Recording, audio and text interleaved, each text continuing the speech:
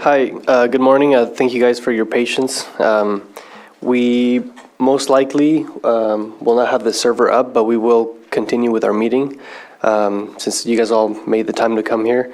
So we will be listening to testimony for each item on today's agenda. However, we will most likely not be taking any action on any items until a special meeting, which will be next Thursday. So you will be able to give testimony and we'll be able to hear the projects. But again, we will be making decisions on these items on a special meeting. So. Why is there a special meeting? Wait, who's? Hold on a second. Oh, Why can't you make a decision today? because we don't have everything that takes to make a decision. It's on? Oh, well, Just coming up. Technical issues appear to be resolved. that's a good sign. I don't know that. We're getting forward. You could refer it to legal. Knock on if you wood. want to answer this question. Yeah, Knock on wood. yeah, well, let's just, No more 503 or okay, we got it. Yay. Thank you, Angel. Good job, Sam. Sam? Is this ready to roll once we I got to get yours back do the up. Pledge of Allegiance and all that? Yeah.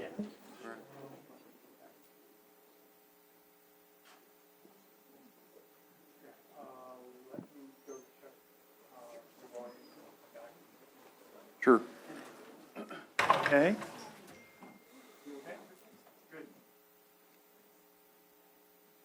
Don't you love technology? When it works, and when it doesn't, it doesn't.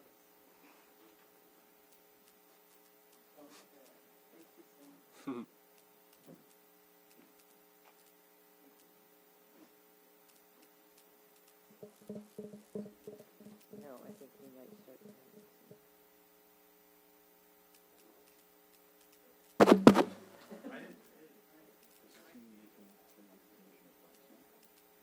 No. But thank you for asking. We're good.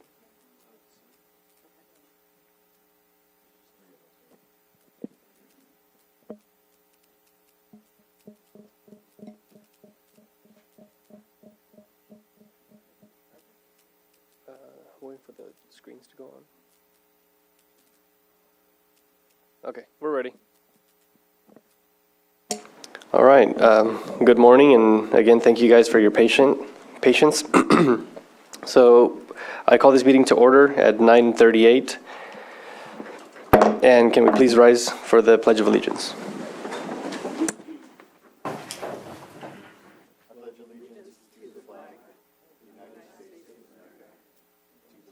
Republic for which it stands.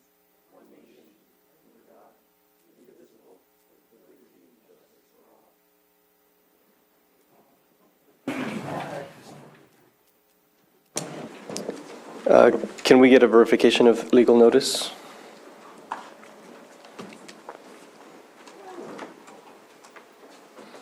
Everything has been correctly noticed. Thank you. The consent agenda, I don't see anything here. Quickly, before we begin, we do have time for public input. Where's this? Where anybody may speak for 3 minutes regarding any issue that is not in today's agenda. So if anybody wishes to speak, you may do so. If not, we will continue on to our first item, which is a public hearing, consideration of proposed major use permit, UP 22-28, and initial study, IS 22-34, to establish a campground.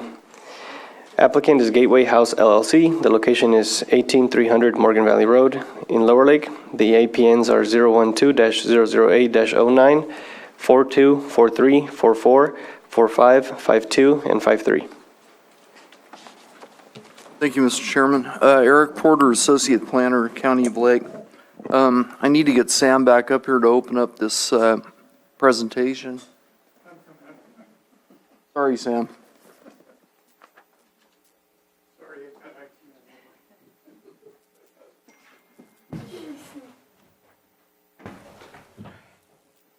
Needs to be two of you, Sam. I wasn't abandoned. No, I know.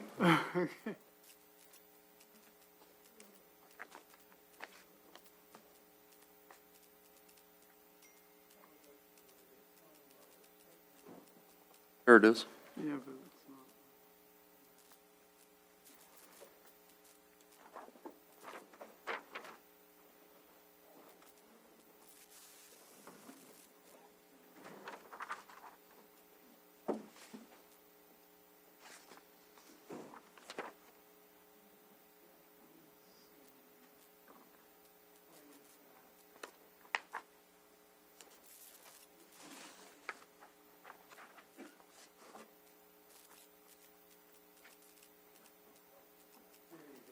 Great, thank you.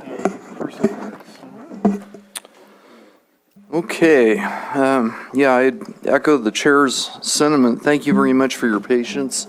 I know a lot of people are here for the first item today. Under consideration is file number UP 22-28 for the Getaway House. The chair indicated the APN location vicinity map. This is on Morgan Valley Road, consists of 347 acres of land, of which a portion of it would be used for a campground. The campground layout is on this slide. It's a little bit hard to see because of the scale, but it consists of 59 campsites, one existing dwelling that would be used for supporting the campsites called back of house operations.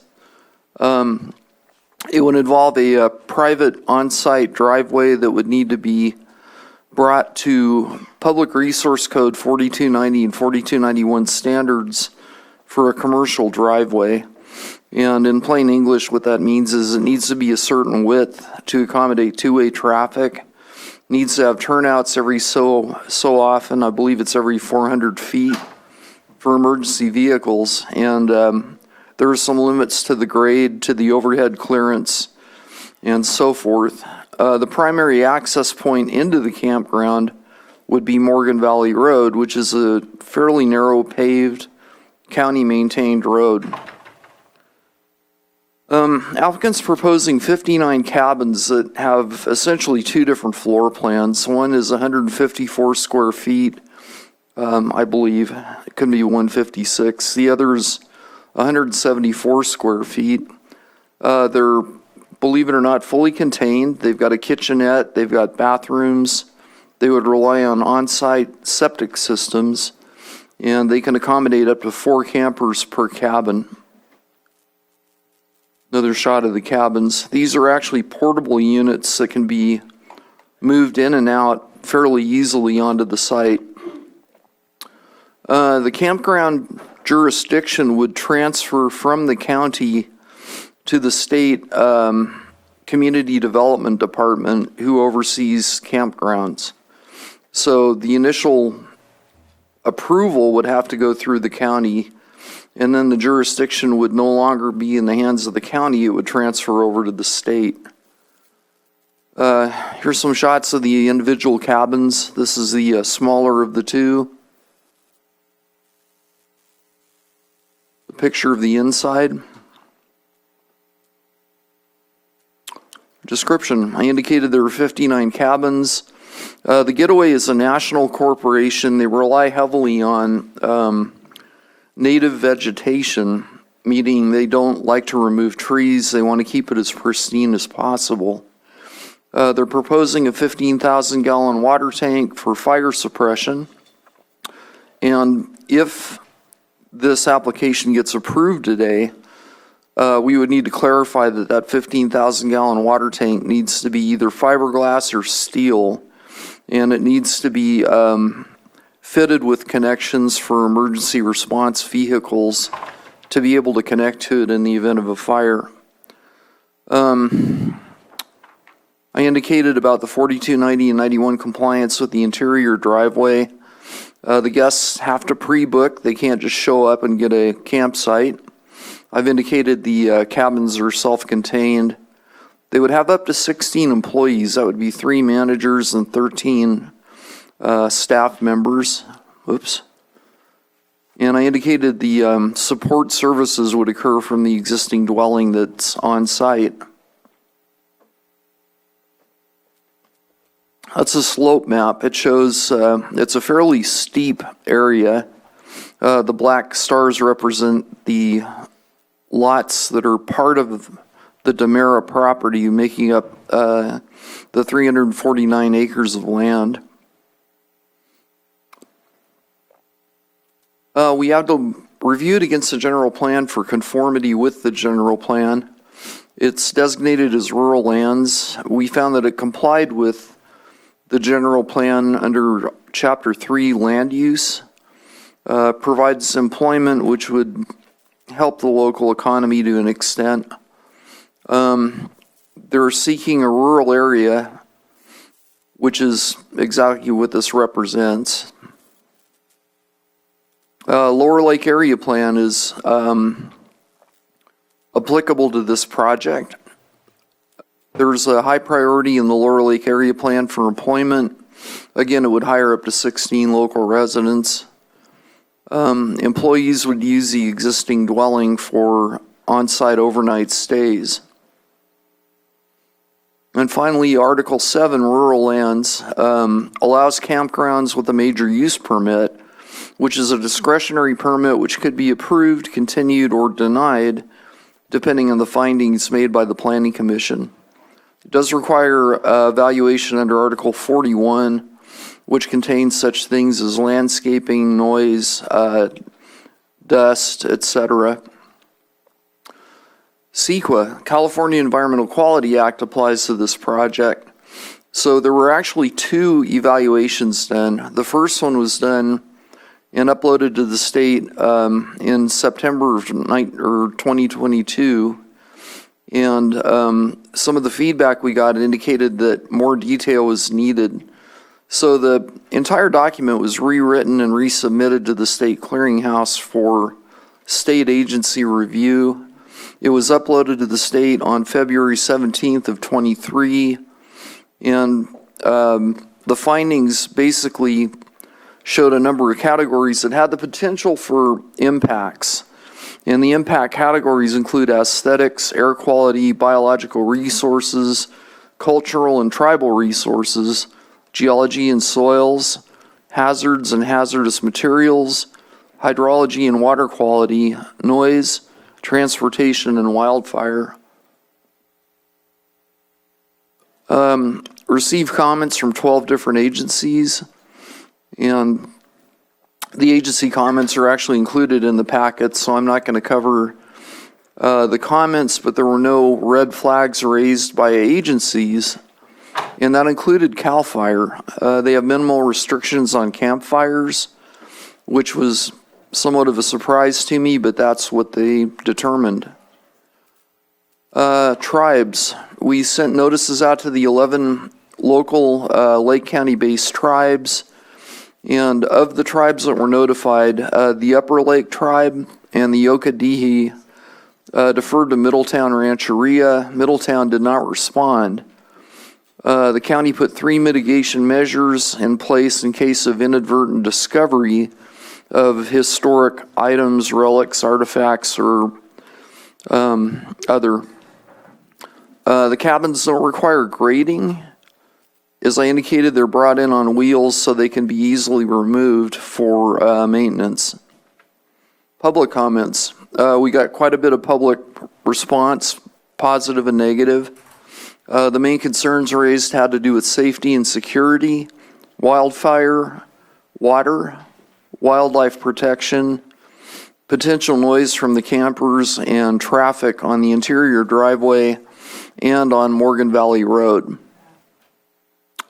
Getting back to that for just a second, the traffic. The applicant did do a traffic study, was prepared by W-Trans. It's of record. We have the study. And the findings indicated that the campground could proceed, that it wouldn't create traffic according to the traffic engineers that would be problematic on Morgan Valley Road. So, the recommendation of staff is to adopt initial study IS 22-34 with the findings in the staff report dated today, and to approve major use permit 22-28 with the findings listed in the staff report dated today. And that concludes my presentation. I did want to mention that we did receive green sheet comments this morning from Rodrigo Gomez and from Michael Santarelli. And the planning commissioner should have green sheets of those. We do. I see them. Okay, good.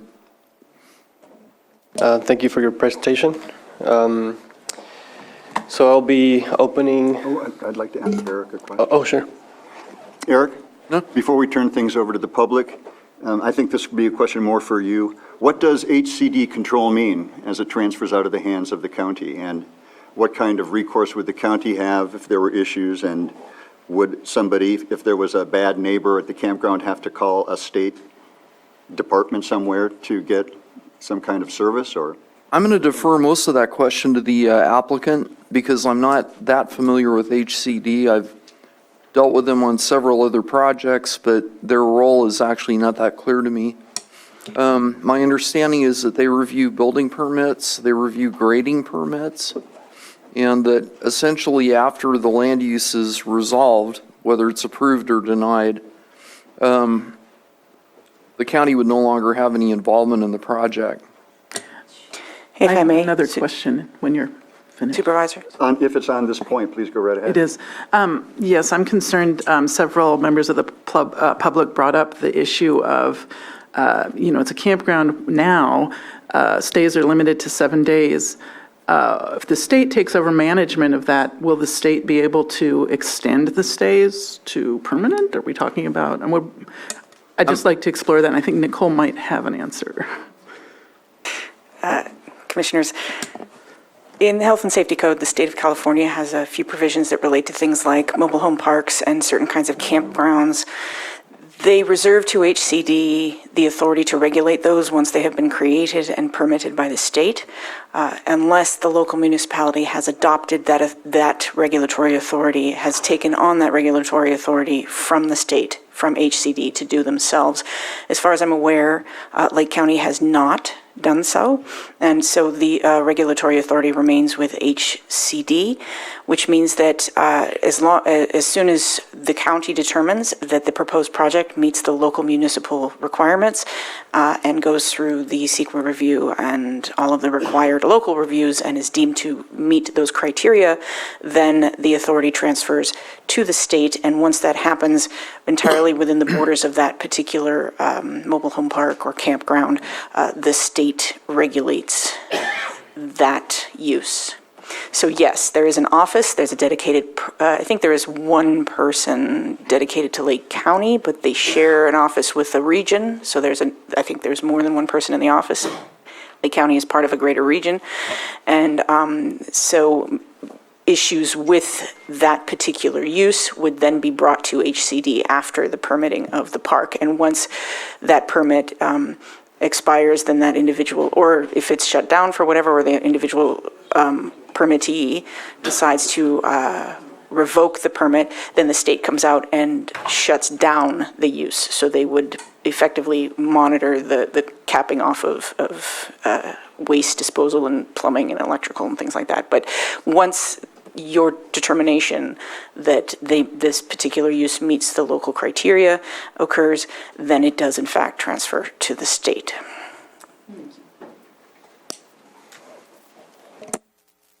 Is the applicant present? They are. Would you like to speak? Yeah, we would love to speak. I don't know if you want to speak. Yeah, we have a mic up here, and make sure you state, and for any speaker, state your first and last name on the mic. I'll open up. Yeah. And you'll be allowed to speak for 3 minutes for public comment.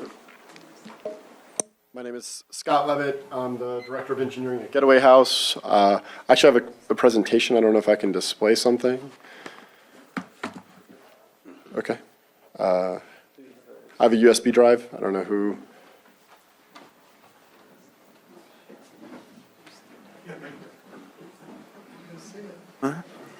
So I'll skip over a lot of it just because I think Eric covered quite a bit of it, but just wanted to give a little bit of a background on Getaway House. So Getaway House It's is. I'll wait for him to come up if that's okay.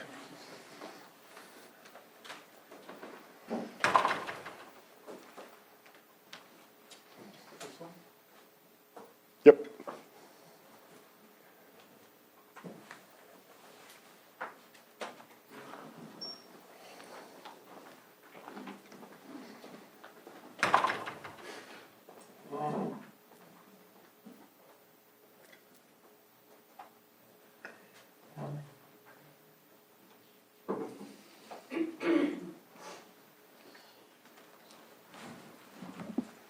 Commissioners, sorry, my apologies. While we're waiting for that to be set up, I just wanted to clarify, I may not have been clear.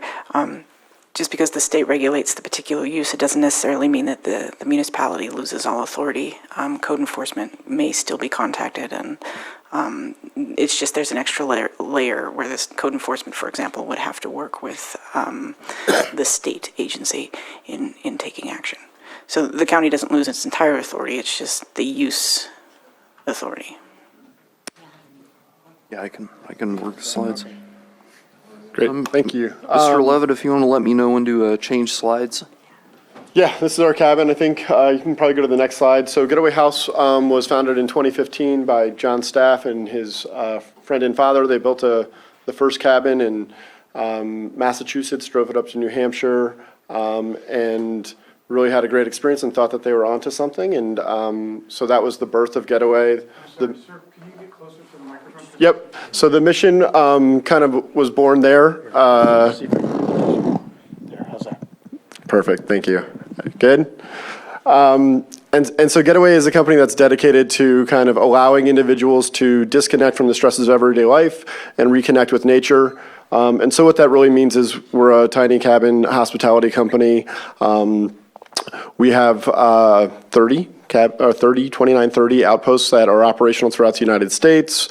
We've got over 1,200 cabins that we maintain and operate as part of those operations. As Eric mentioned, we are not necessarily a super traditional campground. Some of the things that separate Getaway's operations from a traditional campground are we don't allow outside RVs, tents, campers to be brought into our campground. So all guests are required to use our cabins. Eric mentioned that we have up to 4 guests, but really it's 2 guests for our 1-bedroom cabins and then up to 4 guests for our 4-bedroom cabins. Some of the other things that are a little bit unique about our outposts are that we don't have communal areas. So it's really meant to be an opportunity for individuals to disconnect and have a quiet experience, an immersive experience in nature. So for that reason, we don't have communal spaces. There's no pavilions. There's no group barbecue places. We don't allow group bookings more than 2. So if you wanted to book a cabin with a family or a friend, we'd allow you to book up to 2 cabins side by side, but beyond that, we don't allow for group bookings. We also do not allow amplified music on our sites, so we're not in the habit of policing our site, but if you were sitting out at your campsite and you had your phone playing some music quietly and respectfully, that would be allowed, but we don't allow speakers and amplified music to be used throughout the property. And again, it's meant to be this quiet escape from nature. One of the other unique things about Getaway is that we're really able to kind of build our sites around the existing topography, ecology, biology of the sites. And so I know that one of the concerns is the impact to the environment. And really, we are very mindful of this. It would go against kind of our motto, our mission to allow people to connect with nature if we were disturbing the environment more than necessary. And so on this particular site, we're reusing about 90% of the roads that we're proposing are existing roadways throughout the property. Eric mentioned it's a 347-acre site. Our proposed disturbed area for the project is going to be between 10 and 15 acres. So we're talking 2 to 3% of the site is going to be disturbed. In the application, you'll note that we're not proposing to remove any of the heritage oak trees on the site. We are very dedicated to fire safety. I know that's another concern that's been brought up, and I'll let our engineer teams kind of speak to that in more detail, but we do operate 3 outposts on the West Coast here, 1 in Big Bear, California, 2 in Washington State that are both in extremely fire-prone regions of the country as well. We've been operating those outposts for 3 to 4 years without having an uncontrolled fire at any of the outposts. We take fire very seriously. Each of the outposts will have a dedicated kind of emergency response plan.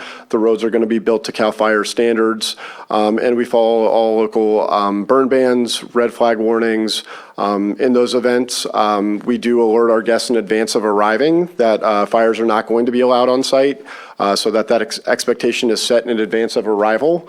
In addition to that, we provide all the firewood on our sites. We lock the fire boxes and remove the fire pits as needed. We understand that in this region, in this part of the world, that might mean we only have fires 50 days a year, and that's kind of what we have going on at our Big Bear site, and we're very comfortable with that.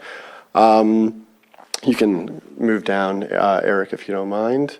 And so, like I said, our cabin is really meant to be the experience. So there's 3 kind of pieces to our experience that we offer. One is the interior of the cabin. I'm not going to speak too much about it, but we do take great pride in our design. The thing that you'll notice in the image is that there's a red phone equipped in each of our cabins. Those phones are hardwired and have the ability to both dial out directly to emergency services, but also directly to getaway support, which is operable 24 hours a day, 365. In addition to that, each of the cabins is equipped with a fire extinguisher, fire blanket, first aid kit. We have a defibrillator on site. Our staff are trained in first aid and CPR, and obviously defibrillator as well. And so we take safety and fire very seriously. We've never had an uncontrolled fire at any of our outposts of the 29 throughout the country, and we intend to, really are very cognizant of that risk here as well, and intend to continue that success here. If you want to keep moving down, you can keep going. I think, again, this is just our cabin layouts. They're lofted layouts. Eric mentioned that they are portable. We don't really move them once they're set. We do 99.99% of maintenance in place, so they're basically permanent fixtures on our sites. Keep going. Again, interior photos, if you want to keep moving down. Yeah, so I think I mentioned earlier that one of the unique things is our minimum impact. Again, we present a layout that we've designed based off of site walks, engineered, topographic maps. But one of the nice things about Getaway is also when we get out into the field and we start construction, we're able to, if we need to shift a cabin 15 feet to avoid a tree or to create a clearance that really provides an opportunity to preserve an ecological feature, we're able to do that, right? We don't have this strict layout. We are not trying to create a commercial space that has 20,000 acres of flat land. We're really working with the land, working with the natural features of the land. Again, this is an example of a layout of one of our outposts. Again, it's really designed to create privacy between the cabins. They're typically spaced about 100 feet, and we use the native vegetation to create that private setting. And you can see that, I think, in this layout as well. Is that a single lane road? I'm not sure if that one is particularly, but we do have single lane roads and two-way roads. In this particular application, because all of the roads will be built to CAL FIRE standards, which I think is a minimum of 20 feet, they'll all be designed to accommodate two-way road. So I think, for typical circulation throughout the site, we might be directing our guests to use a single direction of travel, but in the emergency response action plan, it may involve reroads kind of working in a different mechanism in that event. Mm-hmm. So, again, this is the parcel. We're reusing a vast majority of the existing infrastructure and road network. You can keep moving. This is our layout, and I think another one of the things that Getaway is kind of proud that we're able to do is because our layouts are so fluid, we're able to work with the neighbors in the community to really address concerns. I know that we had in our initial layout a few cabins that were concerned to our closest neighbor to the east. We were able to remove those and kind of find a new home for those as well. We're in ongoing conversations with some of the other neighbors to address some of their concerns. And this is an example of kind of one of the existing road networks that we're going to obviously be improving, but reusing so that we're minimizing our clearing. Again, sites of the photos of the site. We love this site. I love this site personally. It is absolutely stunning. You've got 365 views in some locations to Clear Lake, all the surrounding mountains, and it's really exceptional. So it is just a quintessential Northern California property, and it's beautiful.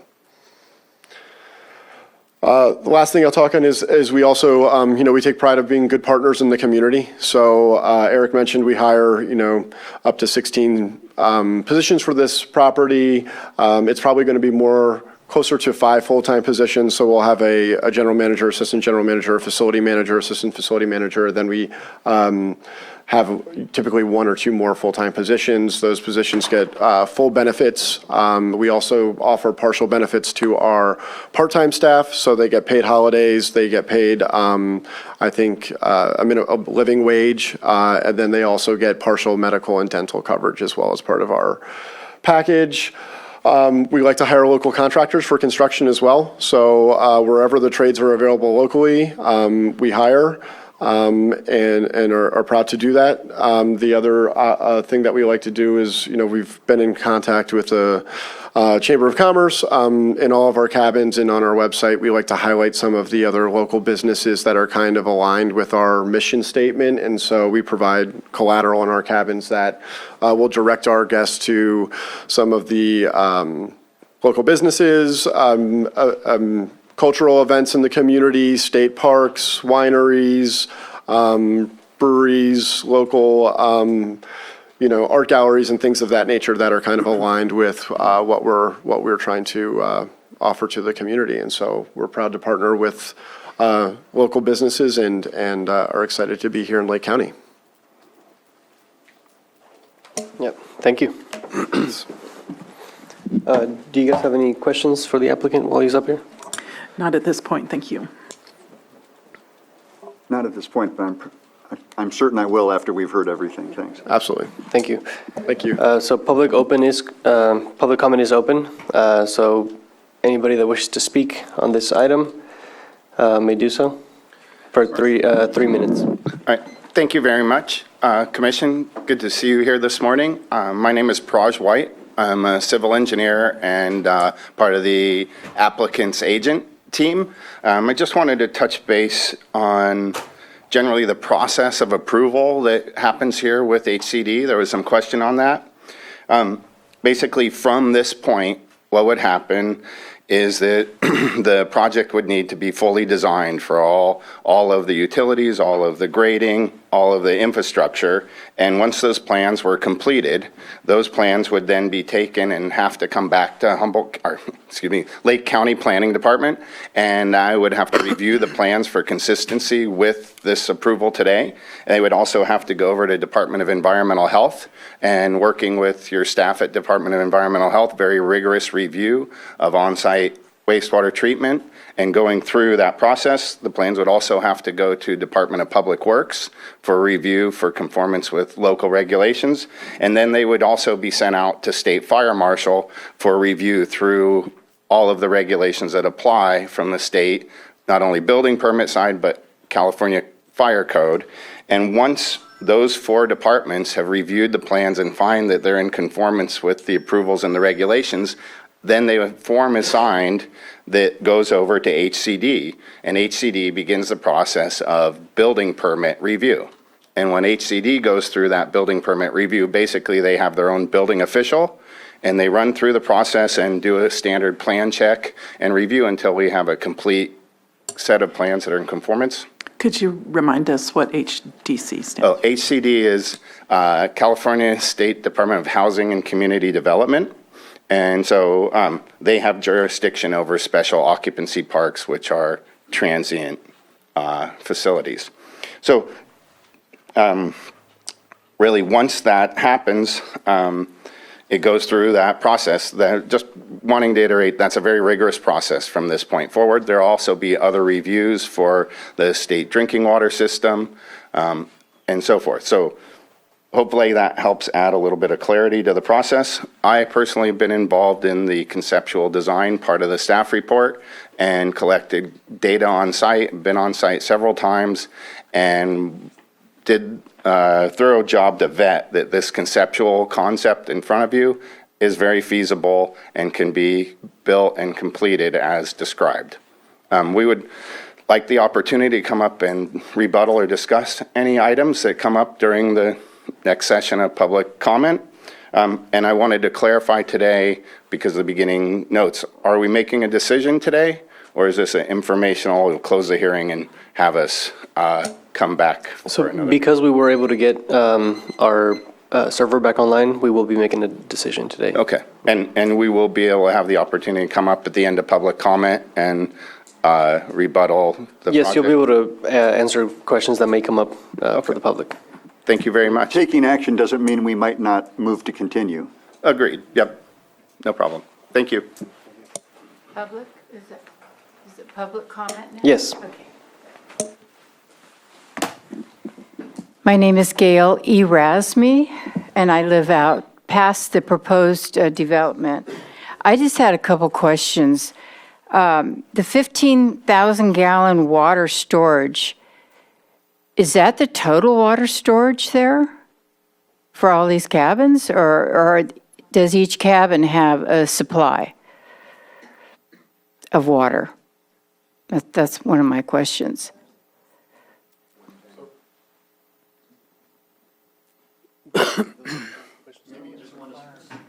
Yeah.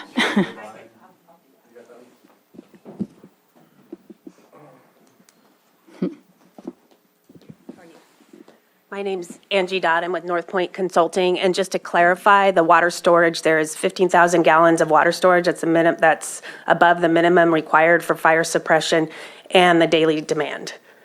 So at 15,000 gallon, there's 5,000 gallon for rural firefighter requirement. That's the minimum requirement. There's 8,000 gallons per day for water use. And so we gave a total of 15,000 gallons, which is 4,000 more than the daily demand. So, Okay, it just didn't seem like it was that much. so in terms of the demand calculations, that is what the minimum requirement is. We can discuss more for fire storage. We can discuss more for use. There are also 2 man-made ponds on site by the prior property owner that is additional water available for fire suppression storage. And I think CAL FIRE has used that water in the past, and they have a right to use that surface water. So, Okay, and don't leave. So regarding the ponds that are on there, do they hold water all year? so can you hear me? Sorry. I've seen water in the larger pond all year, not the smaller pond. Okay. And then up to 16 local employees, 5 full-time, are they really from the local areas, or do you bring people from other areas in?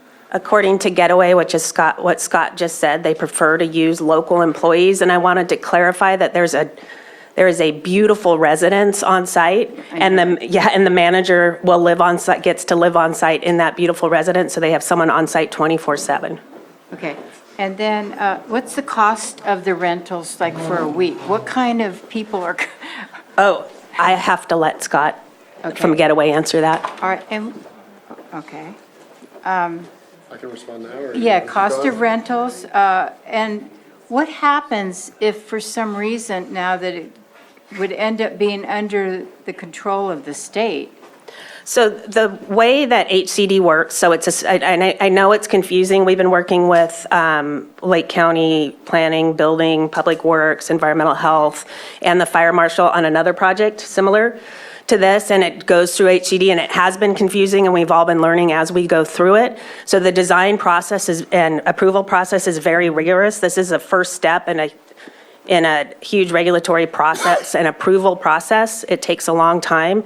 Once it gets through all the design review and it's built, it is permitted through Housing and Community Development because Lake County hasn't taken that on themselves to regulate special occupancy parks through HCD. It's my understanding when they get that permit from HCD, they're inspected annually. They can't change the use type. The use is still restricted to what Lake County approves, and they're still beholden to the conditions of approval that Lake County provides in this use permit. So it's not just state control. They're still beholden to local approval and the conditions that Lake County puts on the project. Did that answer your question, or? Yeah, it just seems odd, you know. The it three, doesn't seem- the 3 minutes for the comment Okay. are over. If you would like to state those questions in the mic, just so we have them on the record, and then the applicant can answer those after. Okay, yeah, so I definitely want to know Thank you. about the cost. Thank you. Comment period. Kind of people, and if it, yeah, that's mainly it. Can I respond now? If you guys would like to actually sit up here, the applicants, so that it'd be a little bit easier to respond. But it's important to note, this is a comment period, not a Q&A period. We'll do our best to get every question answered, but 3 minutes goes quickly if somebody's answering somebody's question. Should I respond to the last question? We're going to let the next speaker go. I don't know if you have notes, and you can have some notes, and we can answer those towards the end when we wrap things up. Okay. So we do have the next speaker. Thank you. My name is Ed Roby, lifelong resident of Lake County, and I am going to have to leave after my comments. I wish I could stick around for your decision, but I've got something else I have to do. Anyway, the reason I'm here is that I'm familiar with the whole Morgan Valley area, having grown up around here, and normally something like this probably wouldn't have piqued my interest as much. But when I noticed that it was a major use permit, that's what got me curious, because I served on the County Planning Commission for 8 years, and I was on the Board of Supervisors for 12 years, and I've sat through a lot of public hearings on various projects of various types. And usually when you have something like a major use permit, I mean, that's like a geothermal power plant. There's usually an EIR, and it's a big deal. So that got me curious about a campground.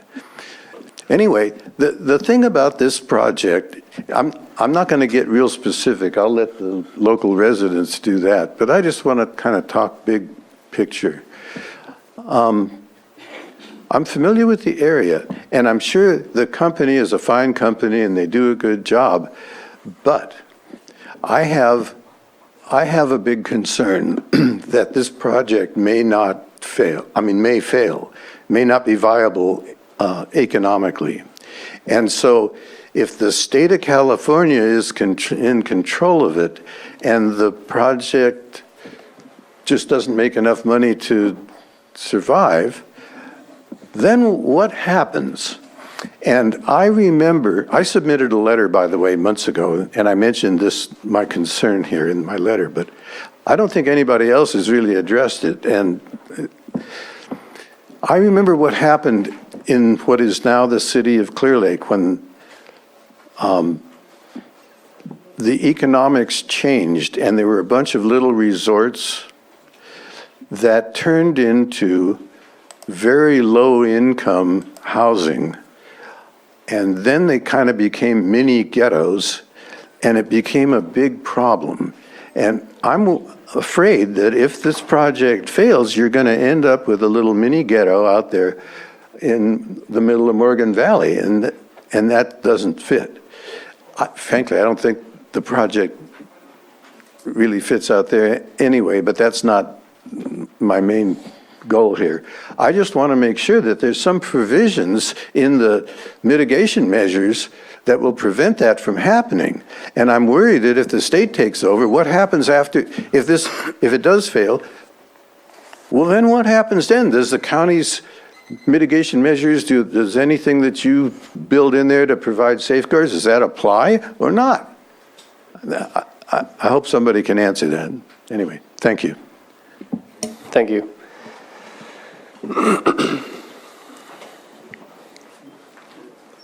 My name is James Erasmi, and we live a little east of where the project's going in.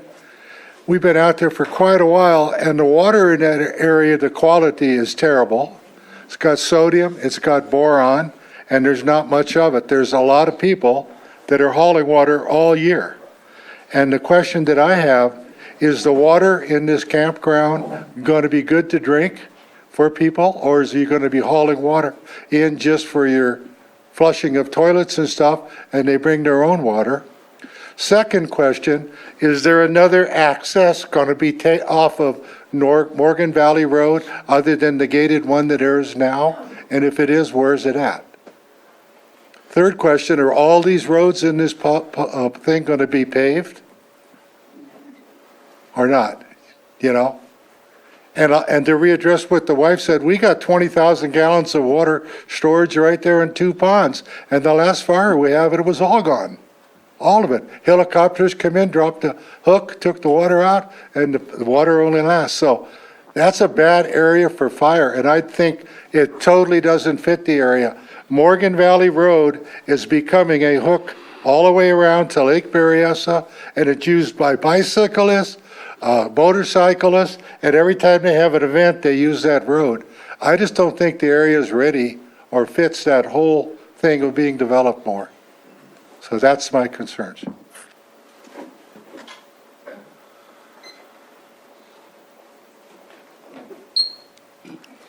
Good morning. My name's Judy Shaw. I'm the girlfriend of Mark Tuban, who lives on Morgan Valley Road.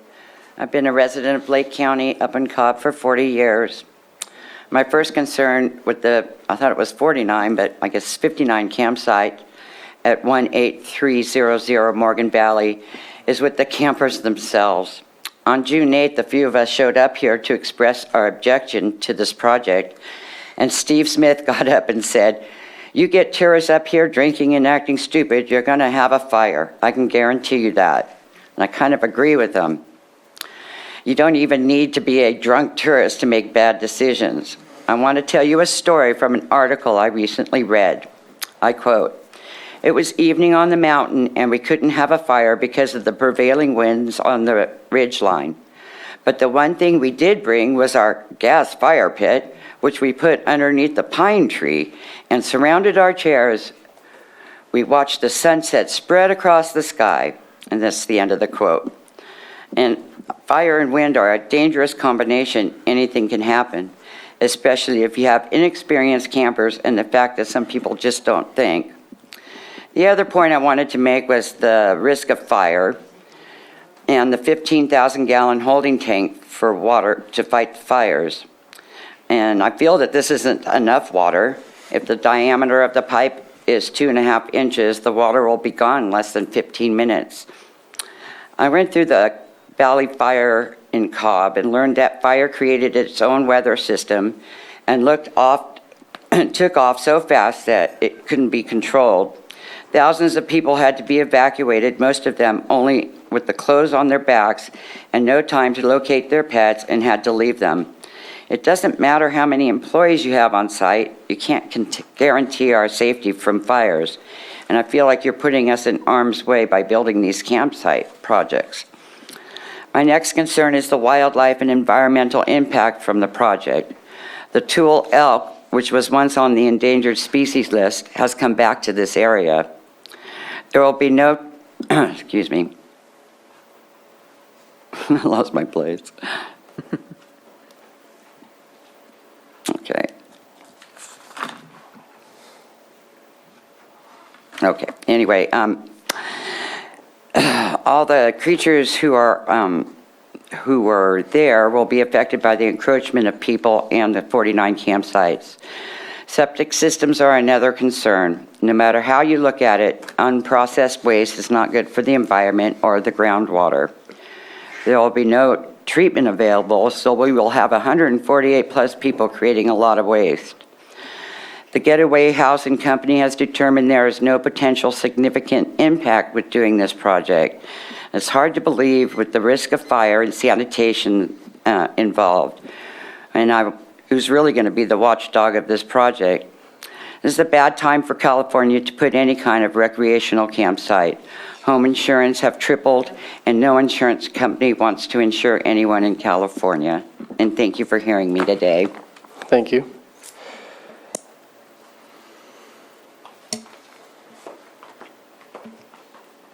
My name's Margaret Comer, and our property is directly across the street from where they're planning this.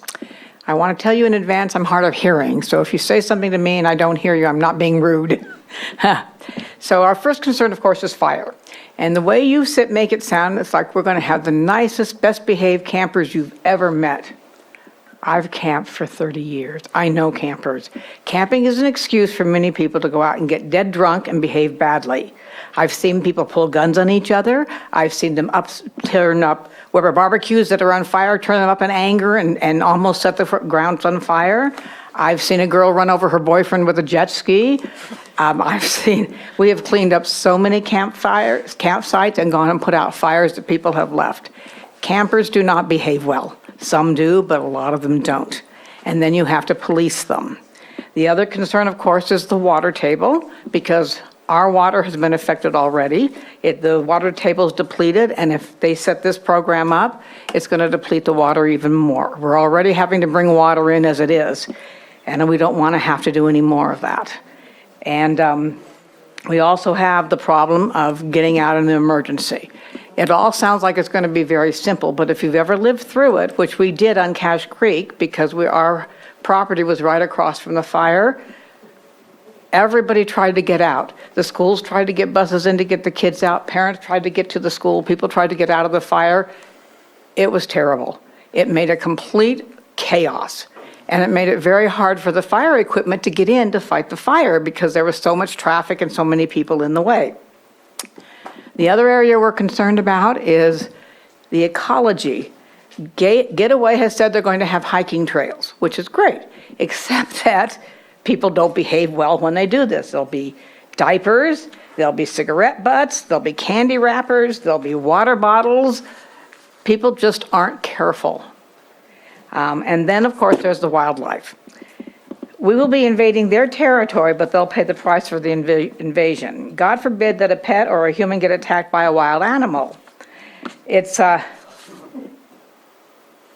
people leave garbage out, it'll attract animals.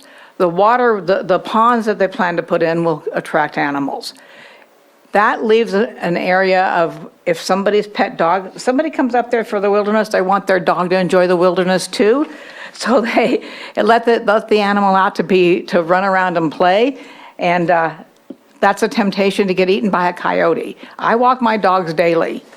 It's not the coyote's job not to eat my dogs. It's my job to keep the coyote from eating my dogs. It's my responsibility, not the coyotes. And up there, it's going to be difficult to do that. And the other concern is for Lower Lake, the town of Lower Lake itself. It's a nice little town. One of the reasons we like it up here is the people are nice, they're friendly, they're considerate of each other. They don't drive like maniacs through downtown. We have 2 schools right there on Lake Drive. That's one of the main ways to get to Walmart and to 53 to get to Safeway and to IGA. So the dude who's on a beer run is not going to be too concerned about the kids there. The parking for the schools is across the street. The kids have to cross the street to get to the schools. That's a concern. That's a big concern for us. We're careful because we know that it is there. So we try to be, but you're going to be bringing in a couple of hundred different people who don't care about us. You don't care about our little town, don't care about our kids. That's a concern. I don't think this is a project that's good for this area. I really don't.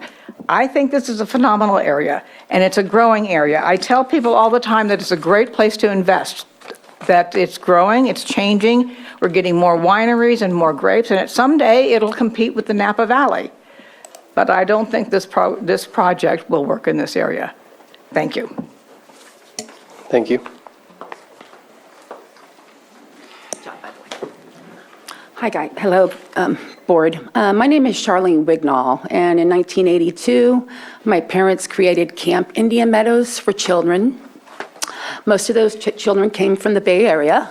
They were wealthy children. So I'm going to also talk about another project, and I'm also from Napa Valley, and I'm from Lake County all my life. In Napa Valley, we took a trailer park, and they removed the trailers, and they put these about $60,000 structures on site. It's on Silverado Trail. They don't pull up people who are going to dump diapers on the hiking trail. They don't pull people who are going to throw garbage. They pull movie stars and classy people. I don't think these people are going to charge pennies to draw in scummy people. I think they're going to charge a good price for their housing, and they may pull in wonderful people that will bring class to Lake County. As far as water goes, I mean, the fire issue, we've never had a fire at Camp Indian Meadows. We had campfires for the kids, one campfire all the time for many thousands of kids, many years. Not one fire. We had a lake also that's still there today that the fire department uses when they need water. Apparently, this organization has 2 lakes. Sorry, I'm nervous. I just think it's so petty to not bring class into Lake County, which has been financially struggling for generations.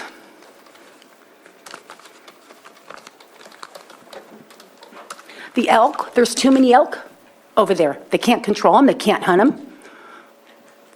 They're outnumbered. I don't know if you've seen it, there's hundreds and hundreds of elk where they're talking about. So why would these people, and they're only talking about 100 people. So I hope, I know you guys should pass.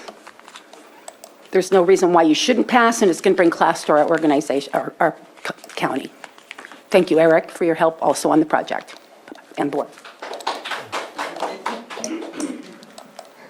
Hi, my name's Jolene Wignall, and this is the first time I'm up here in front of everybody, so excuse my nervousness.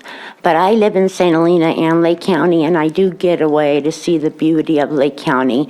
Even though St. Helena is a wealthy town, Lake County is a poor town, when you have a beautiful cabin to be in, it's considered getaway beauty, and we are wealthy up here for that.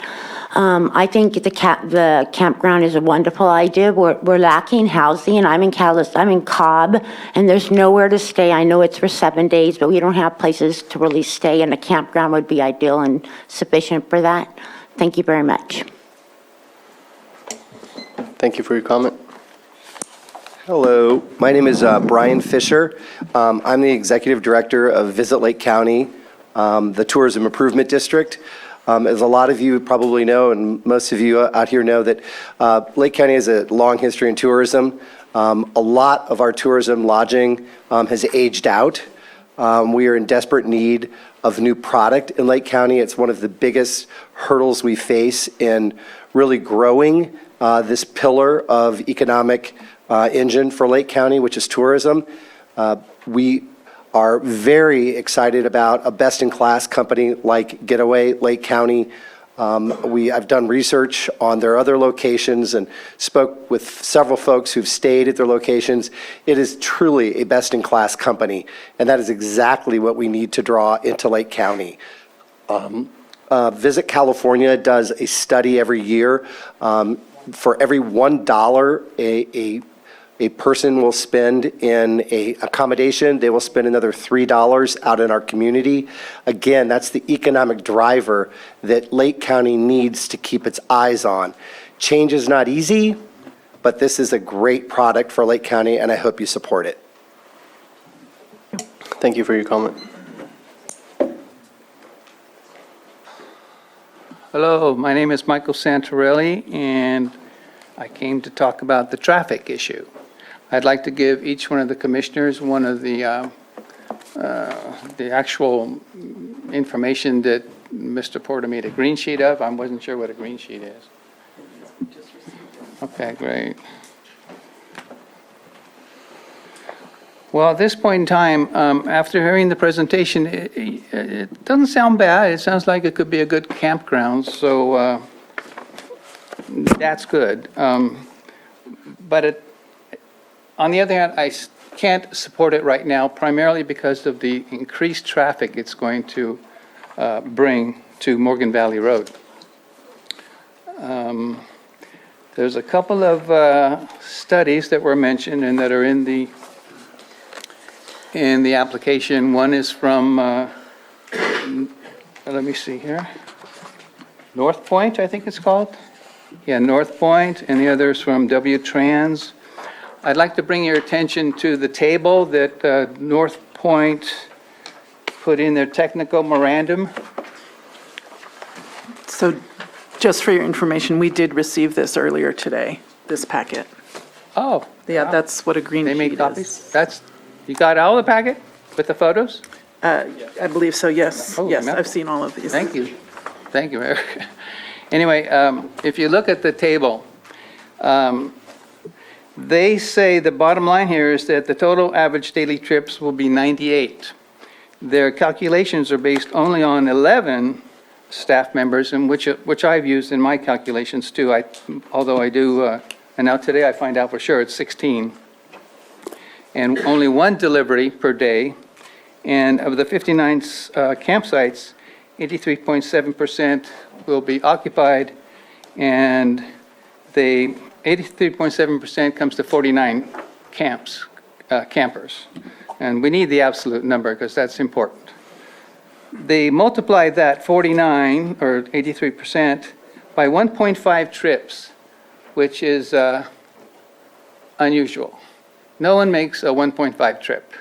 You don't go to Tahoe 1.5, you don't take a 1.5 trip to Tahoe, to Disneyland, to Hawaii. It's 2 trips.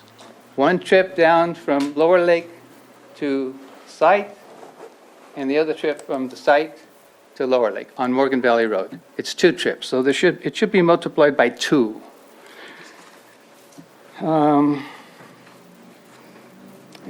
Which is what I've done in Table 1.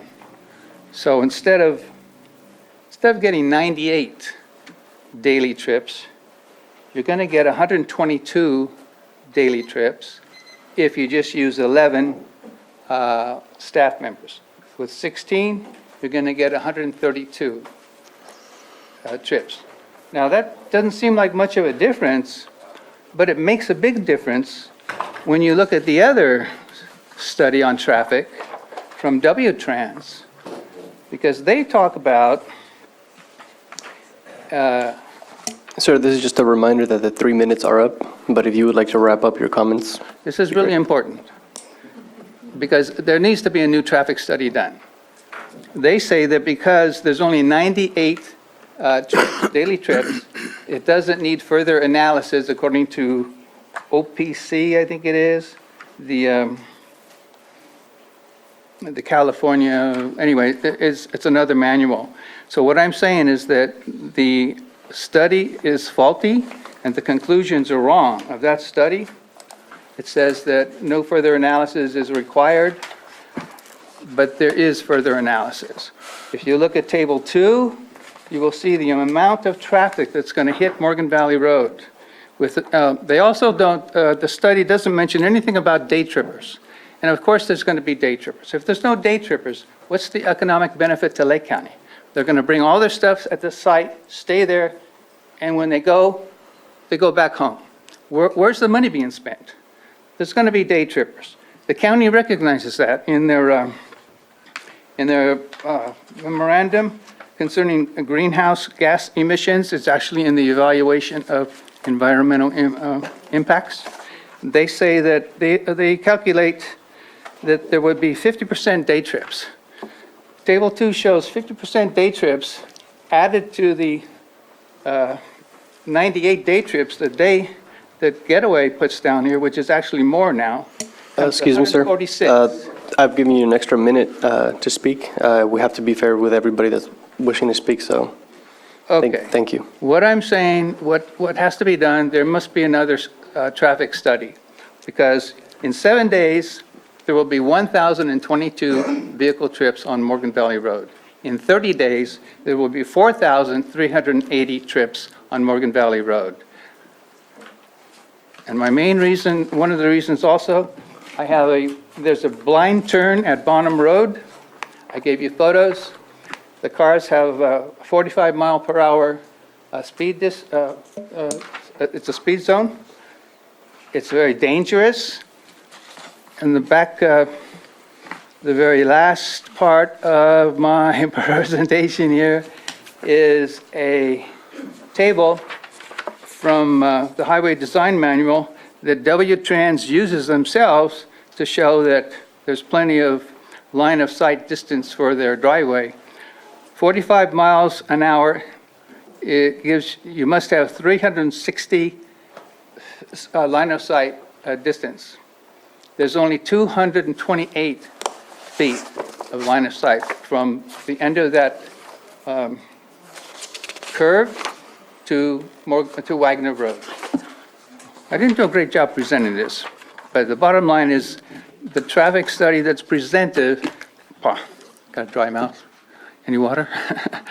is wrong, is an error, and the conclusions should not be accepted. Thank you. Thank you for your comment. And just a reminder, once the beeper goes off, I'll give you a few seconds to wrap up the comments because we do have a lot of people that wish to give their opinion as well. Good morning, Planning Commissioners. My name is Laura McAndrews-Samuel, and I'm the CEO of the Lake County Chamber of Commerce. I had the opportunity to tour the property earlier this week. I was very impressed with the thoughtfulness. On 400 acres, they only want to put 59 units because they want to, Getaway wants to really provide a quality experience in nature. And when you look at their website, you can see that, you know, the rates that they charge and that kind of thing are definitely going to attract an audience of folks that have the means to, to invest in that kind of quality experience. It is, I have to admit, I've never been on Morgan Valley Road before, and I drove it very slowly, and I was about 2 miles past the Lower Lake Schoolhouse. It is a nice drive, a short drive. And I think about businesses in downtown Lower Lake like Pasquinelli's coffee and sandwich shop that just recently had to close. And I think about other businesses in Lake County that could be supported by an extra 59 couples a weekend that would come with their means and want to do day trips and that kind of thing. So this is something the Lake County Chamber of Commerce Board of Directors have not officially voted on this. I can only speak on behalf of my own personal observations, but I definitely want to definitely encourage the commissioners to approve this plan. Thank you.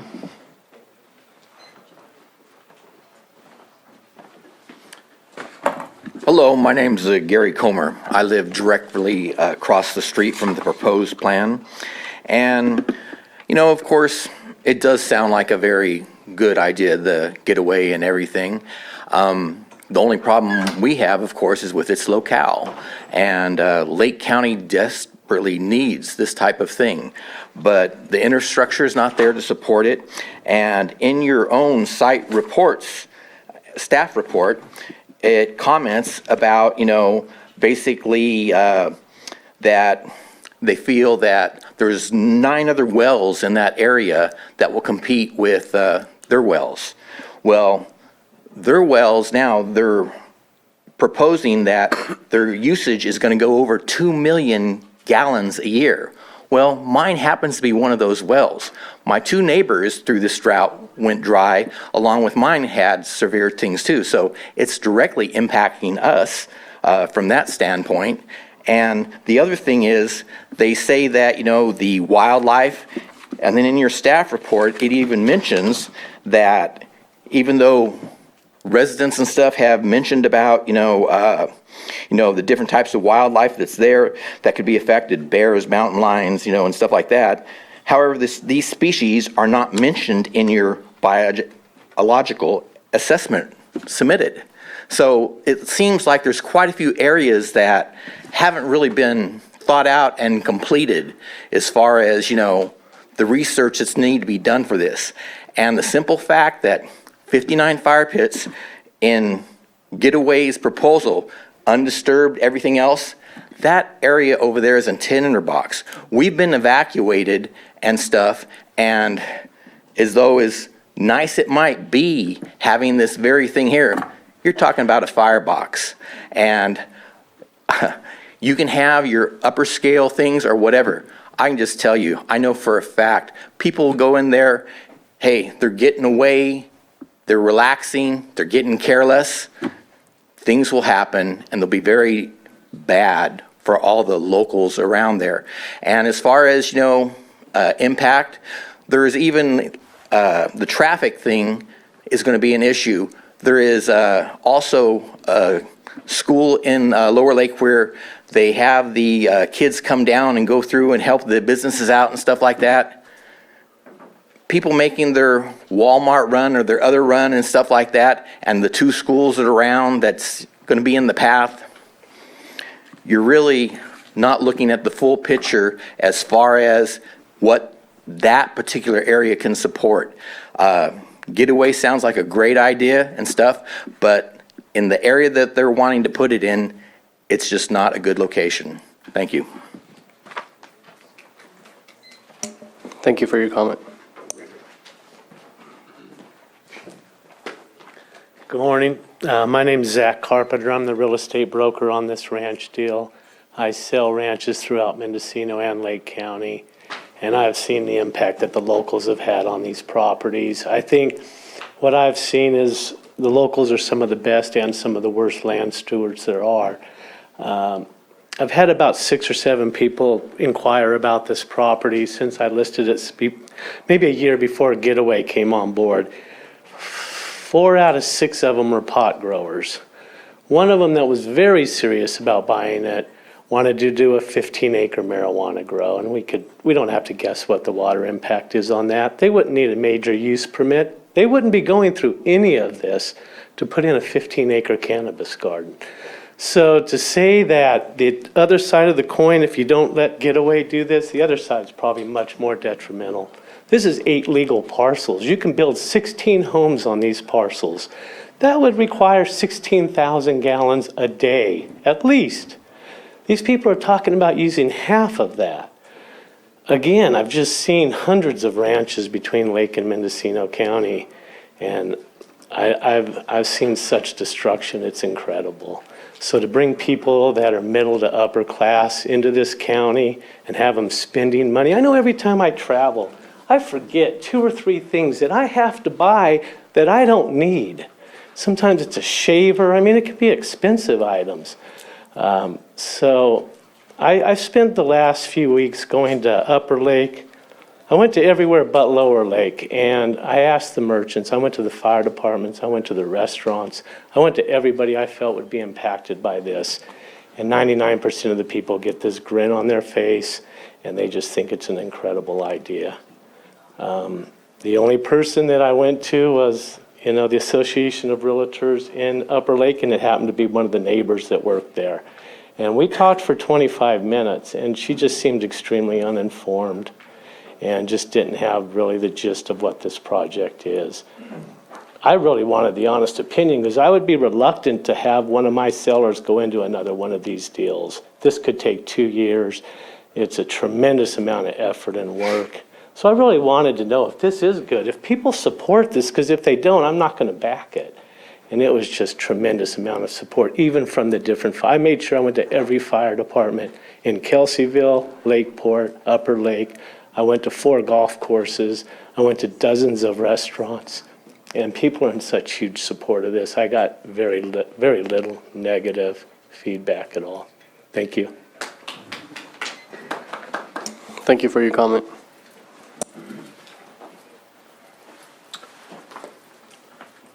Good morning. My name is Fletcher Thornton. I'm from Middletown. And I want to admit to the board that I am pro-growth. So that being said, you can take my comments for whatever they're worth.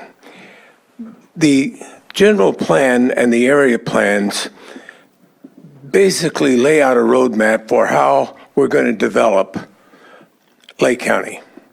And everyone that wants to get involved in that input has an opportunity to do that. Developers come, and people that want to grow things come to Lake County and they look at the general plan, they find out what the zoning is, what are the conditions, and they base their investment on what they think the county wants them to do. If there are issues that the county objects to, they can always just mitigate it. But we cannot, and we went through this last time we did a general plan 19 years ago or 20 years ago.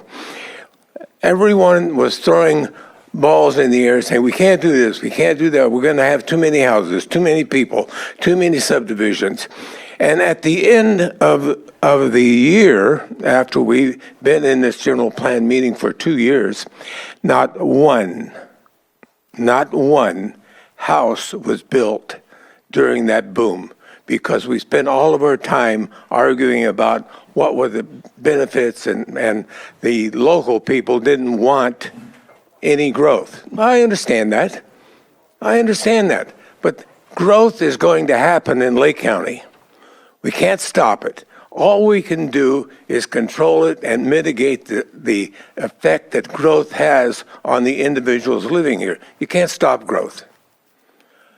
We need growth. All you have to do is have a break-in and call the sheriff and say, I had to break in. He said, well, okay, good. Send in a report. Well, would you send a deputy out? No, we don't have any deputies to send out because we don't have any budget for that.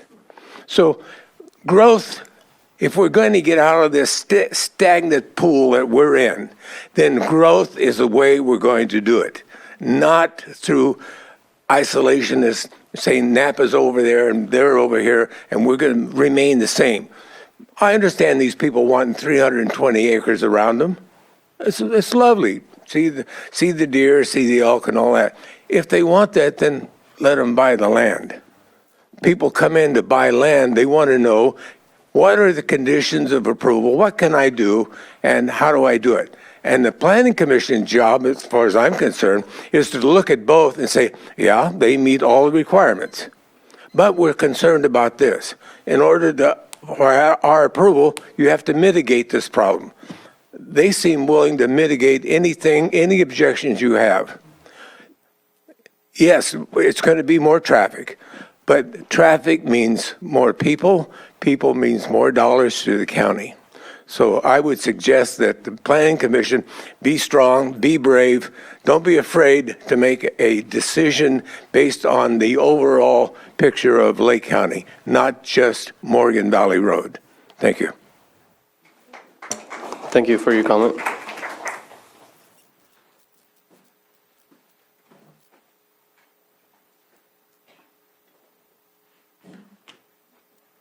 My name's Jennifer Marshall. I was not planning to talk, so I'm going to ramble.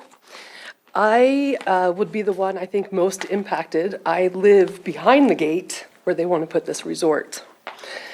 I think it's a great thing. I think Lake County needs this. The economy, it's going to help stimulate Lake County. Fires is not a concern for me from the resort. Honestly, I have more fear from the people behind Walmart starting fires every other week than I would this resort. Traffic, I can tell you I've been on Morgan Valley since 2004. There was barely any traffic when I moved out there. In the last however many years, it is horrible with water trucks for marijuana grows up and down that road all day long. So to me, more traffic from this resort is not going to be any different than the water trucks that go up and down all day long. Also, it's 59 campgrounds. What are the chances all 59 are going to be full at one time, that traffic is going to be so impactful to people? As for the water, I know there's a few wells on the parcel next to me. They have the big lakes. I'm not worried about it. I think it's a great thing. Lake County has nothing here, really. It's not even a thorough-through, right? So like people aren't driving through, hey, let's stop and get something. You have to come to Lake County for a reason. Nothing brings people here. It's nice to see something that could bring people here. Thank you for your comment.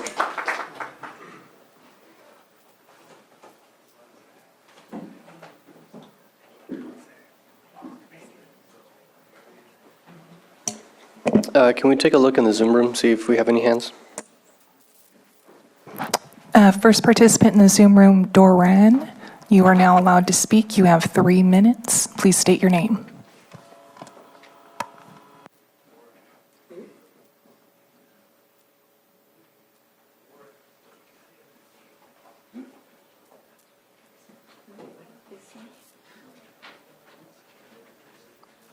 Hello? Hi, yeah, we can hear you. Hello. I'm computer challenged. Please bear with me. Okay, I guess I'm gonna speak off the cuff here. My question is, wait a second. Unmute. Hello? Hi, we Can you hear me? Yes. Okay, wait.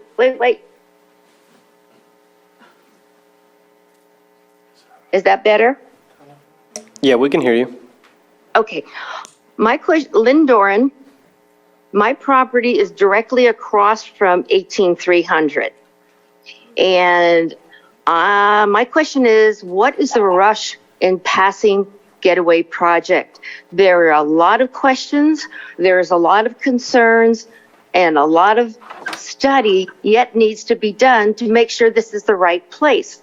So why do we have to draw a line in the sand and say right now? It's too important to rush through.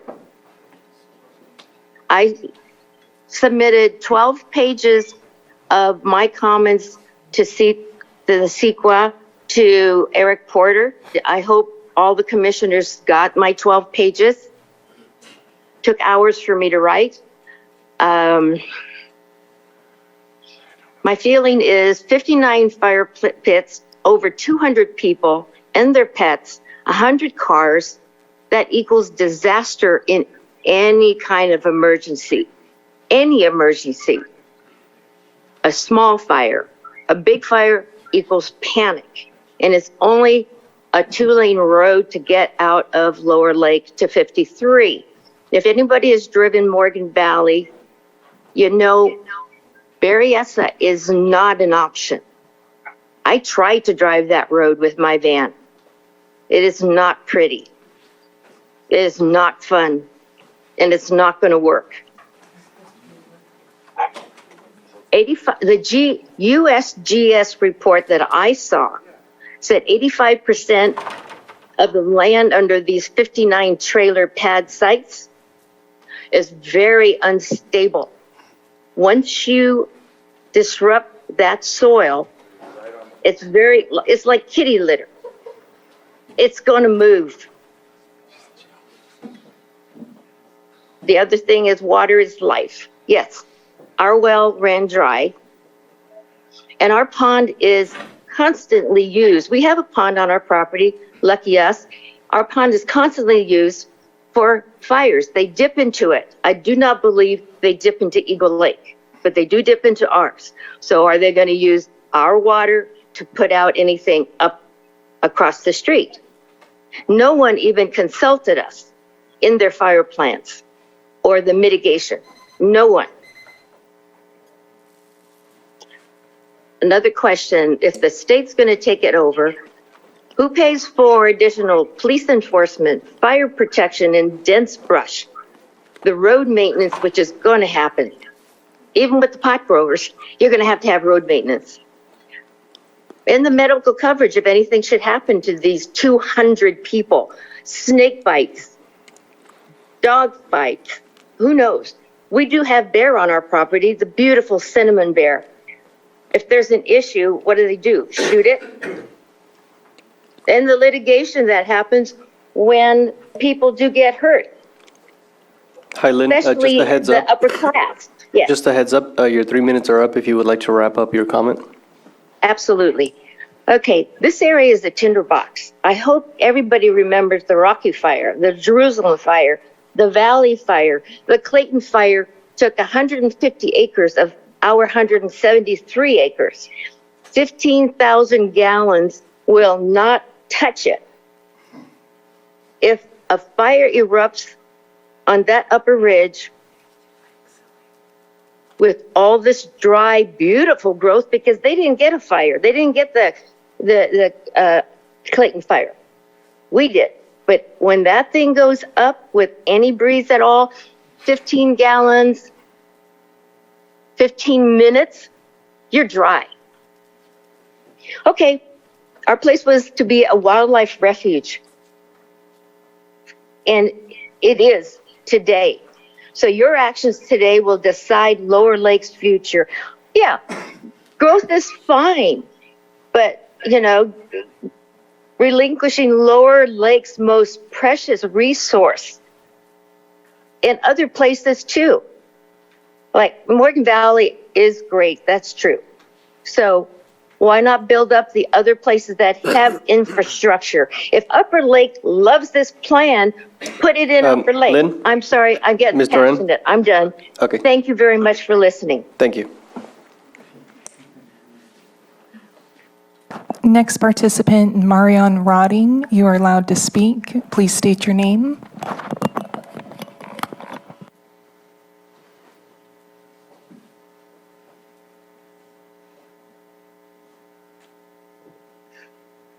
My name is Marianne Roding. I'm a registered hydrogeologist, and I took a look at the CEQA. I've sent the report to you and asked for all the commissioners to get the report so they could see it ahead of time. My main reason for commenting is the soil type. The soil type is listed by the USDA as 209, which is called sky-high Milchome loam. And as a hydrogeologist, I know that this is not a stable type of soil. However, the CEQA says it is. So I wrote to Jacqueline Vega, the Area 1 Resource Soil Scientist for the USDA for your area. And she said, and I quote, map unit 209 Milchome loams have a soil mass movement risk low to moderate. However, note that the rating is for soils in their present condition and does not consider present land use or manually disturbed soil, such as removal of deep-rooted trees. Well, all these campsites have a disturbance to the soils. You cannot consider the soil stable anymore once you've disturbed them. The whole CEQA is based on stable soils. It's not stable. If you saturate the soil, with more water, it's going to be like mud. If you shake that mud, you're going to have slides. So let's look at the potential for saturation. You have 20 leach lines that you're going to be putting in, 20 potential septic tanks. So I asked Ms. Vega about this, and she said, map unit symbol 209, this is a quote, has a rating of very limited.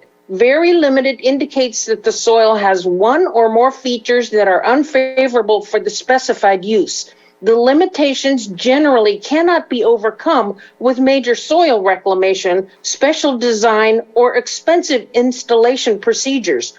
Poor performance and high maintenance can be expected. So let's think about shaking this area. In their report, they themselves have written there are numerous map faults dissecting the property in the region of the Sulphur Bank fault zone. I have all this on a PowerPoint. I'd love to show you the pictures, but we don't have time. So we have faults running through the property. Are they still active? In the last 45 years, there have been 59 earthquakes within 7 miles of the site. The largest is a 4.1, which is 2.7 miles to the west of the site. The closest was a 2.5, which is less than a mile from the site. So yes, all these faults are still active. Now we're oversaturating the soil, and you are having problems with potential slides. So let's talk about landslides. Do we have a potential for landslides? When you look, the CEQA says the site does not contain unstable soil and the risk of landslides is remote. However, when you pull up the California Department of Conservation map, you'll see that the site, specifically where the campers are located, have a very high susceptibility, deep-seated landslide susceptibility, somewhere between a 5 and a 9 out of 10. And most of the campsites are on a 9 because of the steep slopes. So now we've got oversaturated soil. We've Just got a reminder that the steep 3 minutes are up, if you would like to wrap up your comment. 3 minutes. We give the other side 10 minutes and a PowerPoint presentation, and I get 3 minutes. I'd love to talk to you about the wells, the whole well issue. I'd love to talk to you about how 48% of the site has not had early spring checks for the flora. I'd love to talk to you about the fact that we have golden eagles on the site, which you can find on their own selling video. I'd love to talk to you about the fact that the fire potential now is extreme as of the map for 2023. So if I can just interrupt for a moment, Marjan, I just wanted to let you know that we did receive your PowerPoint. Thank you very much for the extensive effort. I actually received 2 copies. Good. I just wanted to let you know that we did receive this, so we hear you. Oh, thank you. Okay, I could stop being excited then that maybe you're not hearing. All right, good. Well, then I guess I relinquish. Thank you so much for your comment. Next participant, Richard Durham. You are now allowed to speak. You have 3 minutes. Please state your name. Hello, my name is Richard Durham. I'm a realtor. And just to fix up a little thing that went earlier, the realtor who came up and spoke about the property would be taken over by marijuana growers. I showed that property to several marijuana farmers, and all of them turned it down because it is too steep and there was no place on the entire acreage where they could even do a 1/4 acre of cannabis. So that is not an option for that property. I just want to make that clear. These are 8 APNs. There's 32 sites on a one-way road in case of a fire, and that's at a ridge top. As we know, fires burn uphill rapidly. So there would be 32 campsites trying to go down a one-way road to get out of the of that site. The other campsites all have a circular road, so they have other options. But the 32 sites only have one option. And if that's 1.5 cars per site, well, we have a real issue. And then another point. On the septic systems, I counted 18, maybe there's 20. When I go to build a house in Lake County and I lay out my septic system, I have to also lay out a replacement septic system, which I don't see here. And the reason for that is septic system leach fields fail. One of the major reasons is because people don't know what to put down the toilet or the sink. You put bleach down there, you kill the septic system. You put pharmaceutical thrown away drugs down the toilet system, you kill the leach field. So I would think that a replacement leach field would be appropriate for each one of these leach fields. So that would take it to 36 or 40 leach fields. Fire suppression. To have fire pits out there, whether they're locked or not, is a dangerous thing. So I suggest that all the fire pits should be removed completely and not allowed.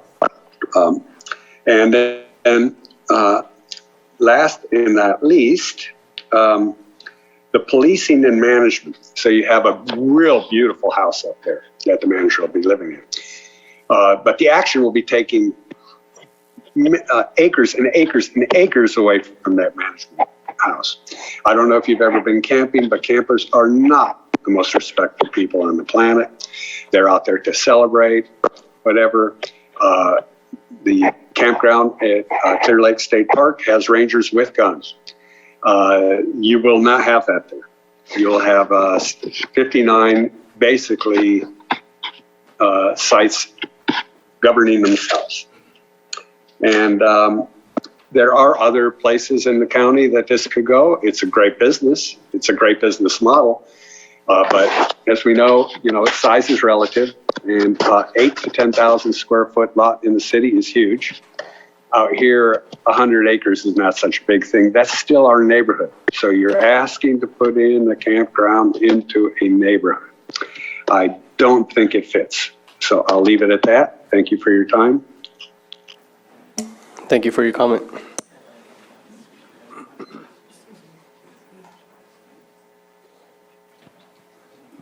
Participant in the Zoom room, S.J. Smith. You are now allowed to speak. You have 3 minutes. Please state your name.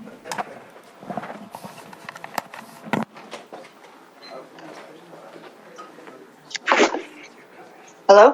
Can you hear me? My name Yes, is I can hear you. Deputy Smith. Steve Smith is my name. Can you hear you? Hello? Hi, yeah, we can hear you. Could you just repeat your first and last name again? Okay. My name is Steve Smith. I live at 18225 Morgan Valley Road, directly across from this proposed trailer park. Wow, I'm so happy to hear the comments from the people that are that this is going to affect. It's I'm just lost because so many things were said that I agree with.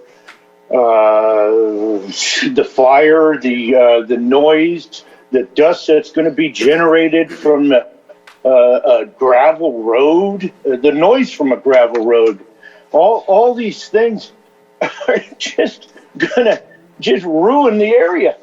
But I guess mainly I have to stay off of my once again 3 minutes. my not in my backyard deal, but the fires.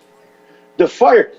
If you take if Getaway takes fire seriously, they would never even dream of proposing. They would never put their campsite on this property. This property is the worst possible place as far as fires are concerned. There is no other place on this earth that is worse than this location.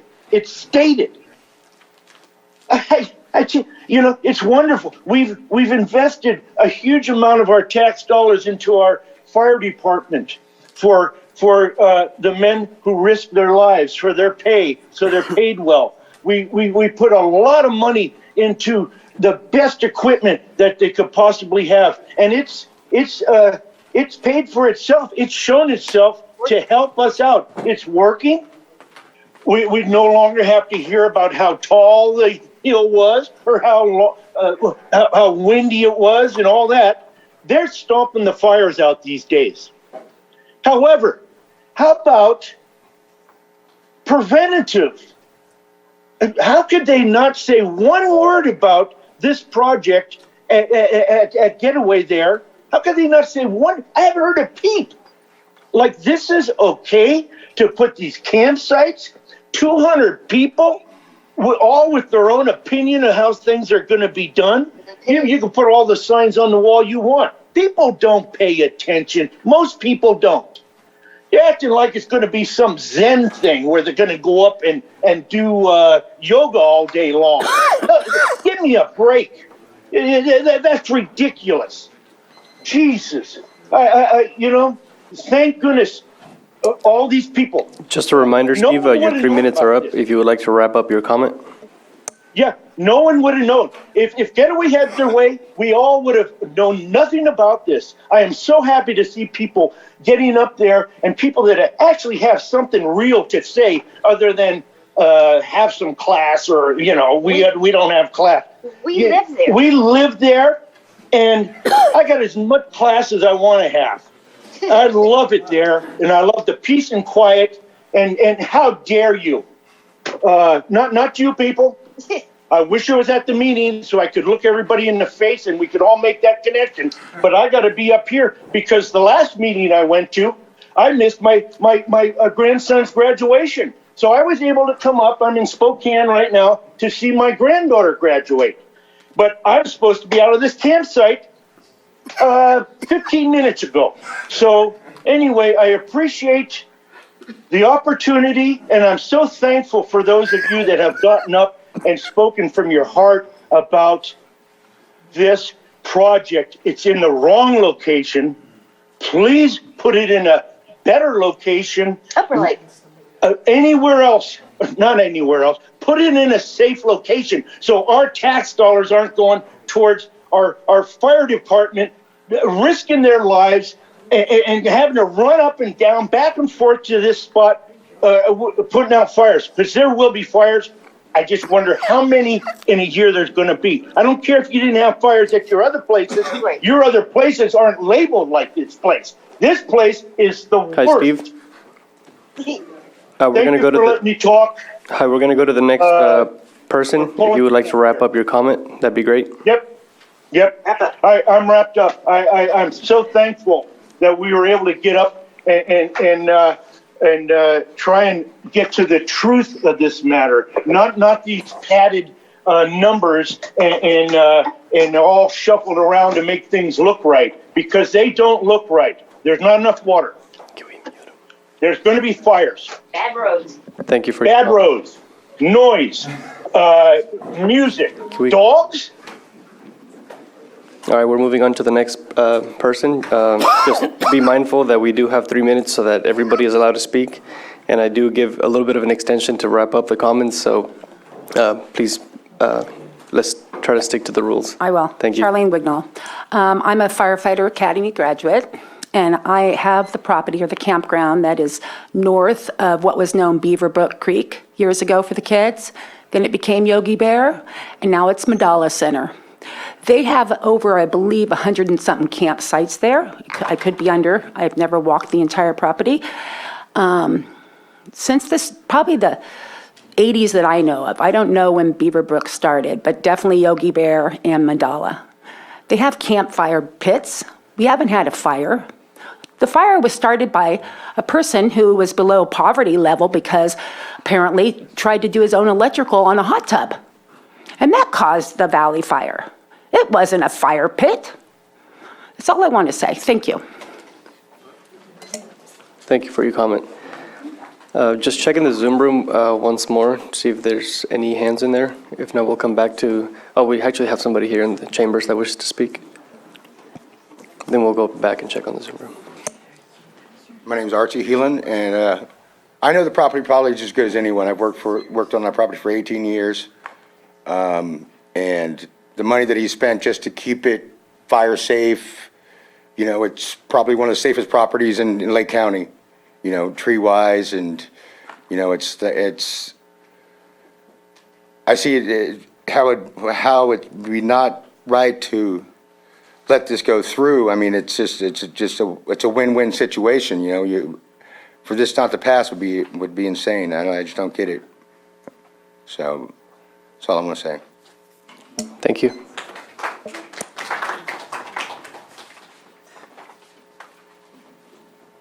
Participant in Zoom room, Valerie Milburn. You are now allowed to speak. You have 3 minutes. Please state your name. Good morning, still morning. Valerie Milburn. I was at the last meeting. I have no vested interest in any of this, right? I'm not emotionally connected to any of it, although a lot of these people that look.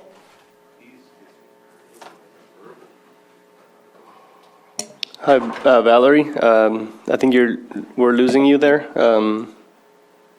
If you would like to try again.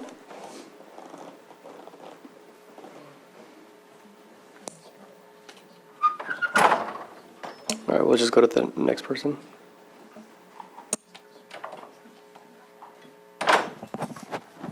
Richard Durham, you are now allowed to speak. Can we give people that maybe haven't spoken yet a chance? That's the only hand? Okay, we'll just double check if Valerie's still trying to. Okay. No. Hi, Valerie, can you hear us?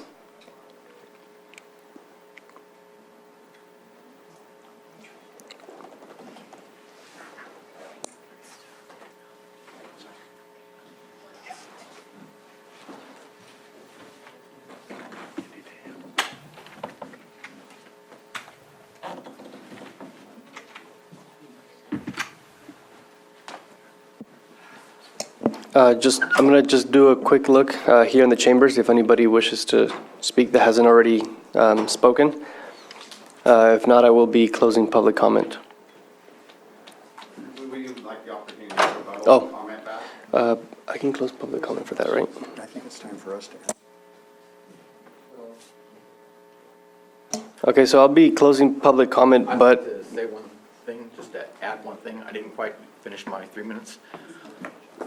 Gary Comer, one thing that, of course, was brought up, and I hope that the, council here won't do, is the fact that turning over that area to the state of California, it's going to cause problems if you guys do want to change things, or the state then changes their mind for you.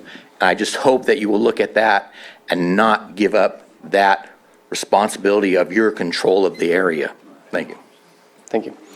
All right, so we'll be closing public comment, and we do have the applicants here. You guys may come up to the podium, and we'll be, you can respond to some of the questions, and then we'll be asking some questions as well. Okay. I'd like to speak before they, you can go ahead. They could add to their response by what they say. Okay, you can go ahead.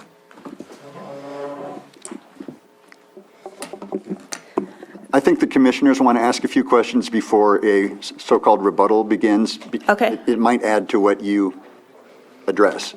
Okay. I'll kick it off. Fire is obviously a concern. We've heard a lot about it today.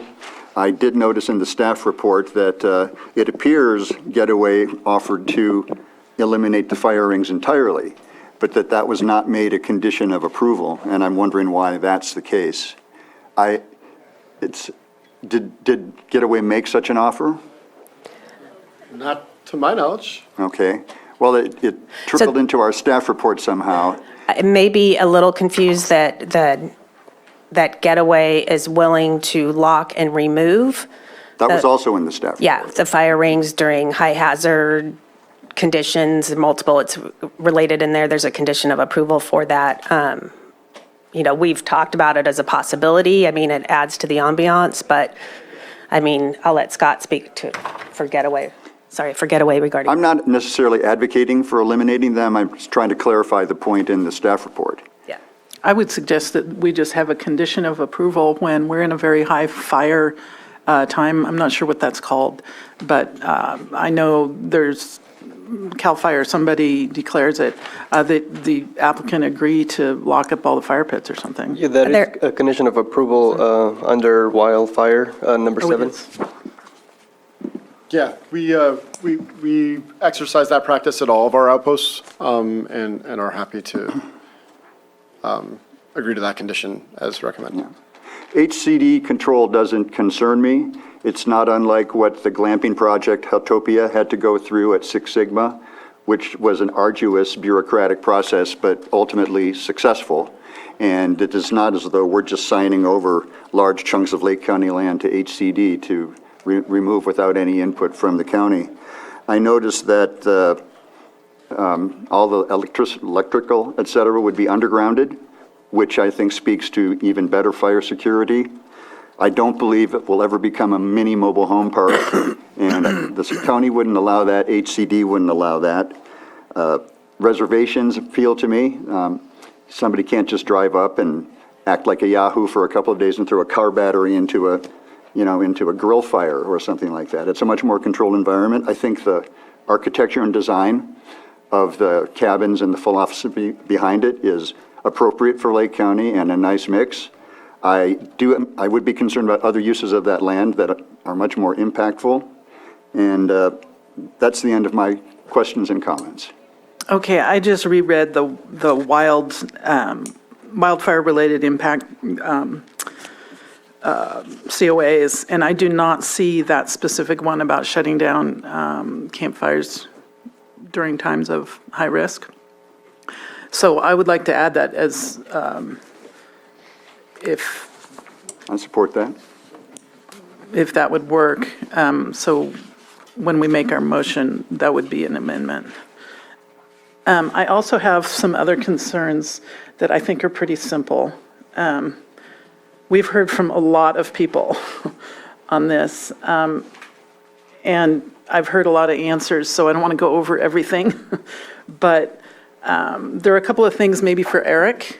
I think the assessor and the agency comments said that property taxes are due on these properties, and that there was a merger of parcels, and I'm wondering if that was completed And the taxes paid? Haven't verified the taxes being paid, although they would need to coordinate with the owner to get the taxes squared away. And presumably that would be a function of HCD and the transition between county and state. I'm sure HCD is going to require that, or at least I would assume so. I want to get back to the wildfire conditions for a moment. I thought during a red flag warning that they were required to lock up the campfire rings. Yeah, I'm not seeing it on the document in front of me. Yeah, it's condition number L7. L7? Yeah, it's one of the last, it's on page 5. It's kind of buried in there. Permit holders shall be responsible for all procedures surrounding the fire safety outlined in the project description and operations plan, including the prohibition of fire during a CAL FIRE or Lake County burn ban, Lake County red flag warning, or other condition deemed unsafe for fire.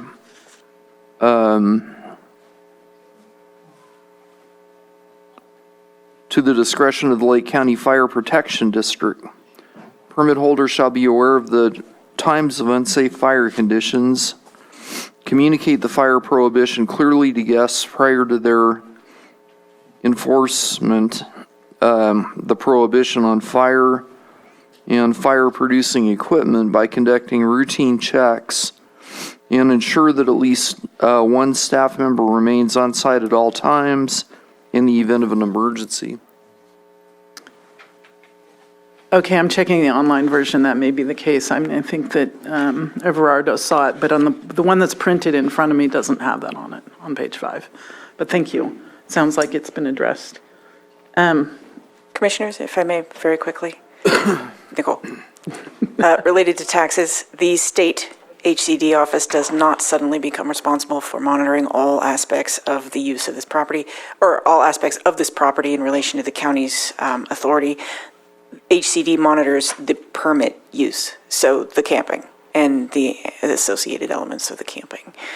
And so they would monitor, guest length of stay, making sure people aren't, things like that, making sure people aren't actually living on site if that's not permitted use here, that it's still used as camping, things along those lines. They do not take over monitoring taxes paid. Thank you. One of that addresses my biggest concern, which is, I've heard it from, I think, 5 people now. What happens if this project fails? What if it transitions to something else? We've seen that happen in this county a lot, and maybe you'd like to talk about it. Yeah, my understanding is that the major use permit is kind of the county's protection. So as mentioned by the solicitor, I think, the state will inspect our site, just like they do at Big Bear, to make sure that we're not violating the length of stay. 7 days is our corporate policy for maximum length of stay. In the event we don't have any intention of going out of business, we haven't closed any of our outposts that we've opened in any of the other locations. And our Big Bear outpost is one of our most successful outposts in the company. In that event, if someone else were to take ownership of the property, or we would sell it off and they wanted to use it for a different use, they would be required to go through the same use approval process that we're going through now. And if they wanted to operate it in the exact format that we are proposing to operate it, then I think that they wouldn't need to go through that process. But again, the state would be doing that annual inspection to make sure that they are in conformance with the campground regulations that are outlined. I'd like to speak to that. Use permits follow the land. It doesn't follow the owners. Yep. And so if you approve a use permit from the county's perspective, they would not have to reapply and they would not have to get re-evaluated for a change of ownership unless the scope of the project changed. And then all bets would be off and they would have to reapply. Thank you very much. I just had one more question. Sierra Club is requesting that campsites be located 30 meters from the area where bristly leptosiphon, beautiful little yellow flower, has been found. Are you folks willing to do that? Yes. Thank you. If I could add, in the wildfire section, it does say that a 15,000-gallon water tank shall be installed on site for exclusive use by the fire service providers if needed.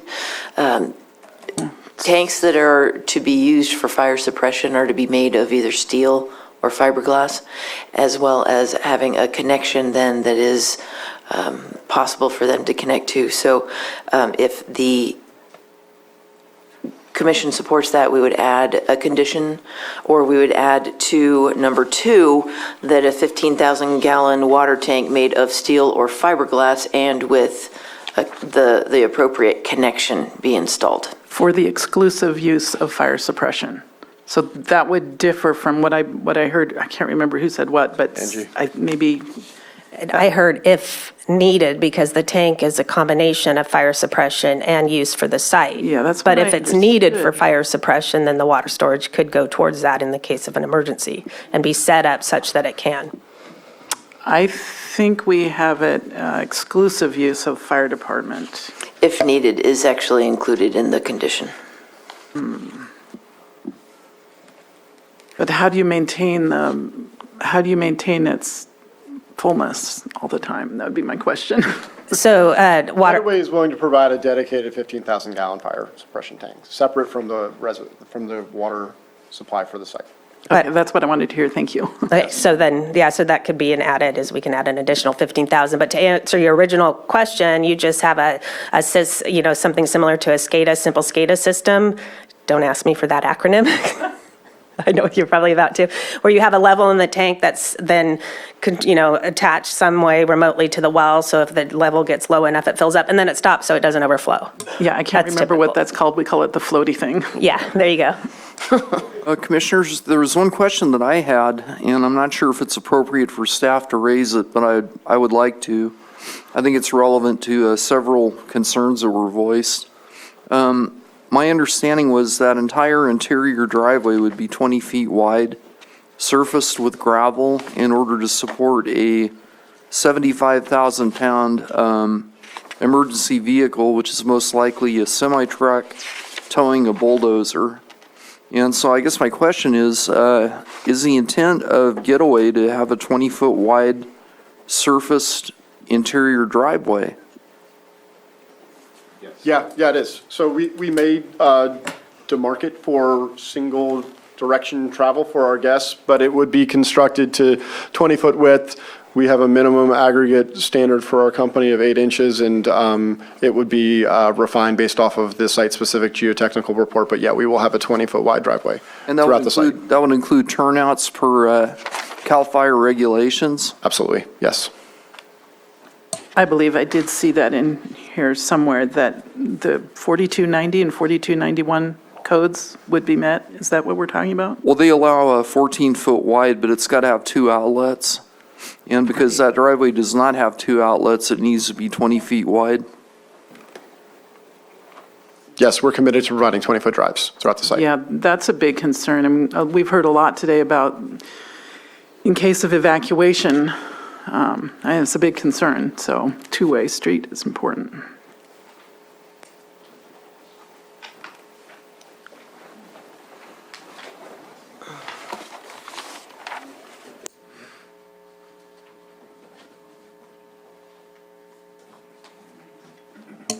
So just concerns that I've heard throughout the entire project.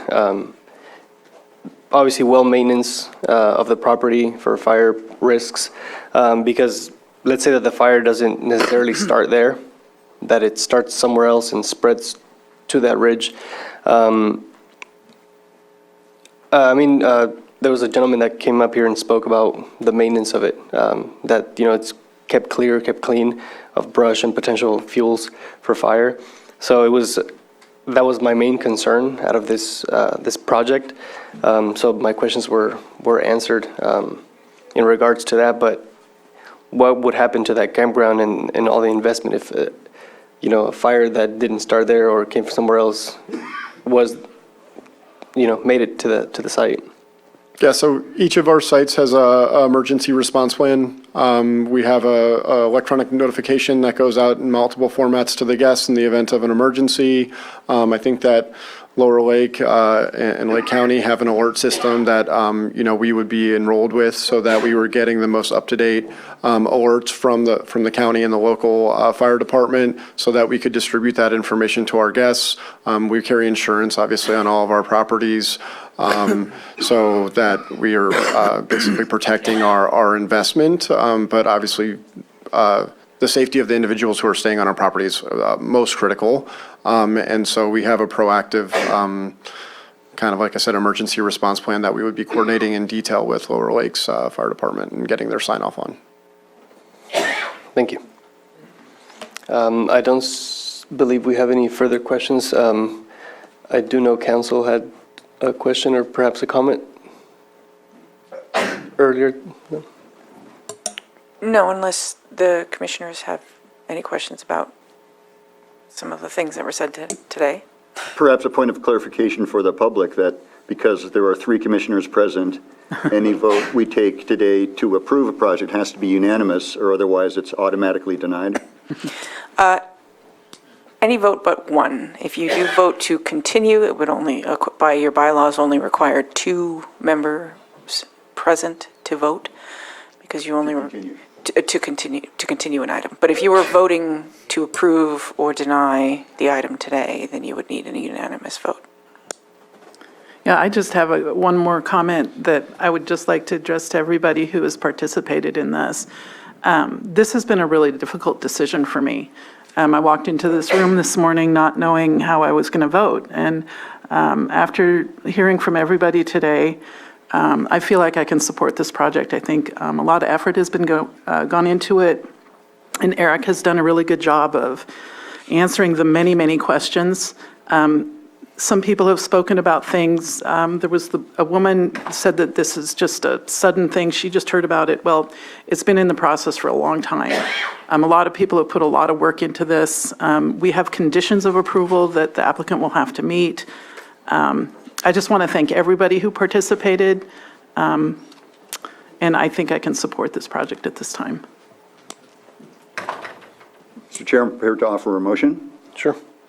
I move that the Planning Commission adopt the mitigated negative declaration IS 22-34 for the Getaway House LLC located at 18300 Morgan Valley Road, Lower Lake, and further described in this motion, with the findings listed in the staff report dated June 22nd, 2023, and as amended here today. Second.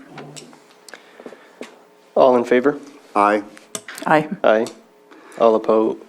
I further move that the Planning Commission grant the major use permit UP 22-31 for the Getaway House LLC located at 18300 Morgan Valley Road, Lower Lake, and further described in this motion, based on the findings and subject to the conditions included in the staff report dated June 22nd, 2023, and as amended here today. Second. All in favor? Aye. Aye. All opposed? Both motions pass. Note, the applicant or any interested person is reminded that the zoning ordinance provides for a 7-day calendar day appeal period.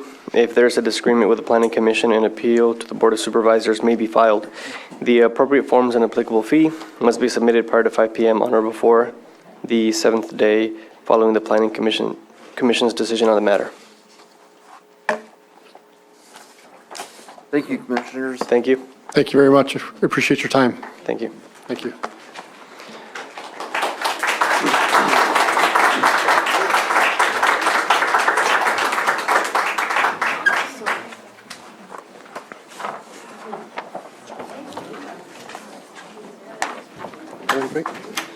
We will be taking a 5-minute break before our next item. The time is 11:40. We will be coming back at 11:45.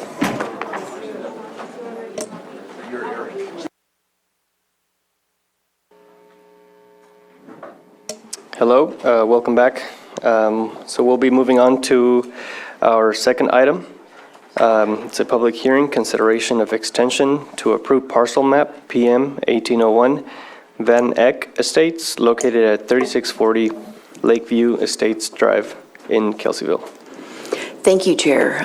Staff does request a continuance of this item to our next Planning Commission meeting, July, when is our next Planning Commission meeting? July 18th? When is it? The 14th? 14th. No, the 13th, excuse me. Thank you. July 13th at 9:10 a.m. Can I get a motion? So moved. Second. All in Second. favor? Aye. Aye. Aye.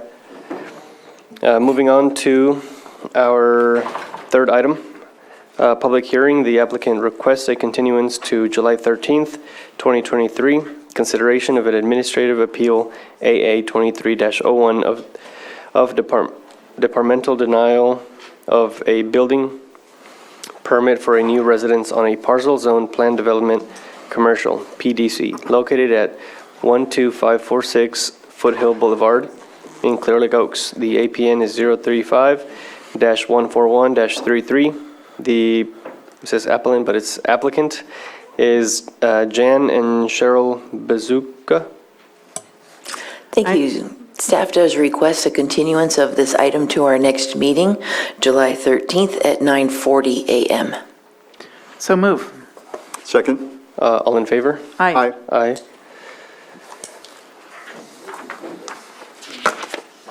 Moving on to our next item. Item 4 is a public hearing consideration of proposed major use permit UP 20-92 Bar X Farms LLC and mitigated negative declaration IS 20-111 for permit approval of 59 acres of outdoor commercial cannabis canopy, self-distribution and on-site processing within a retrofitted 16,250 square foot pole barn and 60,000 square foot commercial processing structure on a combined 1,594.6 acre cluster of parcels located at 18655, 19395, 2103, and 2333 State Highway 29, Middletown, California, APN 014-250-05, 014-250-07, 10, and 14. Mr. Chair, I'd like to disclose at the outset that I recently visited the site when Andrew Amelung and Mary Claybon were doing a site visit, but that will not in any way affect my ability to evaluate things fairly today. Thank you. This is Andrew Amelung, the Cannabis Program Manager. I think, if anything, that will improve your ability to make a sound decision. So today I'll be presenting Bar X Farms UP 2092. The applicant is with us today, and following the presentation, they'll be available to address any questions, as well as a handful of their consultants, experts, and legal team. The agenda for this presentation will include the permit request, project scope, site description, project analysis, aspects of interest, cumulative impacts, and then our staff recommendations.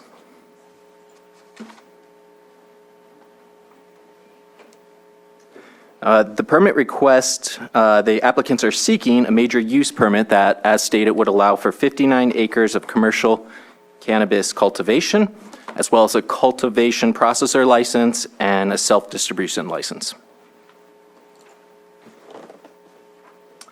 The project is located approximately 3 miles southwest of the Hidden Valley Lake area and 2 miles northeast of the Middletown area. Access is maintained through one central driveway that is located off Highway 29.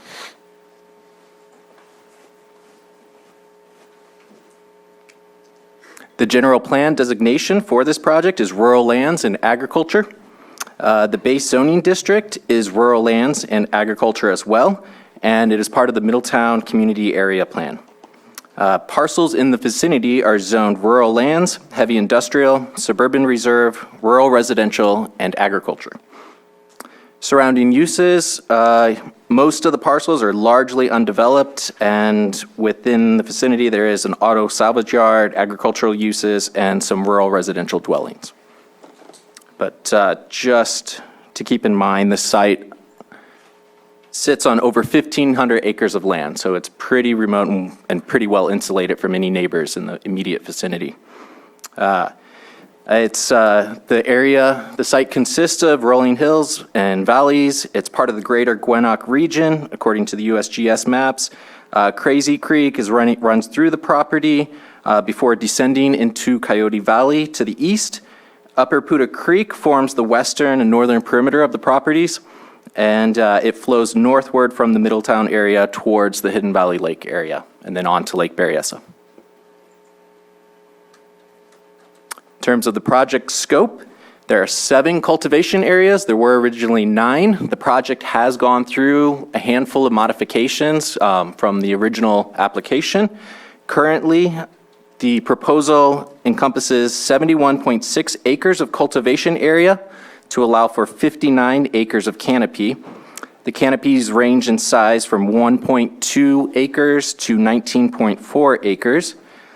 There will also be a parking area that includes 20 8x18 parking stalls, 26 12x18 van parking stalls for van pooling, 2 ADA parking stalls, and as mentioned in stage 1, they will be retrofitting an existing pole barn on the property for a 16,250 square foot processing structure. And then at a later stage of the project, they will be adding a 60,000 square foot processing structure. Yes. While this slide is up, I'm a little confused because the site plan shows abandonment of the Riverside Garden that was apparently very close to a wetlands. That would be the Northwest Garden. The Riverside Garden is still part of the project. It would be E, the center picture on there. That would be 18 acres of canopy located in 19-something cultivation area, 19-something acres of cultivation area. Okay, I see it now. I had to zoom in. Thank you. Sure. Yeah, the Riverside Garden also has been reduced in size due to comments from the Waterborne Fish and Wildlife, but I'll get to that in a later slide. So.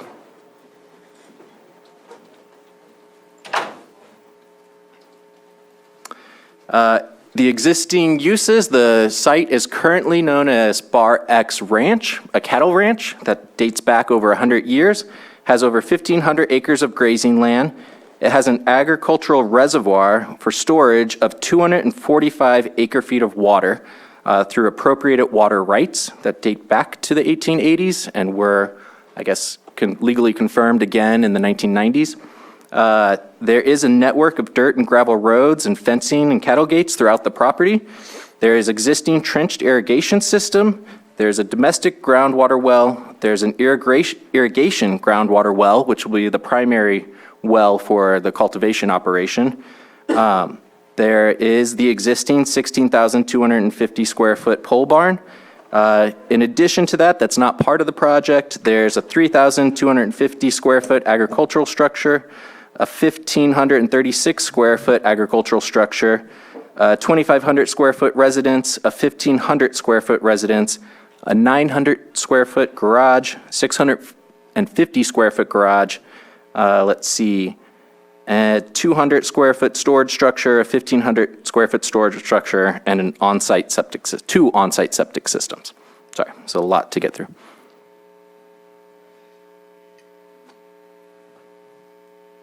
For the project analysis, staff reviewed the Lake County General Plan, the Middletown Community Area Plan, the Lake County Zoning Ordinance, and state regulations.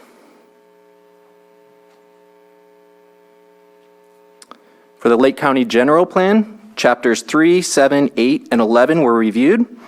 The analysis was highlighted in the staff report, and no major conflicts were identified.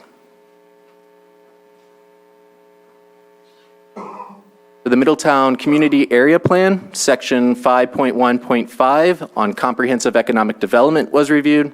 5.1.5B for providing local employment opportunities was also reviewed, as well as the following section to increase the number of jobs for the local population.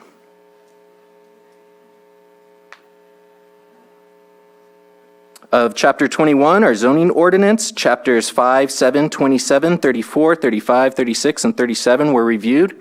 That compose all of the base zoning districts and the combining districts associated with the parcel.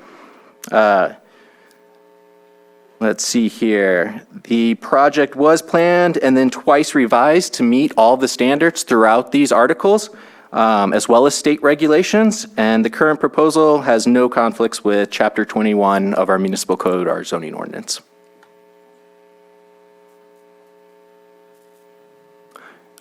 For our CEQA analysis, this project has gone through 3 circulations and 3 revisions of the initial study as the project scope changed over time. Potential significant impacts were identified in the following areas: aesthetics, air quality, biological resources, cultural and tribal cultural resources, geology and soils, hazards and hazardous materials, hydrology and water quality, noise, transportation, and wildfire. And with the third circulation and draft initial study and mitigated negative declaration, mitigation measures were added to bring any of these impacts to a less significant level. So there's a handful of aspects of interest with this project that staff looked into. The first of which that we'll cover is going to be water use and analysis. So the project is proposing using 140 acre-feet of water per year. The existing cattle ranch, as mentioned, has water rights for 245 acre-feet per year. Ordinance 3106, passed in 2021, required that the applicant submit a hydrology report and drought management plan, which was originally submitted on November 2nd, 2021, and then revised documents were submitted on December 29th, 2022. During the second circulation of the initial study and mitigated negative declaration, staff requested review of the ISM&D from the California Department of Water Resources, State Water Resources Control Board, State Water Resources Control Board, their Division of Water Rights, as well as the Central Valley California Regional Water Quality Control Board for Region 5, located in Redding, which covers the Lake County area.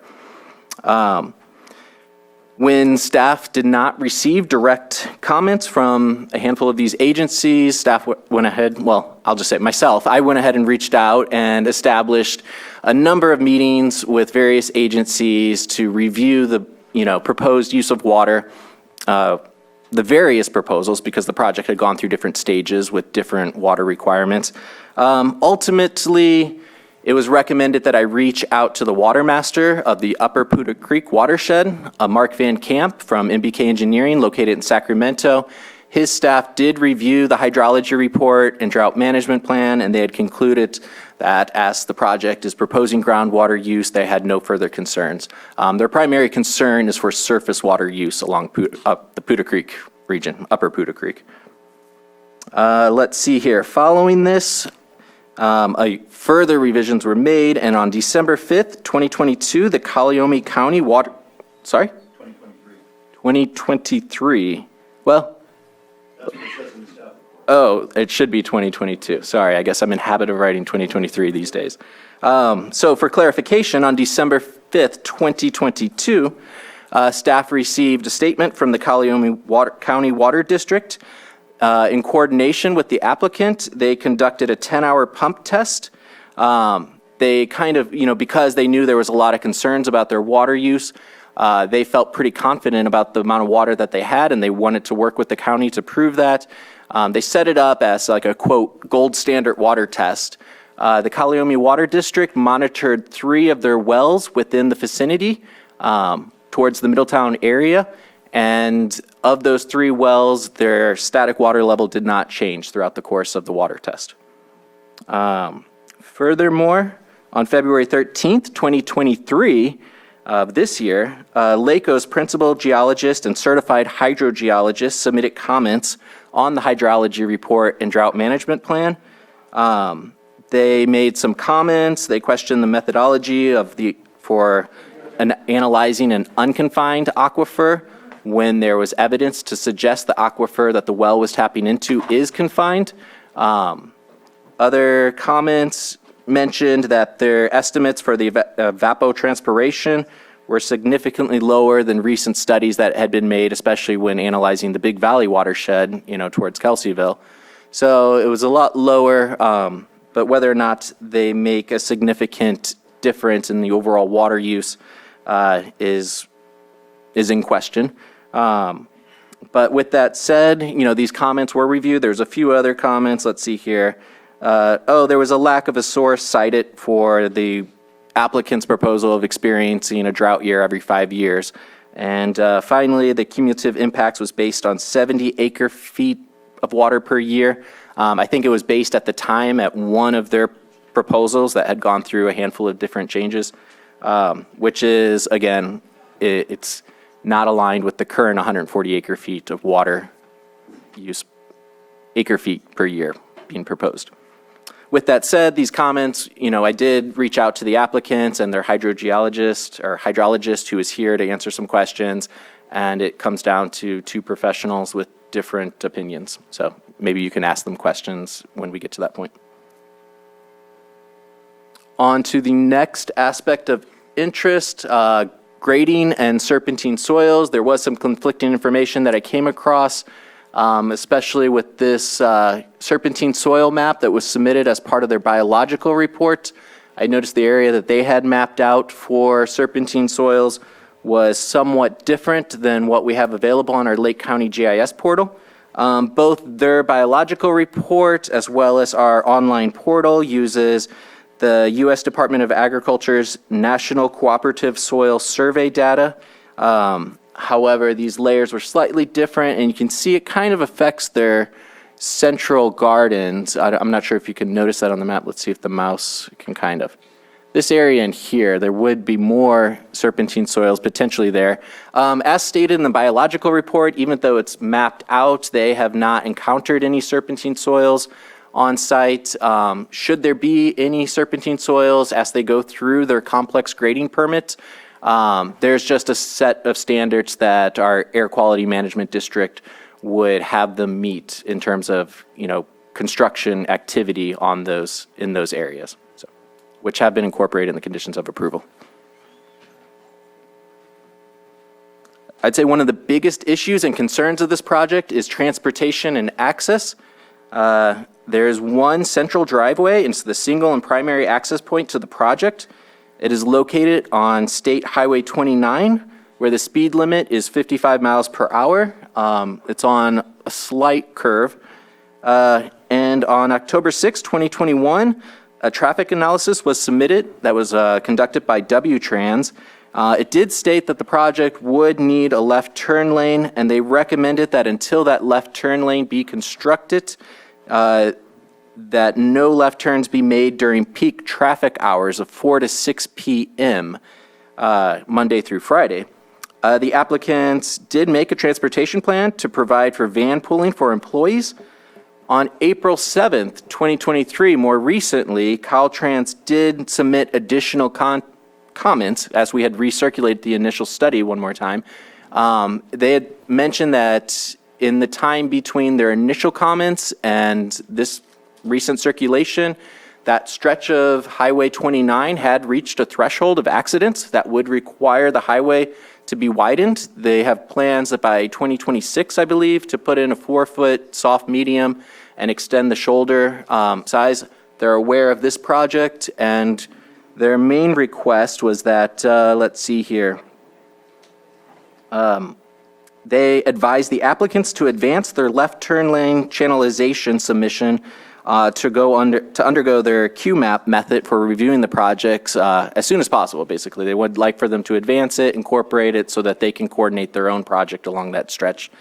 In addition to that, after looking at the overall situation, while the initial recommendations that no left turn lanes be made during the 4 to 6 p.m. time period at peak traffic levels, it would be kind of tricky to coordinate that, and staff recommends that just no left turn be allowed until the left turn lane exists. So throughout the first stage of the project. Meaning vehicles would use the roundabout at Hartman? Yes, they further conditions and plans submitted from the applicants is that any northbound traffic would have to go past the project, use the roundabout at Hartman Road, and then head south. It would add about 5 to 10 minutes, more probably closer to 10 minutes of commuting time.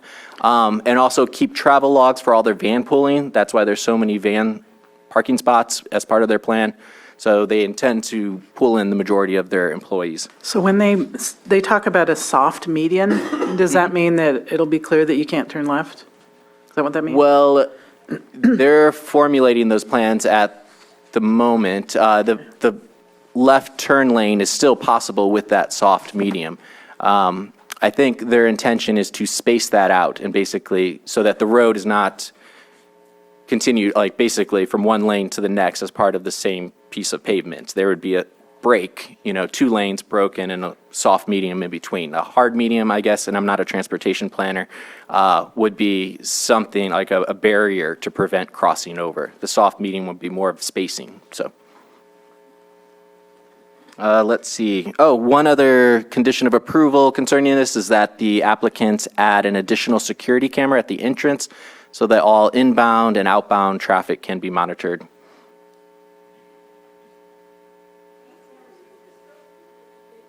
Final aspect of interest, the project does have a combining district or general plan designation of resource conservation. This is primarily due to the parcel's proximity to the Upper Puda Creek area. While our own ordinance, Article 27, requires a 100-foot setback from any spring, top of bank of any creek or seasonal stream, edge of lake, delineated wetland, or vernal pool.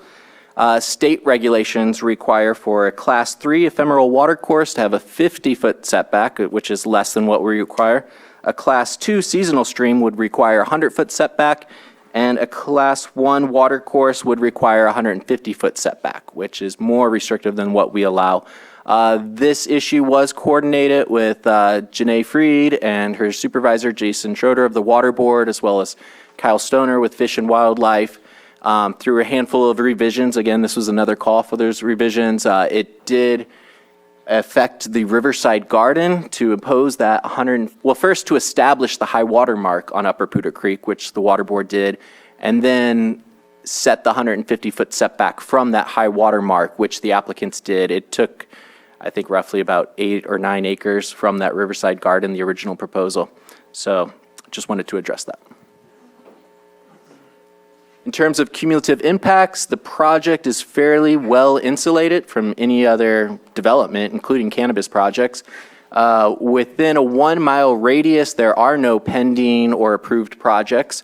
Within a 3-mile radius, there are 3 approved projects and 1 pending project. The 1 pending project is currently stalled and not advancing at the moment.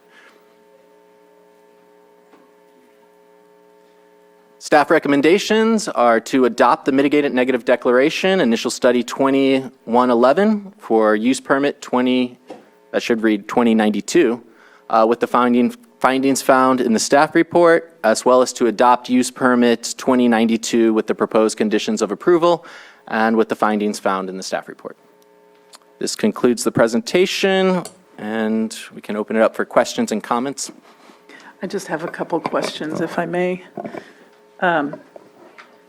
About the water, my notes say that you have 800 gallons per minute, so you definitely have enough water. Do you feel that the hydrology report answered the question about it affecting the neighbors? Yes, because there really hardly are no neighbors. They're so far removed, miles away from where the project's located. Okay, and I'm showing that the state clearinghouse is stating that an EIR is required. Is that a prior version that I read, or? The first 2 versions, it might have been an older comment, had the original, like one of the original proposals had 130,000 square foot of mixed light greenhouses, which is a ton of electrical use, a ton of impervious surface. That, without a doubt, would most likely trigger an EIR. When the applicants were made aware of this, I worked with staff. We had a principal planner at the time, and we met with them. That's when they revisited their plans. They scaled back quite a bit, and they're sticking to just outdoor cultivation. Okay, and the last question I had was the agency comments. The Middletown area tribes requested a consultation. Did that occur? It did occur, and my understanding is that an agreement was reached. Okay, thank you. And I saw that there were no public comments online. Is that right?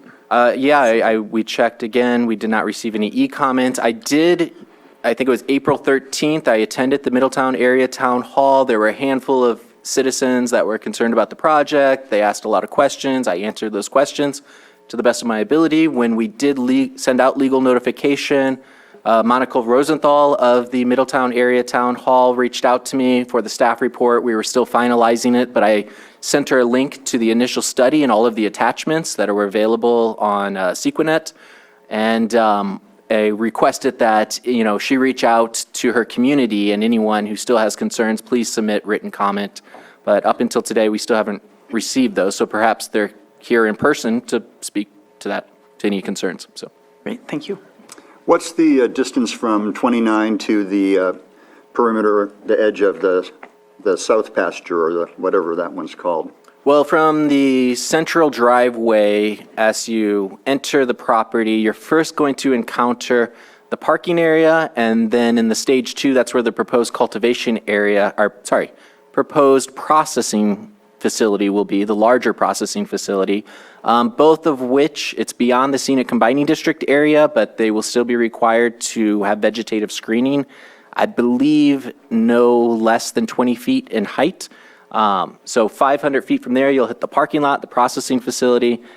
Then the applicants might be able to give you that exact distance before you hit the pasture garden, which is the larger of the 7 gardens. Yeah, no, that's technical enough. Thank you. Okay. Thank you for your presentation. Do we have the applicants present? We do, yes. Okay. Are there any questions for the applicants at the time? Not at this time. Okay, so we'll proceed to public comment. You guys are welcome as the applicants to give a small introduction, and then we will move on to public comment. My name is Cody Price. We have a microphone up here, yeah.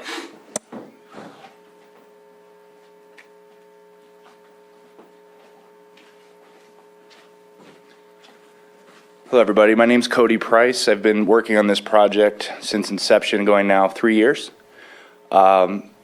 We've been working with state agencies for quite some time and done an enormous amount of site visits and walkthroughs with state regulators, and I think the project is definitely ready to be worked on in a very clean manner at this time. And I've been handling compliance on this project the whole time and dealing with all the regulators, and I think it's ready to go. So I'm here to answer any compliance-related questions that might come up. Thank you. Thank you. So public comment is open. Anyone that wishes to speak has 3 minutes.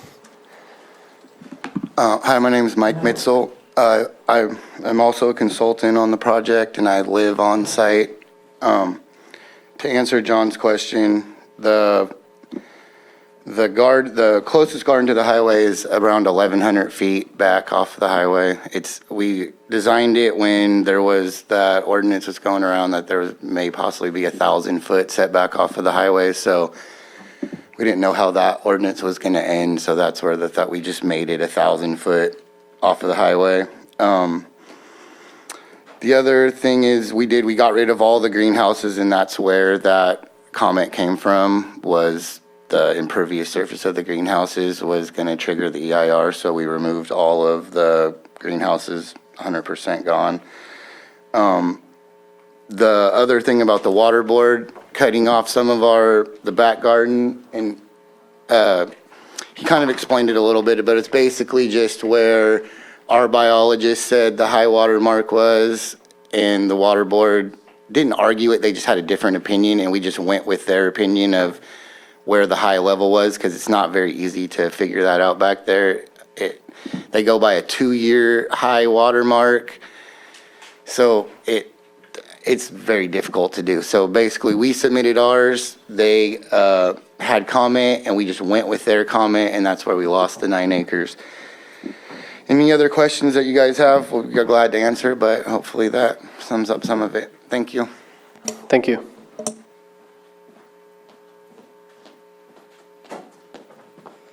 Hello, my name is Angie Dodd. I'm with North Point Consulting. I just wanted to clarify a couple of things about the water board and the reduction in the garden. It's not the high water mark, it's the bank, sorry, Mike, it's the bank full discharge. So, and the bankful discharge is estimated as a 2-year flow. So we had to do a hydraulic model for the water board to demonstrate where that bankful flow was. So that reduced then the size of that riverside garden. And then if you look at the topography, now we have all these online cool tools. You can see some really small drainages through that northern garden adjacent to the river that you notice that got cut off. And so so there could have been 50-foot setbacks in there, but rather than going back and forth and trying to make that smaller, the applicant decided, let's just remove it. It's not a really good area anyway, so we just removed that from the project description.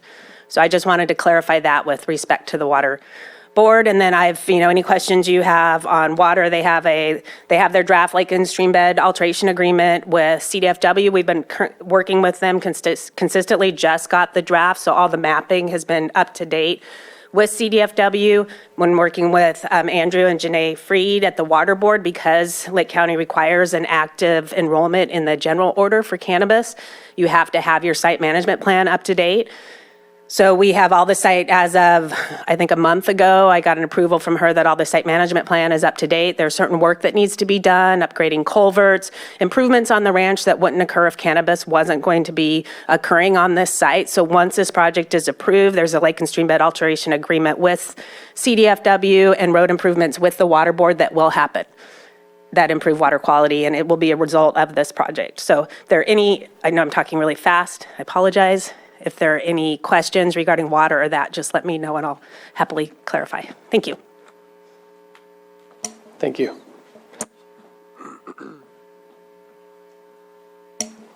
Do we have anybody in the Zoom room? There are currently no hands in the Zoom room. All right, I'm going to give one last check here in the chambers if anybody wishes to speak on this project. We just had one hand in the Zoom room pop up. Okay, we'll go. Monica Rosenthal, you are now allowed to speak. You have 3 minutes. Please state your name.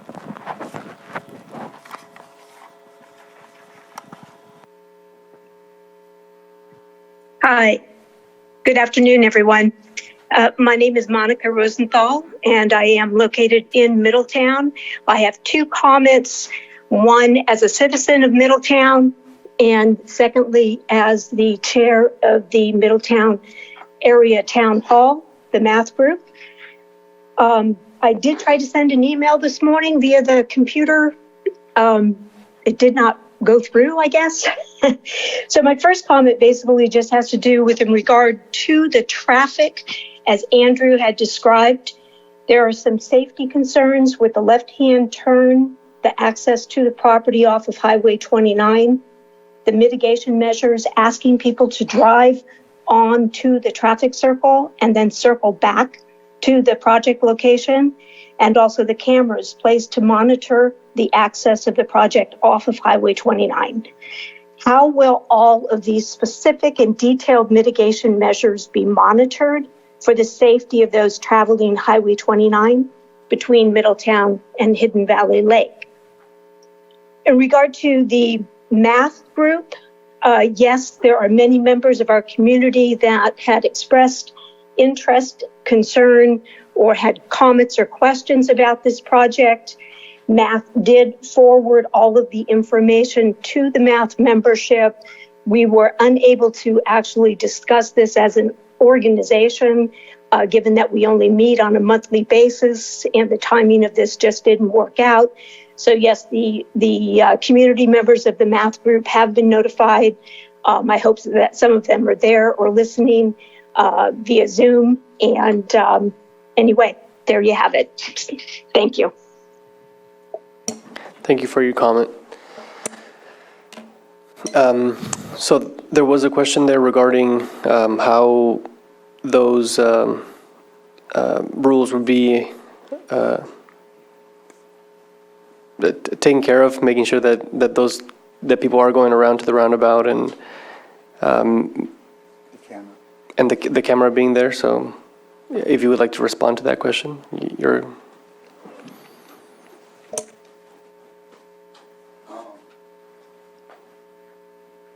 Mike Menzel again. So basically the camera was Andrew's way of monitoring the turn lane. That was his idea. We had agreed to the no right or no left turns, and he asked us if we would be willing to put a camera there to monitor, and then obviously there would be any complaints of us turning in that way would be a way that he could then check the camera. I think was kind of where we were going with that, was if we did get complaints or there was an accident or anything that happened from that left-hand turn, that we would have a camera there to see what exactly it was, if it was our employee or what was happening. That the driveway is used from time to time from people to turn around at like the halfway point. So there is people, it's possible that somebody else could be doing a turnaround there, but we will do everything we can to train our employees. It'll be in the handbook. It'll be definitely like, do not do it, or you're basically going to lose your job if you're turning that left-hand turn before the turn lane. The other thing that we're going to look at with Caltrans is we're not opposed to just there not being a turn lane. So if there was, the soft medium is put in from Caltrans and it prevents the turn, we're fine with that. You know, we agreed to the turn lane because there was no proposal for any change. Like Caltrans wasn't changing the highway when we put in the project. So it's just a single double yellow line. Technically that's a legal turn, like into the property. You can cross a single double yellow into a private driveway. So we agreed to the turn lane, but now that Caltrans is going to expand that medium, we're going to work with them and see what is really the easier way. Is it just to allow them to put the soft medium in to where that prevents the turn? Or if we do the turn lane, either way, we're okay with it. We don't want people turning in there. We don't want there to be we realize that there is a danger to people turning in there from that direction as it's set up now. So we're willing to go either way that Caltrans wants us to go with it, but we feel like the soft medium will solve the problem too. And I just wanted to add in about the tribal consultation is we are in contract with the tribe. I forgot to say that last time I was up here. So we have a full agreement with them, and they've been on site multiple times, just checking everything out. So Yeah, Mike, thanks. I strongly believe that we need to do something about that left turn, whether it's the Caltrans option or the left turn lane. I drive that road. The whole corridor is dangerous, and there's been head-on collisions, not from turning in. Just in general, there's been a lot of head-on collisions in that stretch between Middletown and Hidden Valley, and that's where the soft medium is coming from. It's not particularly our turn lane. It's just that whole corridor in general is dangerous. So the soft medium definitely will. Well, and as you come over the rise and Bar X is on your left, that's exactly when cars start accelerating to 65 and 70 as they approach Middletown. So I just think it's very important, and I appreciate your supporting. I personally won't turn in from that direction. I think it's a Caltrans issue. That's my impression. Yeah. Thank you. Thanks. And to, I guess, comment on that comment, yes, the camera is there to ensure that no left turns are being made as part of their conditions of approval, and should an incident occur and we observe that there are left turns being made, not only might someone lose their job, but they might lose their use permit. It might be grounds for a recommendation for revocation. So.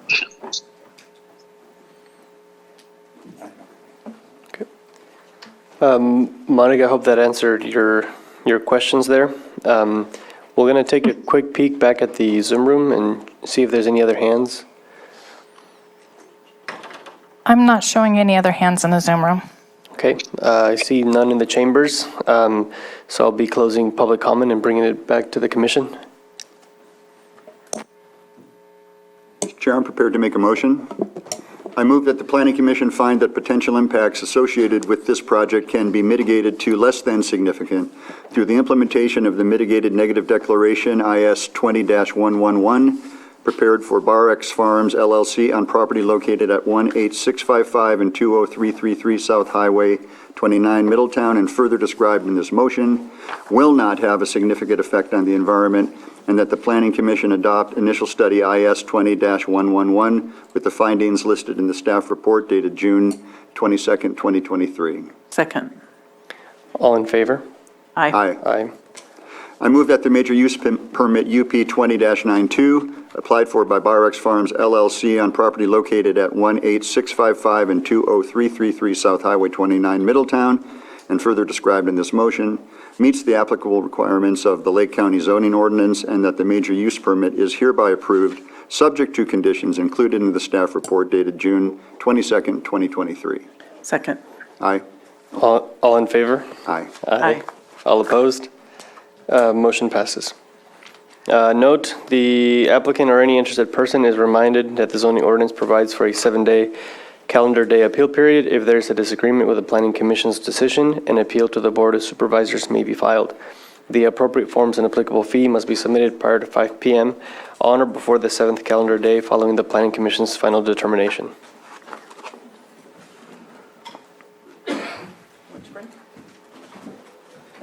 I think they swapped, so we'll be able to continue.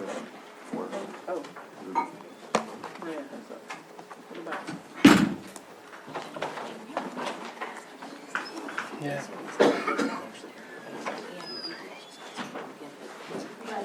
Okay.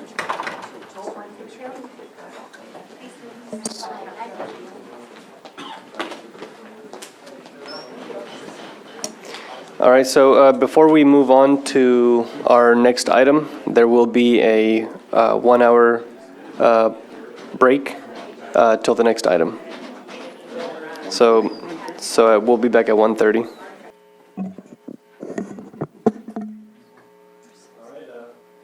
Welcome back. We'll proceed with our meeting.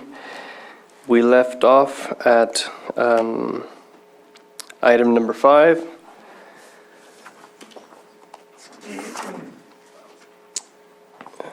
Let me just double check here. Yes. So it's a public hearing consideration of proposed minor modification to parcel map MMM 22-01, major use permit UP 21-25, and mitigated negative declaration UP 21-25 for Suba Farms for approval of 87,120 square feet of outdoor cannabis cultivation canopy area within 152,460 square foot of cultivation area located at 12905 Bottle Rock Road, Cobb, APNs 011-065-32.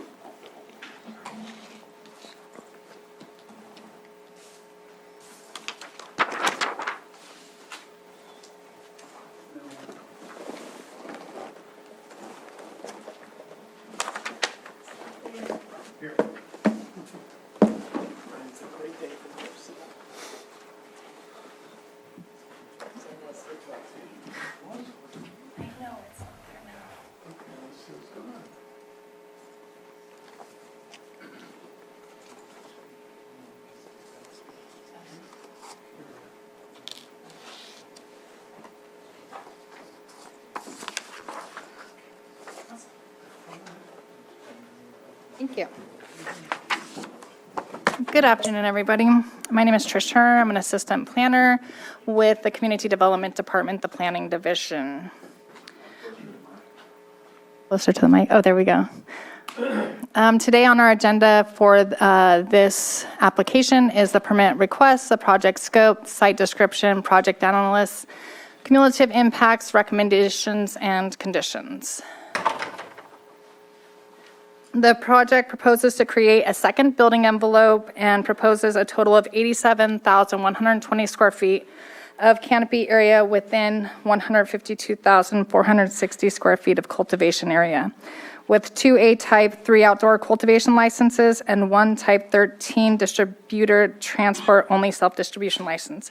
I would like to let the commission know that there is an error on the staff report. In the executive summary paragraph, I failed to type in that there are 2 A-type 3 medium outdoor licenses. Also, the conditions of approval, number 5, is incomplete.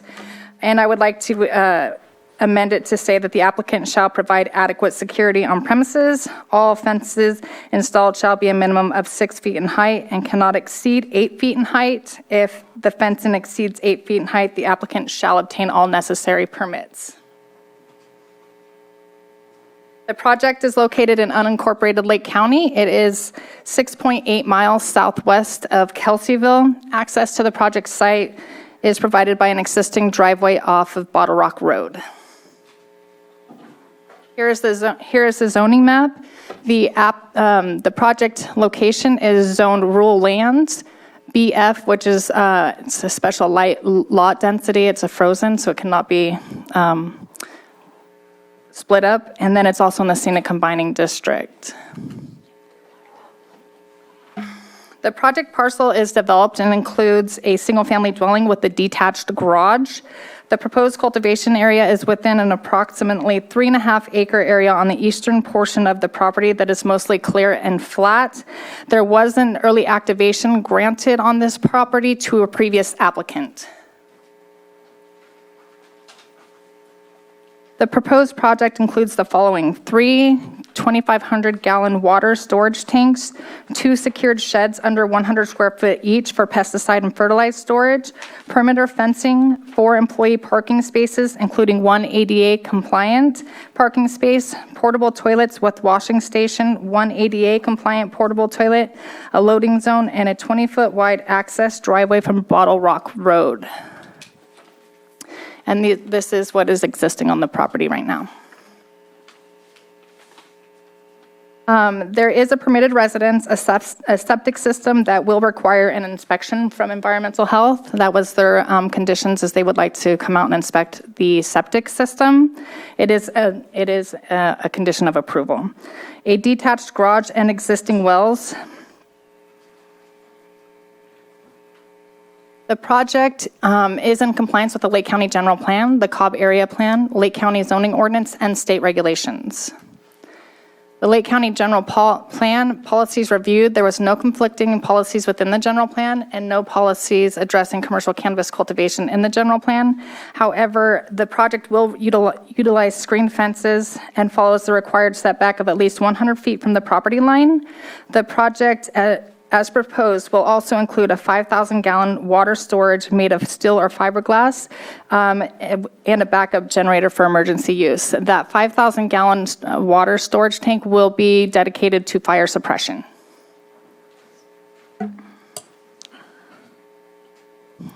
The project is in conformance with Article 7, Rural Lands District, Article 30, which is Special Lot Size and Density Combining District, Article 34, Scenic Combining District, and Article 27, Uses Generally Permitted. The project is within a scenic combining district. However, since it doesn't propose any large structures, Article 34 states the allowable uses are what is in the base zoning. Aspects of interest. Aspects of interest is there was a previous violation from the California Department of Fish and Wildlife. We did receive a letter from CDFW dated May 24th stating that all violations have been cleared. Were those violations caused by the prior applicant who received early application approval? I believe so. The applicant can contest to that. I do know it had to do with storage drains or culverts, things like that. So the applicant did make sure that all of those were corrected. But those occurred before the applicant was the owner of the property, or? It was with the previous applicant. The owner was always the same, Okay. but the owner had previously leased the property to somebody else. Thanks. Mm-hmm.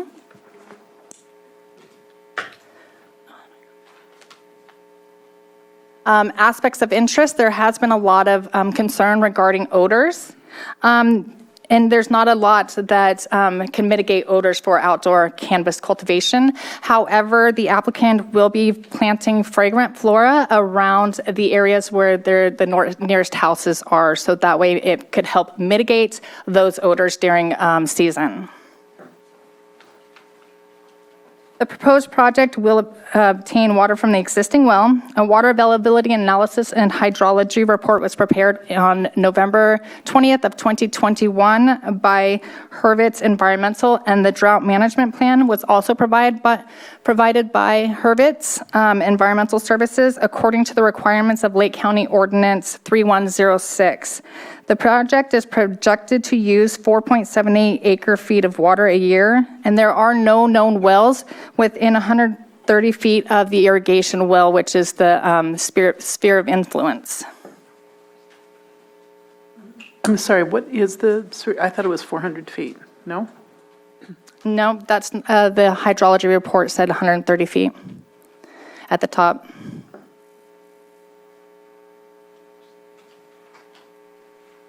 The cumulative impacts, there are, within 1 mile radius of this project, there is 1 approved project and 2 pending projects within 1 mile. There are 5 approved projects and 4 pending projects within a 3-mile radius of this particular parcel. I also would like to, at this time, before I make my recommendations, is address some of the comments that were received from the attorney Anderson Ziegler. She stated that the property lines for parcel 1 and 2 do not reflect PM parcel map 04-07. And the reason why is there was a lot line adjustment done on this property and the neighboring property at a later date, which adjusted those lot lines. Also, on the comments received was that the initial study, the project description did not encompass the building envelope or the minor modification, but on page 3 of my initial study report, it does state that there is newly created building envelope on the property, so it is within that parameter. And then I did fail to type in the A-type medium outdoor licenses. Those did, I did amend that today. And the odors, again, are very difficult to mitigate odors whenever it comes to outdoor cannabis cultivation, but the applicant is going to plant some fragrant plants to help mitigate those odors.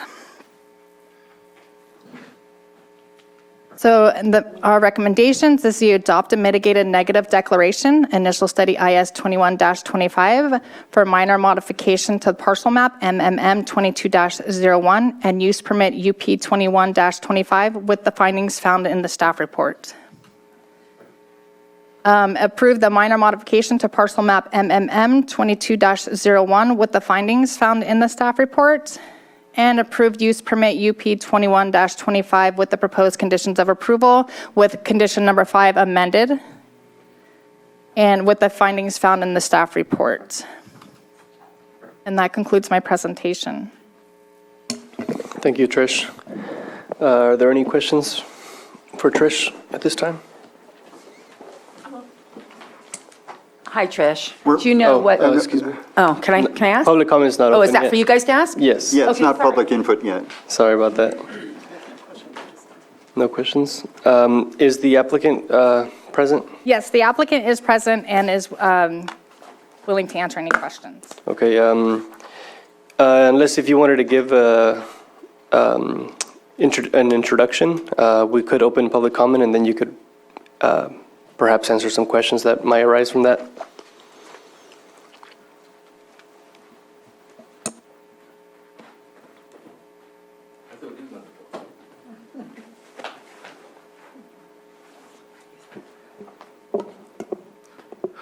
Good afternoon.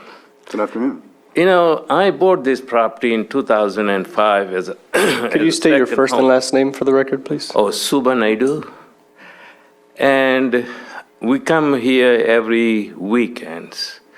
And we come on Friday night and we leave on Sunday evening.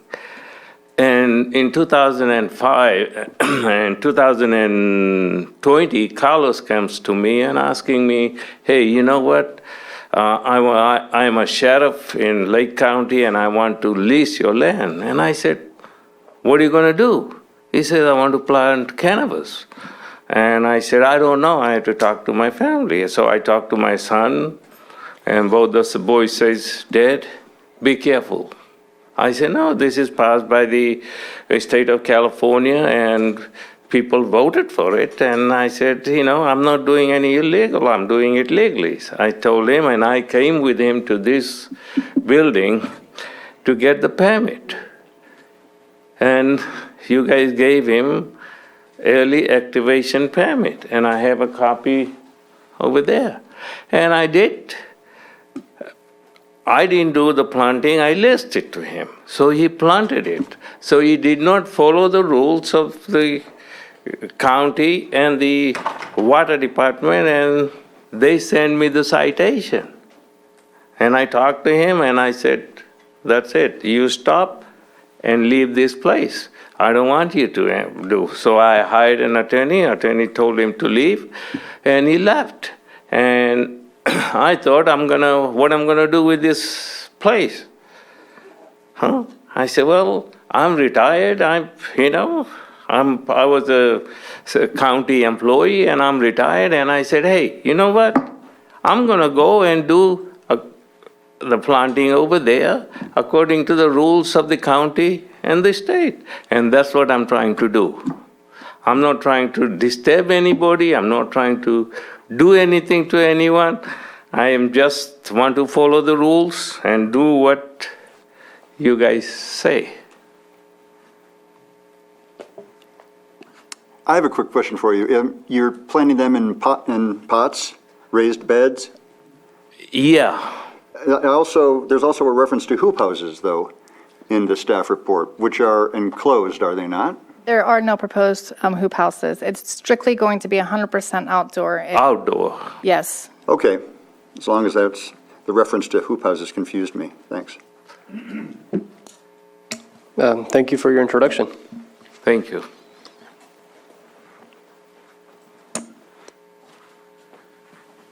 Commissioners, my name is Brian West. I'm a licensed civil engineer retained by Mr. Nadeau to assist him with this project.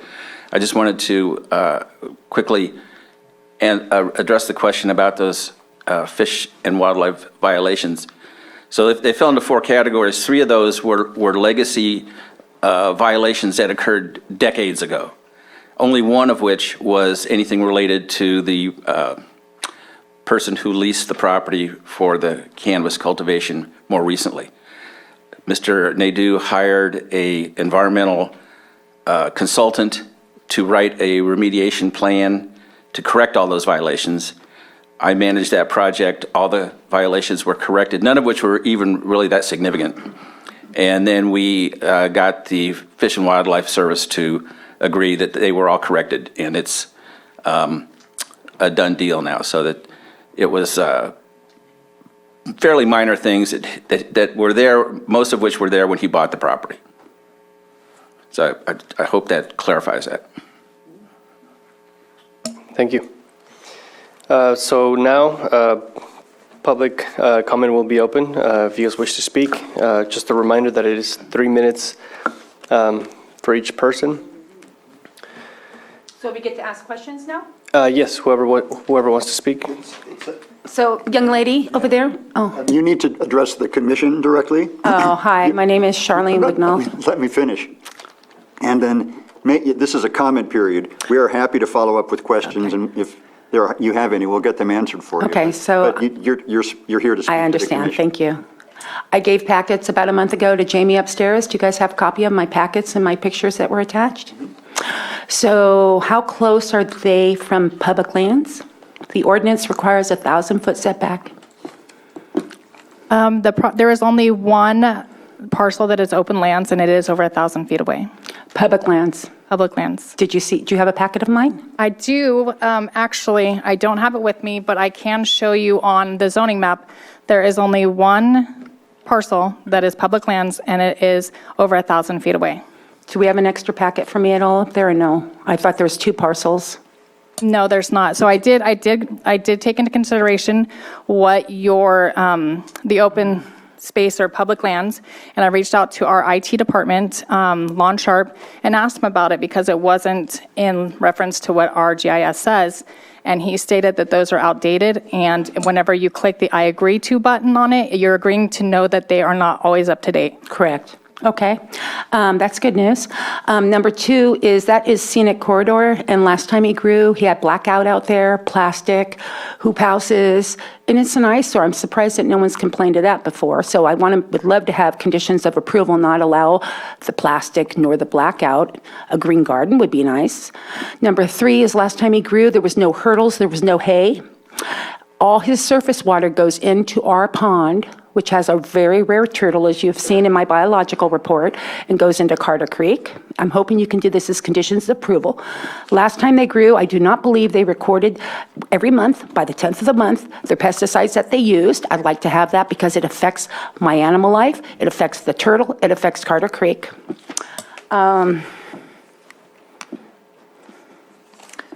I don't know if I can get those, and if there's a way that we can, I did call Janae Freed, and she said he in his new plan, he's going to, because he still owned the land, but it's a different guy now. He claims he's going to put the wattles up. He claims that he's going to put the hay up. That's fine. She's asked me to report it if he doesn't. I didn't say anything last time.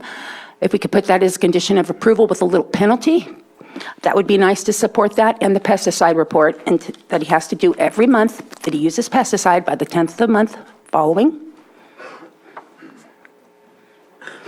There's no way you can do a vegetative fence on this property. They're going to see it all on our scenic corridor.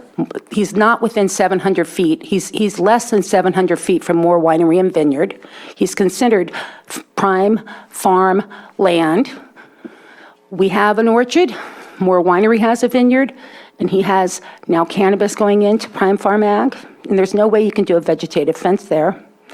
He's going to affect Madala Center. He's going to affect customers of Moore Winery. He's going to affect the customers of Camp Indian Meadows, and he's going to affect the customers the people going into Glenbrook Cemetery. So I hope you guys are stringent on what he is, be a little strict on the pesticides, the discharge permit requirements, and make it a penalty, because I will be keeping an eye out to make sure he's not polluting on my land. All his surface water goes into our property. Thank you. I have a quick question. She said that it's prime farmland. What is the It zoning? is. You can't grow on prime farmland. Okay, so the California Department of Farmland Mapping and Monitoring designated this parcel as other lands, which means that it is not designated prime farmland. It's not. What I'm asking is whether it's zoned agricultural, because that would mean. It's zoned rural lands. Yeah, so thank you. Okay, my name's Jolene Wignall, and I'm going to talk about the slope from the location of the garden to our pond. We fill up that pond with the water slope of that piece of property and rain. We do not have any other water input. There is a lot of trenches where that water goes. I swim in that pond. I've swimmed in that pond. My cattle, my horse drink out of that pond, and we have a very rare turtle living in that pond. So if he could just move his grow closer to his house and get rid of the slope that goes into our property, I would say less than 300 feet from our pond is his grow. And again, last year, or 3 years ago, I know they didn't put up a fence, and everybody could see it from the road, but you could see it from the road even with the fence on that property. But he never followed the rules of the wobbles or the straw that would prevent those pesticides from that property going into our pond where I bathe. Thank you. Thank you for your comment. Could we take a look in the Zoom room? There are no hands in the Zoom room.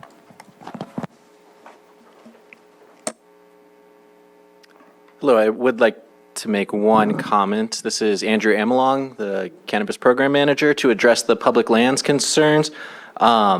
Because so much of the county is BLM land and National Forest land, this was an issue that was brought to the Board of Supervisors in 2020, where Ordinance 3096 was passed. To, I guess, further elaborate on that public lands where, because of development or other actions, it is clear that the public is invited to use such locations as places of recreation and other destination activities, including but not limited to hiking, birdwatching, equestrian activities, and camping. Additionally, all state and county parks are public lands. So just because a parcel is publicly owned does not necessarily make it fall under that 1,000-foot setback. So I hope that clarifies that issue. Mm-hmm.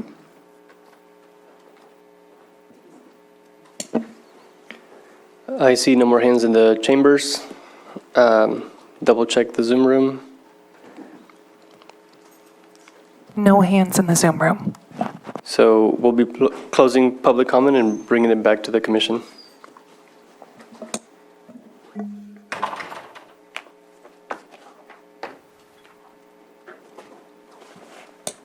I have one concern.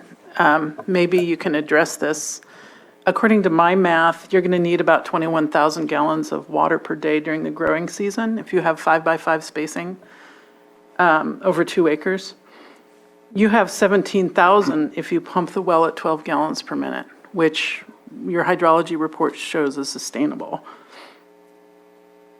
So likely you can draw a little bit more than that, but what's it going to do to the neighbors?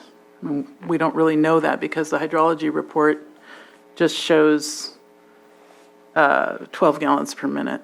So that's just a question I have in my mind that's bothering me. I don't know if you want to try to address that or.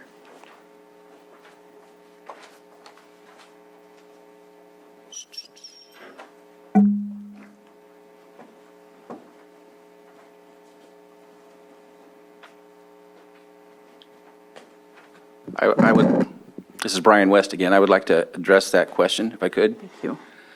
So the hydrology report included the testing to create the hydrology report, included doing a long-term yield test. And as a result of that, it was determined that the radius of influence of the well at maximum yield was no more than 130 feet. In other words, that a well further than 130 feet from Mr. Nadeau's well, even at maximum yield, would not ever see any reduction in water supply. So that was the conclusion of the hydrology report.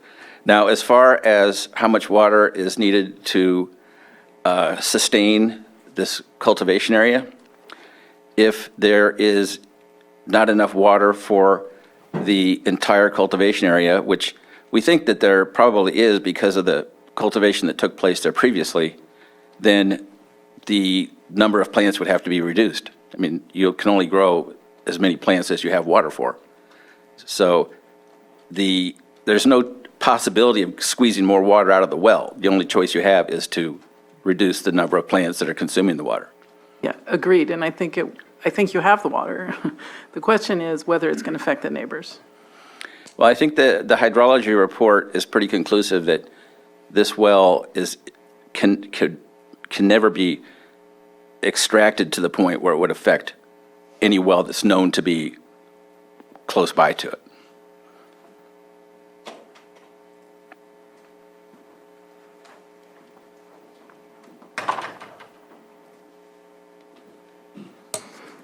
The only other comment I have is we received a rather intense green sheet, which is a reference to a public comment made at a late date. So I think I received this at 7:30 this morning.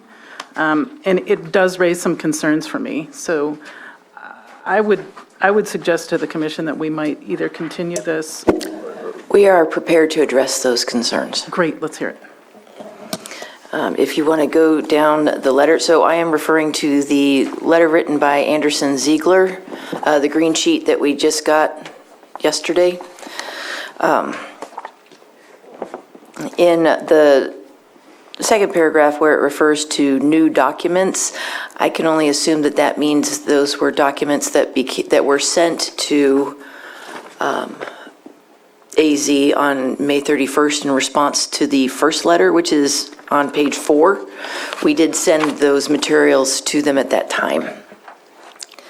Next paragraph, site plan submitted by West and Associates Engineers is not stamped and signed by the responsible engineer of record. That's not required by our ordinance. Our ordinance requires that site plans are done by design professionals, and West and Associates Engineers is an engineering firm, so they qualify.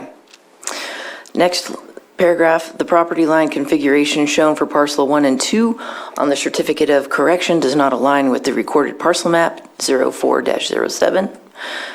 There was a lot line done after parcel map 0407, and so the certificate of correction has been verified and approved by the county surveyor for accuracy. Next page. The proposed premises plan, sheet 4 of 7, indicates a security office shown adjacent to an existing family residence. the ISMND does not mention a security office. In addition, the structure appears to be a legally converted detached one-car garage to a single-family residence. In our record search, we found a permit both for a single-family residence, which was a fire replacement, and a manufactured home permit. So there are permits for 2 residences currently on the property. As well, before occupancy or before operation of this permit, they must be in compliance with any other permit requirements for the county. And so if there is an unpermitted structure at that time, we will definitely take care of it. But it would be an accessory structure that'll be used for the security, which is actually required. Next paragraph. I'm not going to read the whole thing, but the gist of it is that the notice of the public hearing describes a certain request. The initial study and mitigated neg deck also describes a different request. It's basically noting discrepancies in the project description. So the initial study and the mitigated neg deck, the draft, includes both the major use permit as described, as well as explaining that in that project description, this cultivation would take place in a newly created building envelope. So it also actually includes the creation of the modification of the map. Next paragraph, ISMND describes, the gist of it is that we're missing the citation of the 2 medium outdoor commercial cannabis cultivation licenses. A license is a state license, so we don't actually evaluate for that. What we do evaluate for, and what is included in our project description, was the accurate total square area of the canopy, as well as the cultivation area and other items included in the project description and the operation of the business. Type 13 self-distribution license is one of our licenses. It enables the cultivator or the permittee to be able to transport their product from licensee to licensee. Later in that paragraph, it talks about how in our surrounding uses, we identify general lands and developed residential. However, we don't identify the exact locations of all off-site residences. That is not required by our code. And then the rest of it deals with their position regarding odor impacts, which we have addressed in our staff report. Thank you.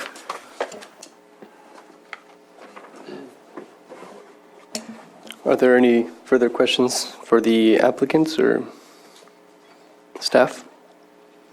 I have a comment, and it does sound like the earlier grower was problematic and created a lot of bad blood in the community and a mess in the neighborhood. And it's probably fair to say that Mr. Naidu could have kept a closer eye on the property under his control, but I don't think it's fair to imply that those same violations will occur now. I think the standard safeguards are in place for setbacks, hazardous waste, you name it. And it's a clean application going forward, in my opinion.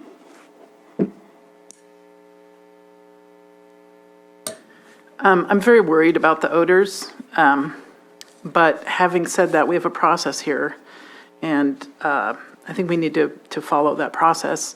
I would like to hear a response from the applicant to the woman who was worried about her pond, and she wanted a 300-foot barrier distance from her pond. She wanted to move the grow move. Yeah, is that something that's feasible or reasonable? I don't know enough about the topography there to know if that's a realistic request. Yeah. It does meet the existing setback. I assume she's talking about western pond turtles, and I think it's a legitimate concern. It is a flat land, it's not a slopey land.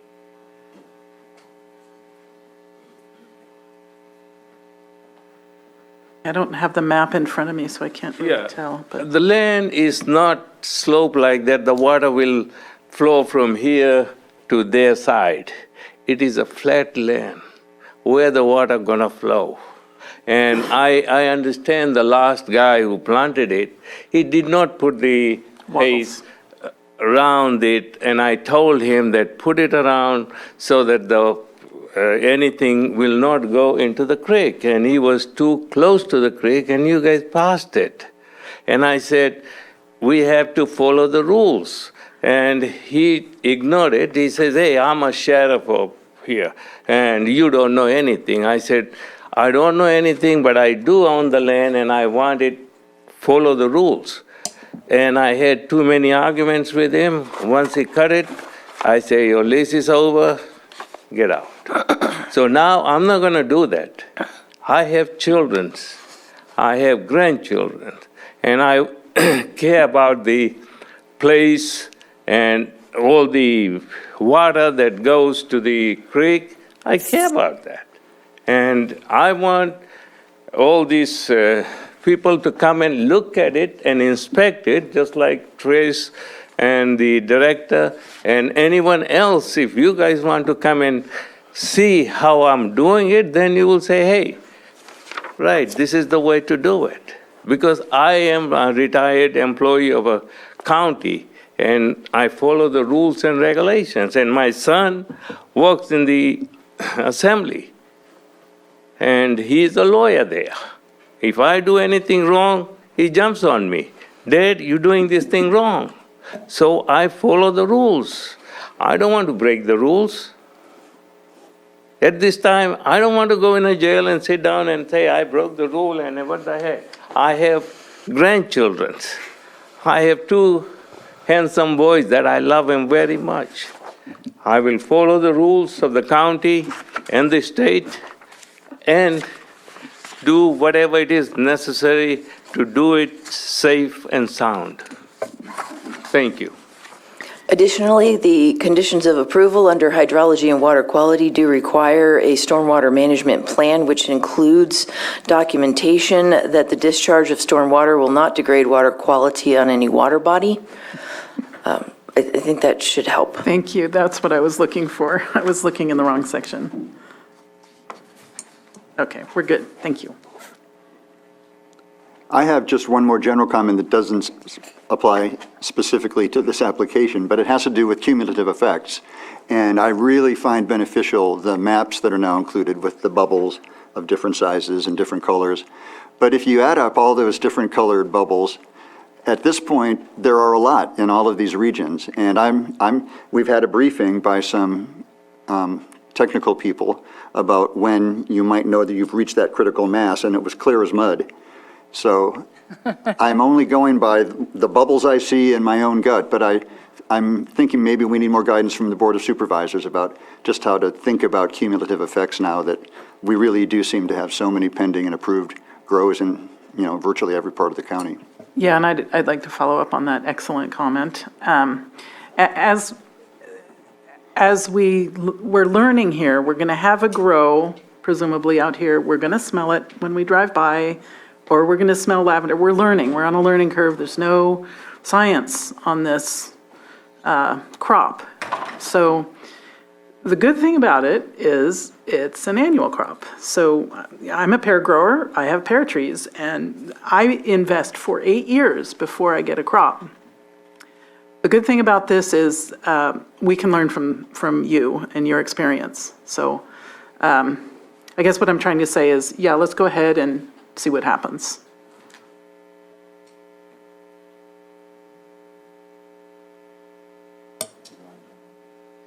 I guess I'll make a motion.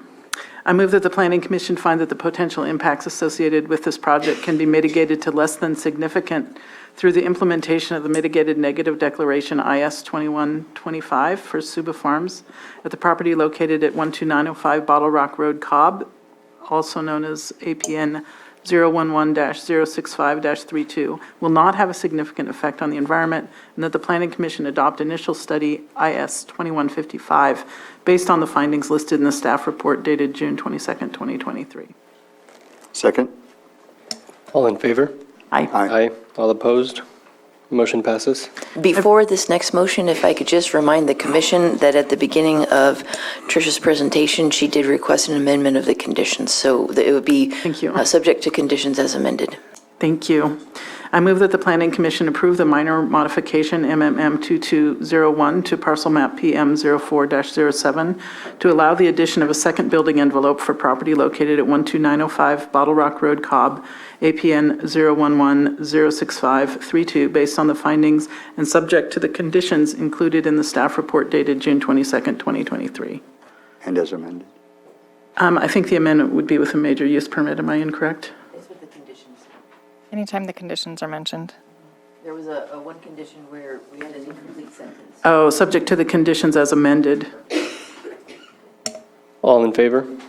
Aye. Aye. Aye. All opposed? Motion passes. You did second it, didn't you? No. You didn't say as amended. Okay, I'm going to start all over again. Let me write some notes first.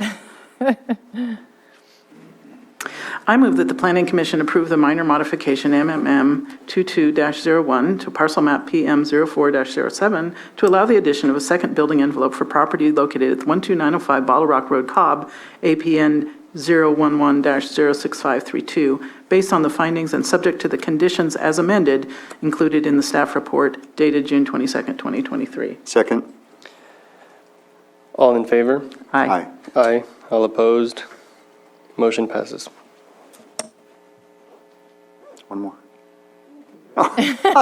Okay. I move that the Planning Commission grant the major use permit UP 21-25 for Subba Farms at the property located at 12905 Bottle Rock Road, Cobb, and further described as APN 011-065-32, based on the findings and subject to the conditions as amended included in the staff report dated June 22nd, 2023.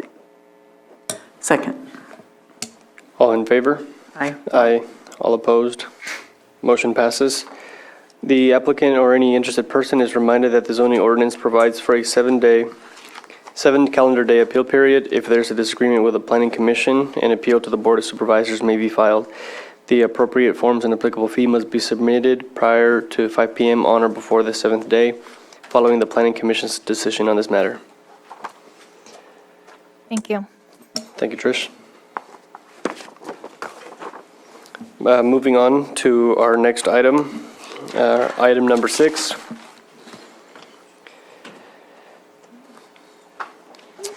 Consideration of major use permit UP 20-62, California Paradise LLC. Aaron, sorry if I don't pronounce this name correctly. Aaron? Yeah. Aaron Koch. And initial study IS 22-64 for permit approval that would allow up to 1 acre, 43,560 square foot of outdoor commercial cannabis canopy located at 9840 Rocky Creek Road, Lower Lake. APNs is 122-251-12 and 122-251-15.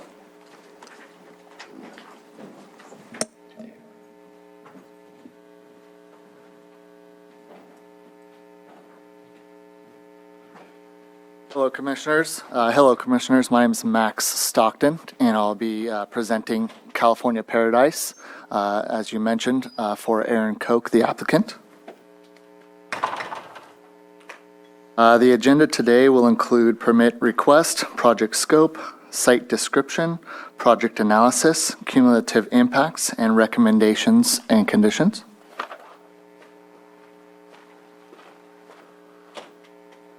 The project zoning is split with agriculture, waterways, and rural lands.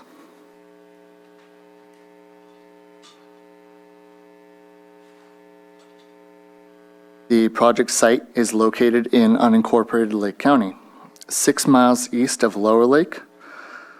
Access to the project site is provided by Rocky Creek Road, an existing private access road within 1.5 miles of Morgan Valley Road.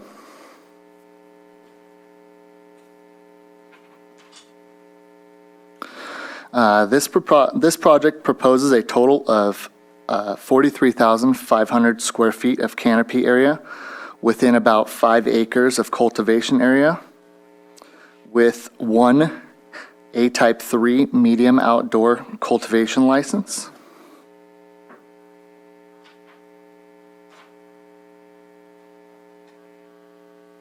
As seen here in the 2 photos, the project parcel is slightly hilly with the cultivation area being relatively flat. A Class 1 ephemeral watercourse flows north to south, but that is over 100 feet west of the canopy area.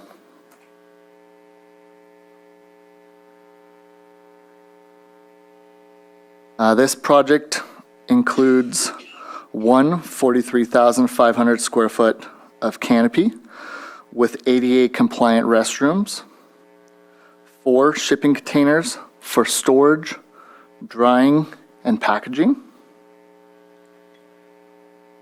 2 120 square foot sheds, one being for an office and the other intended for storage, 4 2,500 gallon water tanks. It includes a perimeter fence, a small parking lot, including one ADA compliant space and a loading zone.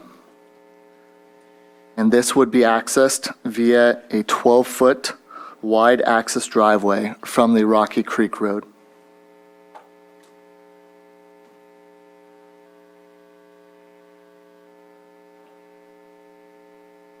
This site has 4 existing wells, one of which will be used for this cultivation or is intended for this cultivation.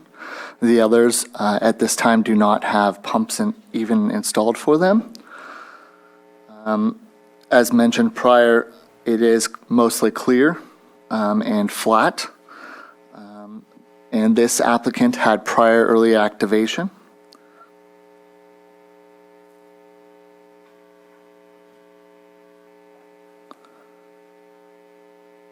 This project is in compliance with Lake County General Plan, Lower Lake Area Plan, Lake County Zoning Ordinance, and state regulations.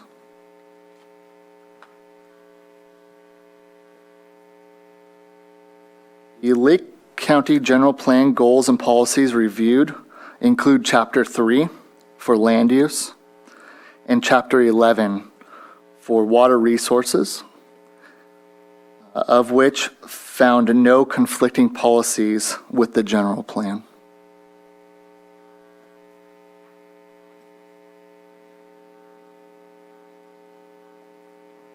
The project will utilize screened fences and follows required setbacks of at least 100 feet from the property lines. The project's security plan to be powered by solar.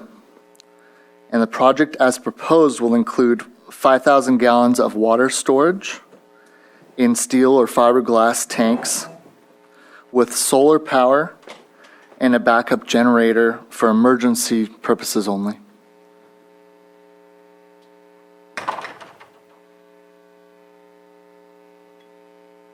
Four articles were reviewed for evaluation of this project. Those 4 would include Article 5 for agricultural preserve, Article 7 for rural lands, Article 37 for waterways, as well as Article 27 for uses generally permitted.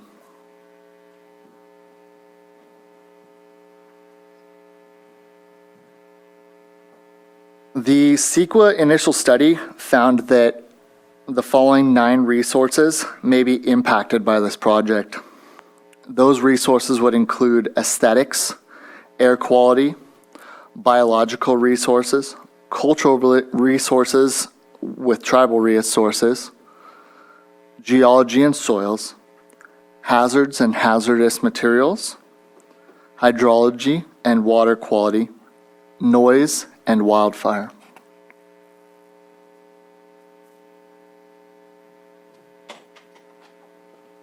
A A mitigated negative declaration is proposed. It is the proposed CEQA environmental determination for this project.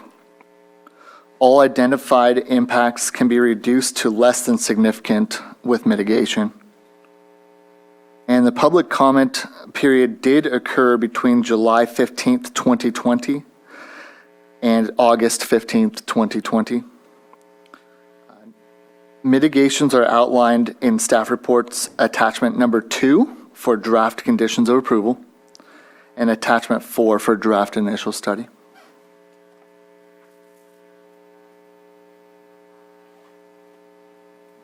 Let's see.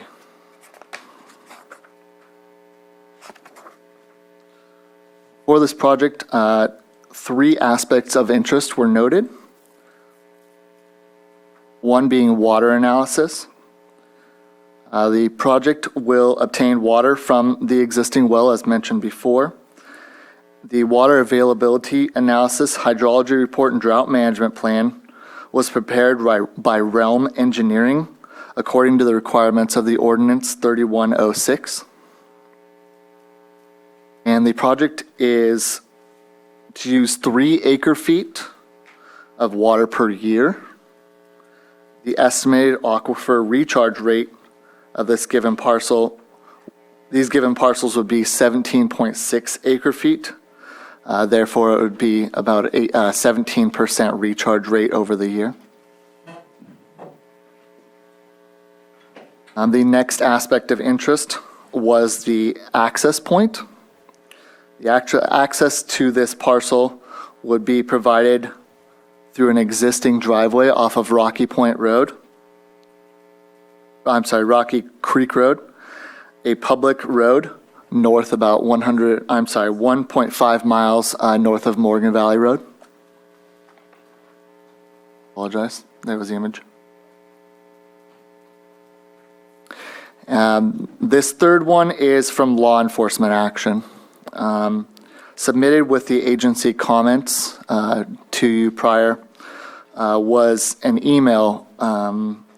An email was received on June 7th from Sergeant Keithley of the Lake County Sheriff's Office pertaining to law enforcement action at 11002 Rocky Creek Road, where 3,075 cannabis plants were discovered. Law enforcement conducted abatement. The plants belonged to the applicant, Aaron Koch, and Aaron Koch stated he was using the area for staging of his recently acquired plants that were to be grown at the project site once permitted.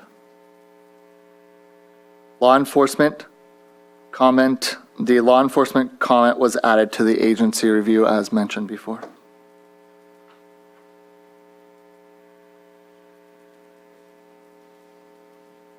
For cumulative impact, there's 1 approved project and there are 0 pending projects within the 1 mile radius.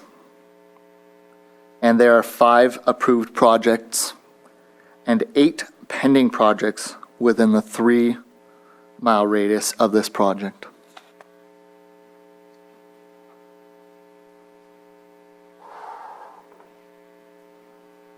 Staff recommends an adoption of mitigated negative declaration, initial study IS 2064 for use permit UP 2062 with findings found in the staff report.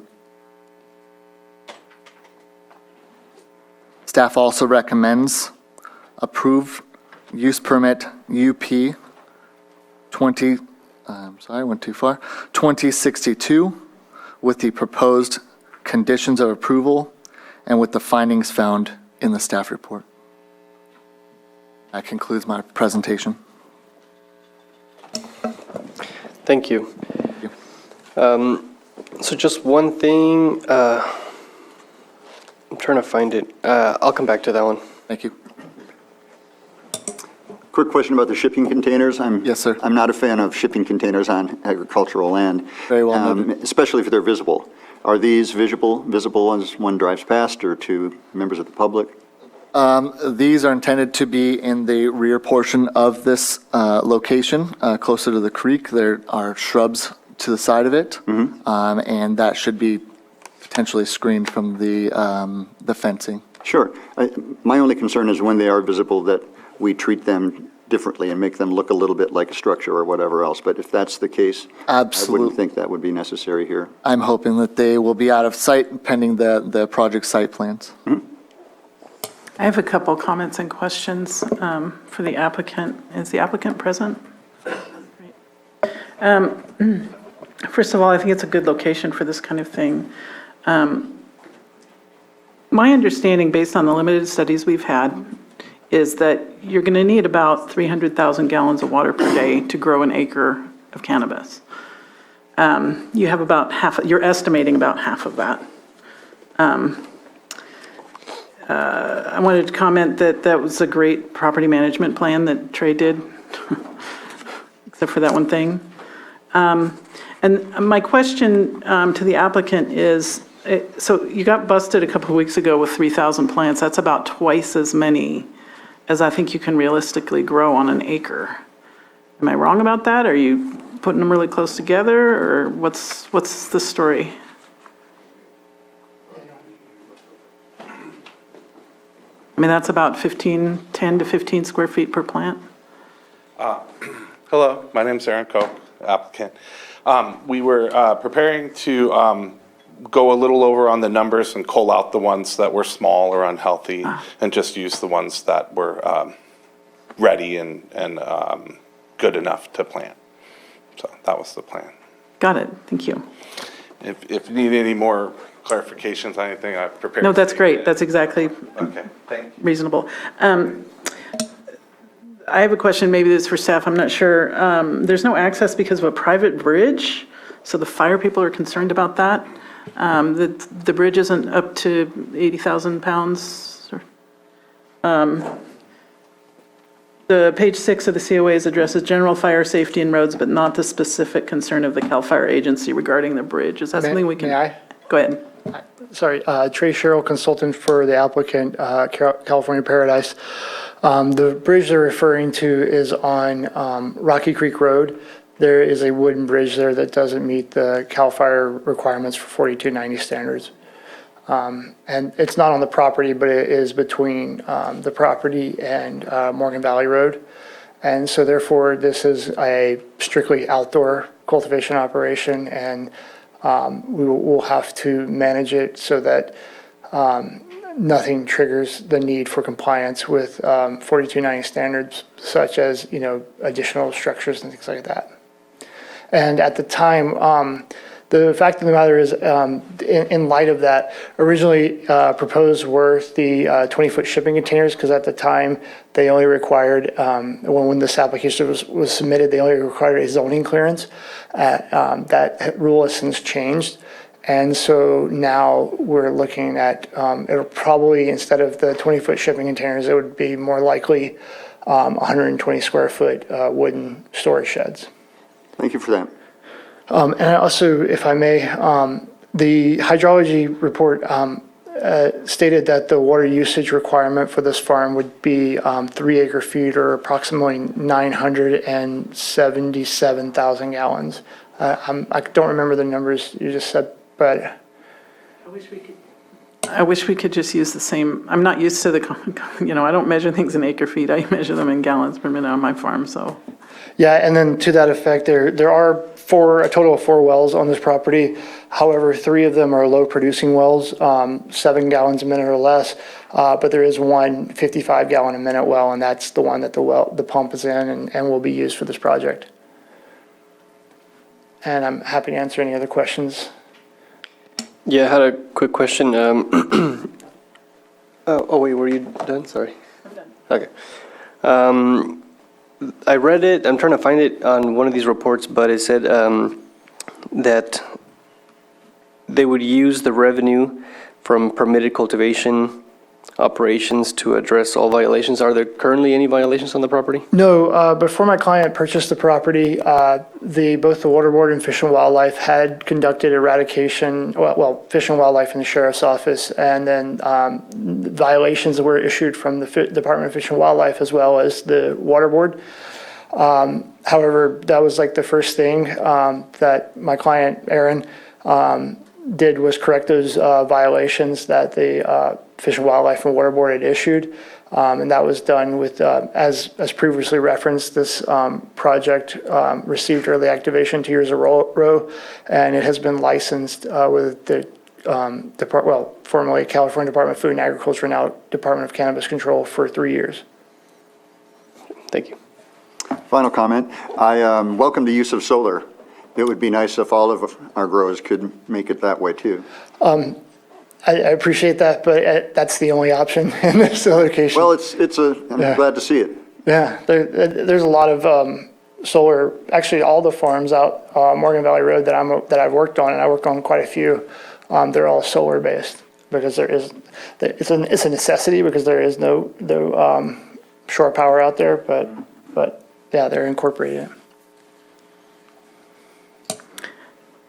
Okay, so I found the letter from CAL FIRE, and there's an acronym that I don't understand. It says, if the AHJ chooses to not enforce minimum fire safe standards during the permit process that is required by the state fire safe regulations, they are accepting all responsibility for not requiring the applicant to follow minimum state fire safe regulations required in the SRA. AHJ? If the AHJ chooses to not enforce minimum fire safe standards during the permit process that is required by the state fire safe regulations, parentheses, Title 14, PRC 4290 et al., they're accepting all responsibility for not requiring the applicant to follow minimum state fire safe regulations required in the SRA. I just Googled it, and it says authorities having jurisdiction. So that would be us, as I interpret it. And the lawyer is nodding. So I can't proceed without this bridge problem solved because I don't think the county can take this on. If there's a fire, they're going to say it's our fault because we didn't require a bridge. Am I wrong? I believe that there's lots of examples I could point to in a situation like this. There are several residences beyond this bridge that we're referencing on Rocky Creek Road. And then that's like, man, I gotta find it. There was a resolution passed by the Lake County Board of Supervisors a few years ago declaring outdoor cultivation only as not having to comply with the 4290 standards, which is why we changed the application, or well, actually started out from the beginning with this application strictly outdoor only. Is this bridge on the property or just? No, because my understanding of 429091 and Mike Wink's comments in the past is that the area within the application boundaries has to be compliant, but something that is not on the property is not something you can require the applicant to. Yes, and further, for some examples, any of the projects permitted off of Jerusalem grade past the bridge over Dry Creek, any of those would be in the same. The bridge that goes over Dry Creek on Jerusalem grade, every property past that bridge is not 4290 compliant, is basically, for example, of other projects. Well, I'm not here to evaluate those other ones, and I can't really, I'm just very concerned. I mean, the beginning of this letter, they say that CAL FIRE says the access road that does not meet PRC 4290 standard to this location crosses a privately owned bridge on Rocky Creek. This bridge does not meet PRC 4290 standards, and visual inspection shows great concern for its use by any vehicle of any size or type. CAL FIRE has no known safe access to this location when Rocky Creek is not dry. This may delay or prohibit timely emergency response to this location. And he goes on for page, and the tone of it concerns me. If it's not on the applicant's property. If I may. Even if you're not, as a commission, as part of this project, as part of the project location requiring changes outside of the project area, you do take into consideration the environment when determining whether or not to approve CEQA. And one of those required elements, one of the required impacts is fire safety as well. Not only that, but you also have the mandatory findings for permits through the county's process. They are effectively two separate decisions, and you can take into consideration the comments submitted by CAL FIRE and your understanding of the facts that's presented to you as far as whether or not you think that this is one of the conditions is safe, for example, for the public. And while you may not be requiring that the applicant upgrade all of those elements, you can certainly take into consideration their existence and their impact, or the project's impact on them.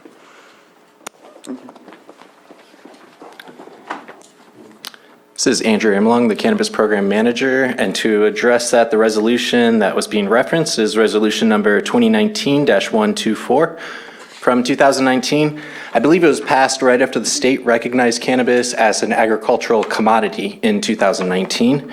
And the resolution reads that the Board of Supervisors acknowledges and agrees that the requirements of Public Resource Code Section 4290 and the SRA Fire Safe Regulations implementing that code section, sorry, I just ran downstairs, I'm a little out of breath, but are applicable to properties within the SRA containing residential, commercial, and industrial buildings, building construction, to all tentative and parcel maps or other developments approved after January 1st, 1991, and to applications for building permits on a parcel approved in a pre-1991 parcel or tentative map to extend that condition, that conditions relating to the perimeters and access of the buildings were not imposed as part of the approval of the parcel or tentative map. And go on to section 2, that it is the recommendation of this board to the county fire official and to all fire protection districts in Lake County that outdoor cannabis cultivation be recognized as an agricultural activity in the application of Public Resource Code sections 4290 and 4291 and the SRA Fire Safe Regulations, subject to the same requirements imposed upon and the exemptions allowed for any other agricultural activity. And the key phrase there would be that the outdoor cannabis cultivation be applied. So there's separate 4290 and 4291 standards for residential uses and commercial uses. However, there are not strict regulations for agricultural activities. So it's the intent that as long as it's an outdoor operation, without commercial grade structures for such as mixed light or indoor, that it be recognized as an agricultural activity. Thank you. I spoke to the Ag Commissioner about this, and she does not recognize it as an agricultural activity. She says it's a gray area. There are we're talking about two buildings, an office and a shed for storage. So I guess my question is, if they start a fire and the fire trucks can't get out there to put it out, are we as a county going to be held liable for not making the guy fix the bridge first? That's the question, as I see it. I'm not entirely sure what you mean by liable in that sense. I think there's damages for everyone involved in fires. And results of a fire would depend largely on the fire itself and its ignition and start and a number of other factors. But in a nutshell, what you're asking here is whether or not the county requires this, the project access be upgraded to 4290, 4291, whether that project access is contained within the project area or not. And I do not have an answer for you right this second. I can certainly provide one for you. I would have to look I would have to follow up on Andrew's citations to see if it would apply in this instance. As you said, it is a gray area. And 4290 and 4291 provide state language that requires the municipality, so in other words, the county, to adopt its own ordinances that relate to fire safety standards. The county would have adopted its own fire safety standards. A resolution would have clarified how those apply. And so this commission would be obligated to apply those standards here. And if the project doesn't meet the standards, then arguably, if you find with the evidence in front of you that the project doesn't meet the required county standards, then you arguably could not then make the required findings to approve the permit. But that would be a finding you'd have to make in relation to the ordinance, the county ordinance and the county fire safe standards. And I would have to take some time to see how they apply to this particular project, unless staff has that with them. Under those circumstances, my inclination would be to offer a motion to continue. Yeah, I agree. And I think it's also only fair to have all of us here if possible. And there were reasons why not everyone could attend today, but then Yeah, I agree, and I think that this project is in a good location. There's a lot of good things about it, but I'm very worried. When we get a letter like this from CAL FIRE, you know, I'd be negligent if I ignored it. Mr. Chair, could we take about a 10-minute break? Sure. I think we may be able to get this resolved in that time. Okay. Thank you. So we'll take a 10-minute break. We'll be back at 2:50.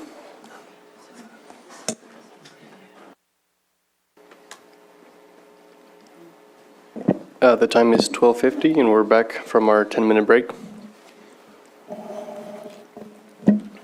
Thank you.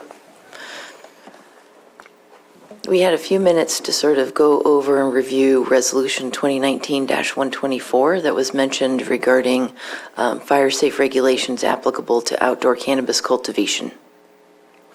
In the whereases, it talks about how 4290 and 4291 do provide for implementation of minimum fire safety standards. It goes on to discuss different responsibility areas, different dates, and then reasons where it is applied. However, further goes on in the whereases to establish that, let me find it, one moment.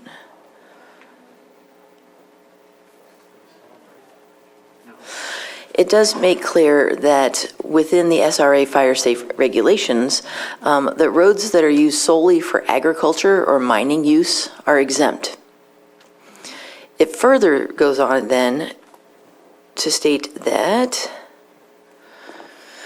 as the California Department of Food and Agriculture, citing the Food and Agricultural Codes of Sections 564 and 54004, nonetheless has deemed the cultivation of cannabis to be an agricultural activity.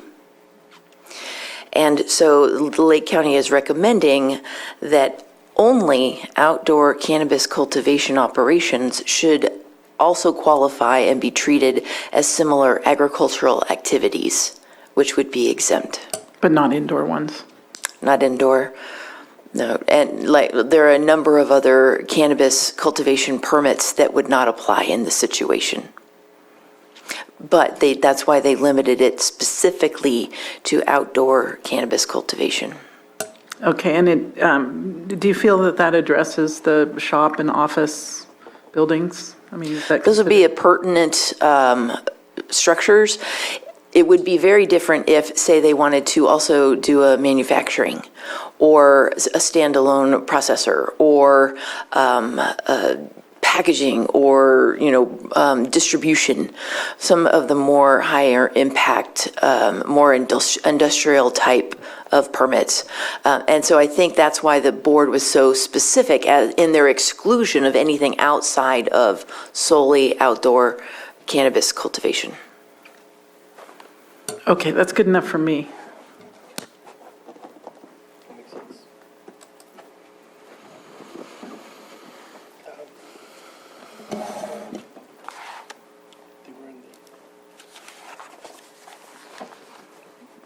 You closed public comment, yeah. Well, I think that's clear enough for me, too, and I'll be happy to offer a motion. I move that the Planning Commission find that potential impacts associated with this project can be mitigated to less than significant through the implementation of the Mitigated Negative Declaration IS 20-64 for California Paradise at the property located at 9840 Rocky Creek Road, Lower Lake, and further described in this motion, will not have a significant effect on the environment, and that the Planning Commission adopt initial study IS 20-64 based on the findings listed in the staff report dated June 22nd, 2023. Second. All in favor? Aye. Aye. All opposed? Motion passes. I move that the Planning Commission approve major use permit UP 20-62 for California Paradise on property located at 9840 Rocky Creek Road, Lower Lake, and further described in this motion, based on the findings and subject to the conditions listed in the staff report dated June 22, 2023. Second. All in favor? Aye. Aye. All opposed? Motion passes. Note, the applicant or any interested person is reminded that the zoning ordinance provides for a 7-day calendar day appeal period. If there is a disagreement with the Planning Commission's decision, an appeal to the Board of Supervisors may be filed. The appropriate forms and applicable fee must be submitted prior to 5 p.m. on or before the 7th calendar day following the Planning Commission's final determination. Thank you.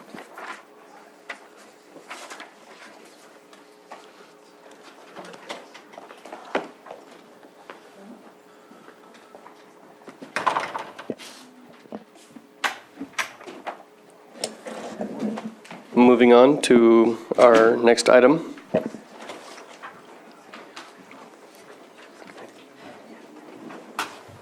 Public hearing, consideration of a major use permit, UP 22-31, and mitigated negative declaration, IS 22-38, for approval of approximately 9 acres of outdoor cannabis canopy, 392,000 square feet, and a 13,500 square foot addition to an existing 22,000 square foot processing building. Location is 10145, 10417, and 10750 Ziegler Springs North Road, and 9864, 9954, 10800, 10833, 11000 Diener Drive in Kelseyville, California. The APNs are 115-004-01, 05, 07, and 08, 115-001-21 and 29, 115-006-18, 001-069-48, and 001-047-06. Applicant is Pasta Farms 2. Thank you, Mr. Chairman. Eric Porter, Associate Planner, Lake County. This project actually came before you several years ago under a different use permit number, and this is a follow-up request. The original ask was for 11 acres of outdoor canopy. There was a phase plan that converted 4 of the acres to greenhouses over a period of time.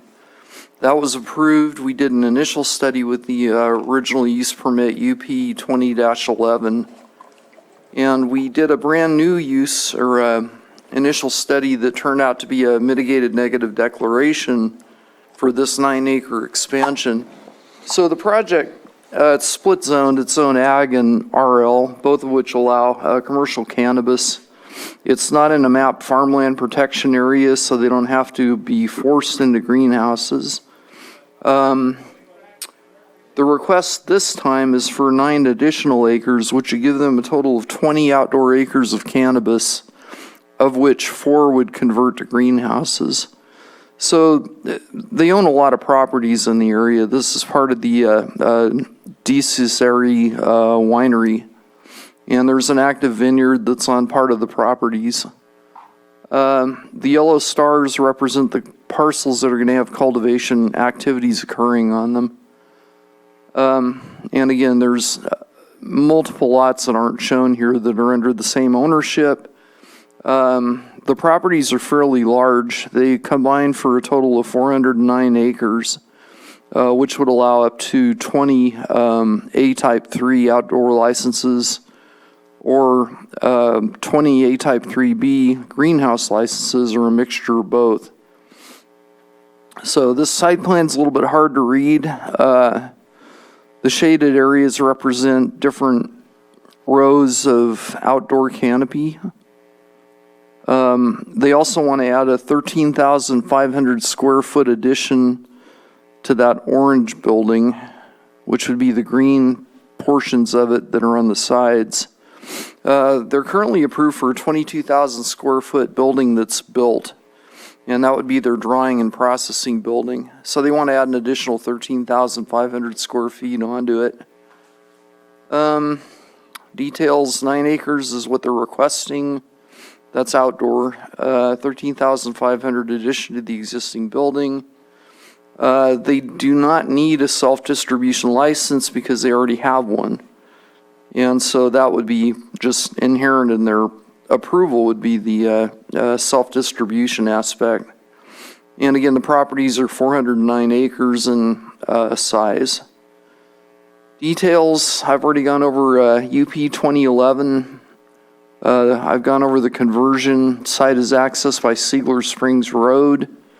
4 existing on-site permitted groundwater wells, of which I believe 3 are being used for cultivation, and they've got a fairly stout water storage. They've got a 300,000 gallon tank on site.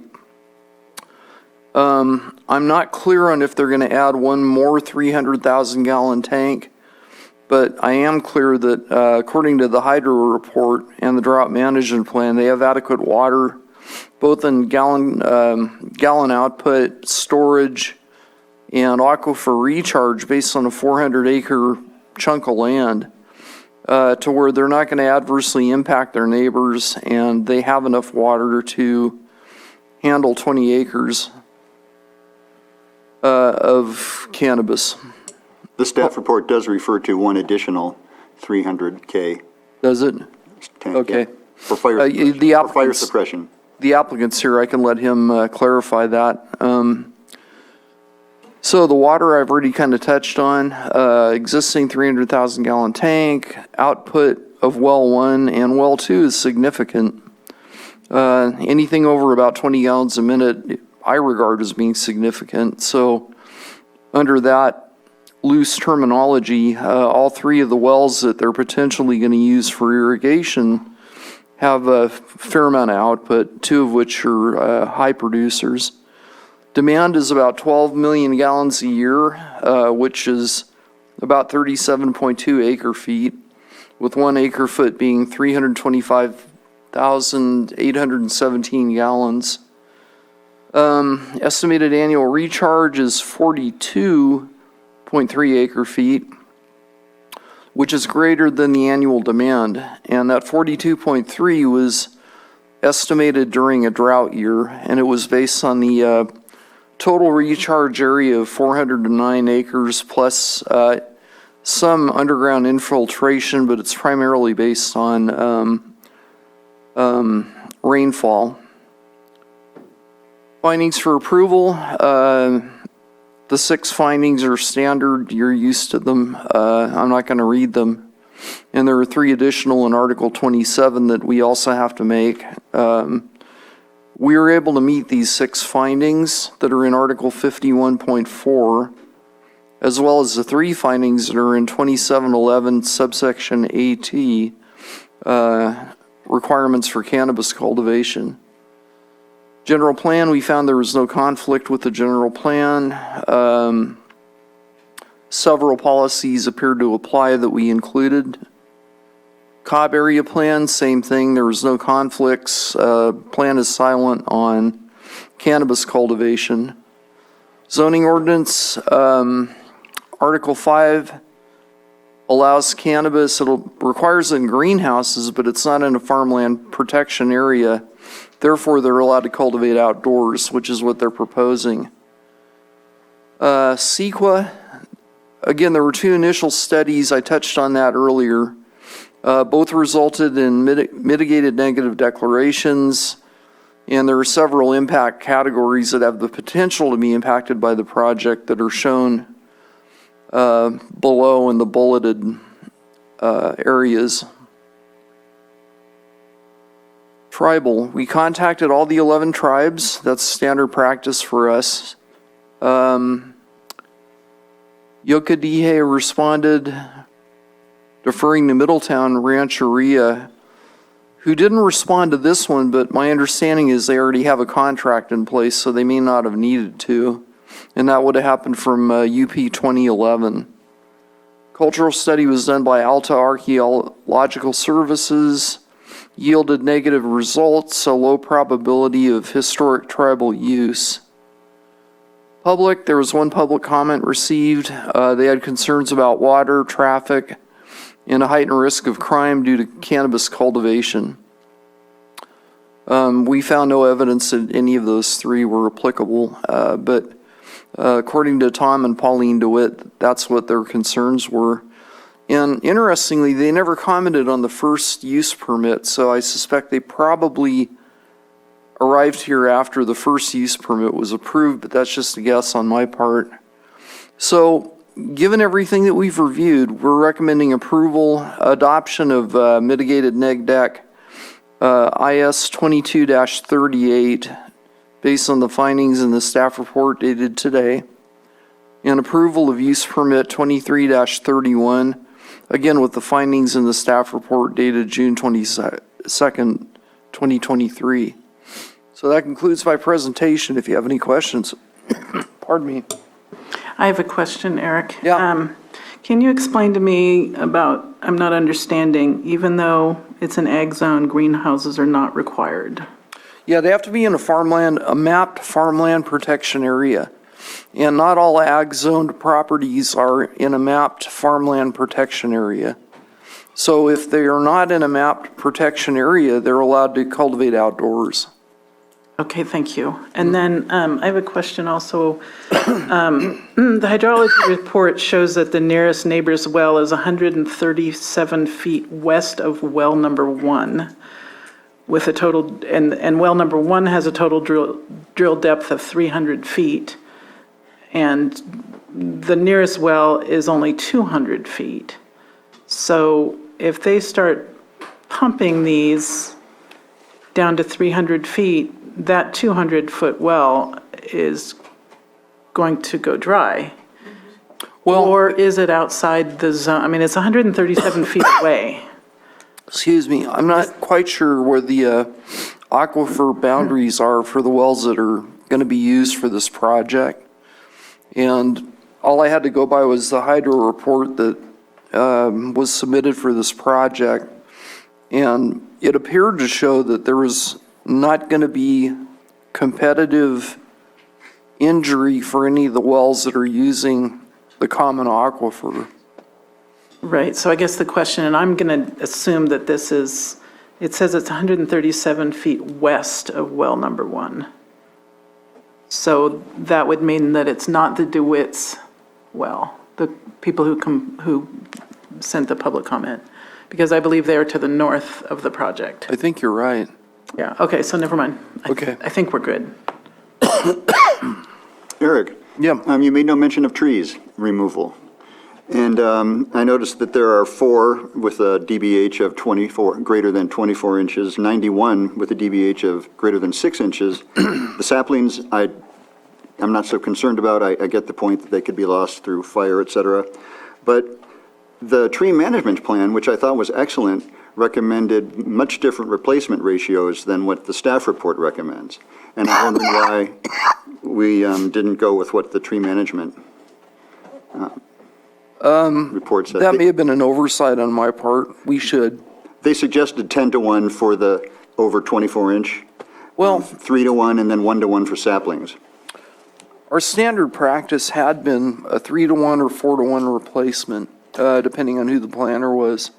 I've recommended 3-to-1 pretty consistently. You have, but it's jumped out at me that the management report actually recommended different ratios. And also, there was one neighbor whose property runs along the perimeter of that driveway. She wanted to be very sure that that was surveyed properly so that trees were not taken down. Was that this project? Excuse me? I thought that was the Kelseyville project. I could be wrong. No, I don't think so. Oh, okay. I don't recall anybody contesting the property lines for pasta.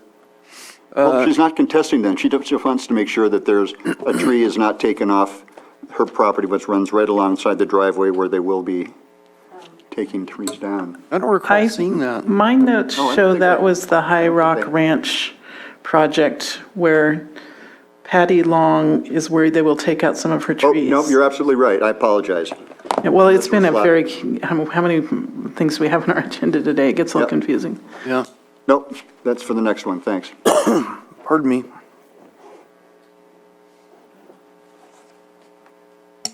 I guess one of the questions I have is regarding the processing building. What kind of plan or what exactly is going to, I mean, according to their operations that they have now, which I'm assuming was successful, is it just for more, just to have more room, obviously, and for the amount that they're going to be adding to the project? I'm going to defer that question to the applicant.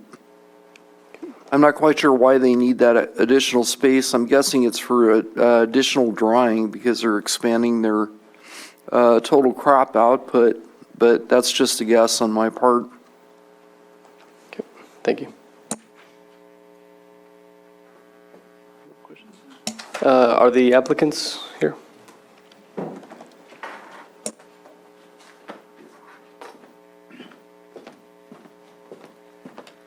Good afternoon, Commissioners.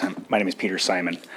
I really don't need to make a presentation, but I'm happy to answer any questions you have, and I'll quickly touch upon those that I've heard, if that's all right. One, with respect to the trees, the primary area of the expansion is an area that was already cleared of trees. So we're really not anticipating clearing any additional trees with this expansion at all.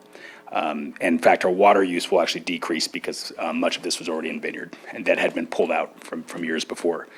Above us is a walnut orchard that we are not planning on taking out at this time. So there should be no impact on trees at all.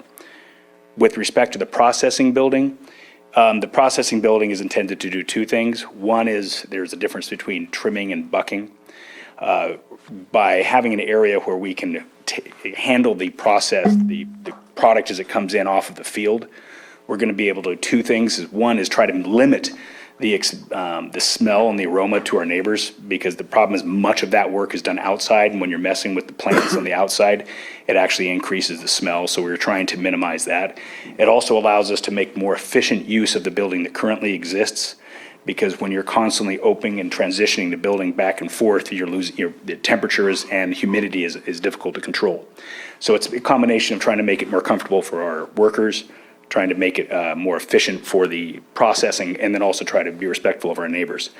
To that end, you can't really tell it from the change, but one of the things we did on our map was try to decrease the area that is being grown right adjacent to some neighbors that have had some concerns about the aroma. And I'm not aware of any lot line issues. With that, I'm happy to answer. I think I got all of your questions. If there's any others, I'm happy to address them. Thank you. I just have one comment. I used to manage 240 acres of grapes, and they use a lot less water than marijuana does. And there are actually some vineyards that are dry farmed. Yeah, no, if you can dry farm, for sure. I grow grapes too, so it depends on how you're doing it. So, thank you. Thank you. So now we'll be going into public comment. If anybody wishes to speak, just be sure to state your first and last name, and you have 3 minutes.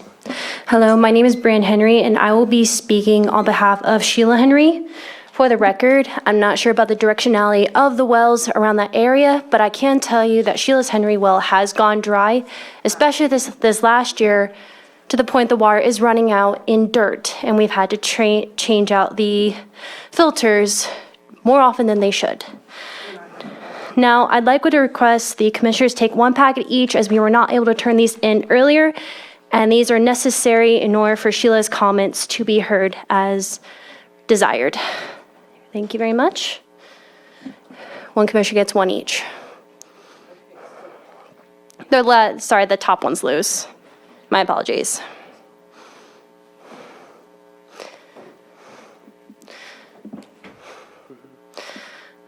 All right.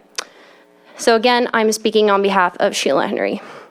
Every year, I have attempted to make contact, Every year, I have attempted to make contact and work with the Pasta Farm. However, it appears I am repeatedly fooled and therefore losing chances to give my say. For example, I received a notice of intent that had a deadline of May 19th, 2023 to submit comments. This is Exhibit 1. I was happy with what was proposed, hence why I submitted no comment. But up until yesterday, June 21st, what has been proposed has not been executed. This includes failure to move plots further away from my property as proposed and planting new areas close to my property that were not dictated in the notice of intent. Note that this presentation is based on my impression that the red arrows displayed on the notice represent movement of the plots. This impression is supported by text correspondence as displayed in Exhibit 1A, where I quote, "We are trying to move away from your property as far as we possibly can." These pictures also contained within the exhibits were taken yesterday, and when I say the term illegal, that's based on my understanding of the notice. So Exhibit 1B provides the aerial view of the pasta farm encompassing all the exhibits that will be displayed. Each exhibit's number is notated to show where the photos were taken, plus an arrow dictating photo direction. The circled arrows outline the plots that are illegally added according to my understanding of the notice. Exhibits 2 and 3 are the southeast corner of my property. You can see planting rows extending beyond the line of my property. These provide a reference point for my property location. Exhibit 4 and 5 show the opposite view, looking towards the southeast corner of my property. Exhibit 5 specifically shows planting of cannabis crops, which again were supposed to be pushed over, according to the notice. Exhibit 6 shows the far west corner of my property, taken just outside my front gate. Again, these are illegally planted crops and are plainly visible. If they were planted according to what is displayed in the notice, these would not have been so visible. Exhibit 7 is taken at the center of my property, south side, next to my horse cover. This is showing a legally planted plot, which is displayed in Exhibit 8, which shows the full view of the plot, which is visible from the horse corral, as seen in Exhibit 7. Exhibit 9 displays new canopy rows as used in cultivation of cannabis. This area has not yet been approved for cultivation, according to Exhibit 9A, the request for a major use permit. To conclude, back in 2020, I never knew what they were planting until I asked a pasta farm representative. I have been repeatedly given vague, misleading information. I've now suffered a broken arm due to the harvesting sounds and smells causing my horse to freak out. The rotting crops permeated the air, making it difficult for me to breathe. I'm suffering health issues that have cost me thousands of dollars. I experience more migraines than I ever have experienced because of the smell, and I have a decreased quality of life. And my well has been run down to dirt when it has never gotten close in the past 20 years I've resided there. The decreased value of my property has made it difficult for me to ever sell in the future, and that house was supposed to be my retirement. My only wish is the plots to be moved away from my property. And this is a personal comment towards me to conclude. If you're willing to sacrifice a Lake County resident just because they're one victim against a majority, I really wonder what message you're giving to other Lake County residents.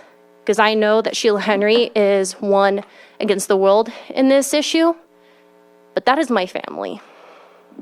Thank you. Thank you for your comment.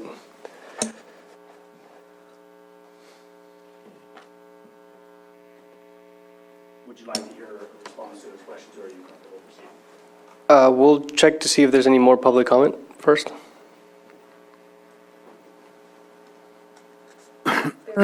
There are no hands raised in the Zoom room.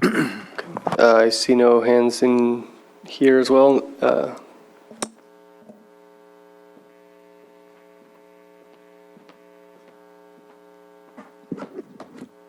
I will just express a degree of surprise that Ms. Henry is now stepping up. We have worked extensively to try to keep her apprised of everything that we're doing. And those comments were based on an extraordinary degree of misinformation. One, going back to one of your questions about the well that was 137 feet is one of the pieces of property that we now own. It's not a neighbor's property, it's one of ours. Ms. Henry's well is on a completely different aquifer, probably about 1,500 feet away from our property, and would not be impacted by any of our use. Our wells are on the exact entire opposite side of, I think there's a couple hundred acres between us. The with respect to what is being planted and where it's being planted, first off, we have not planted a single cannabis plant this year. That what we have planted, to try to be respectful of Ms. Henry, we took an area that is currently allowed to be planted in cannabis, and we have planted lavenders, and we have planted vegetables. And we have had extensive communications with her, inviting her to participate in the bounty of the vegetables. And I haven't received the communications that we received. The areas that are all being placed in rows are a combination right now of vegetables and flowers. The areas that what I talked about earlier, I never told Ms. Henry, and the communications that I believe she's referring to are with me, that we would be removing the areas that she misinterpreted from the notice from the county, not from us. I think the map is very clear that the actual licensed area for us to go actually goes to the exact same areas that we are currently approved. So we're not expanding the amount of area near her home. In fact, as I indicated earlier, we've actually shaved the area across the road from her out of and tried to move it to some other areas that are a little more difficult to farm, because we're trying to be conscientious and try to take into consideration her concerns. Other than that, I'm happy to answer any other questions you may have.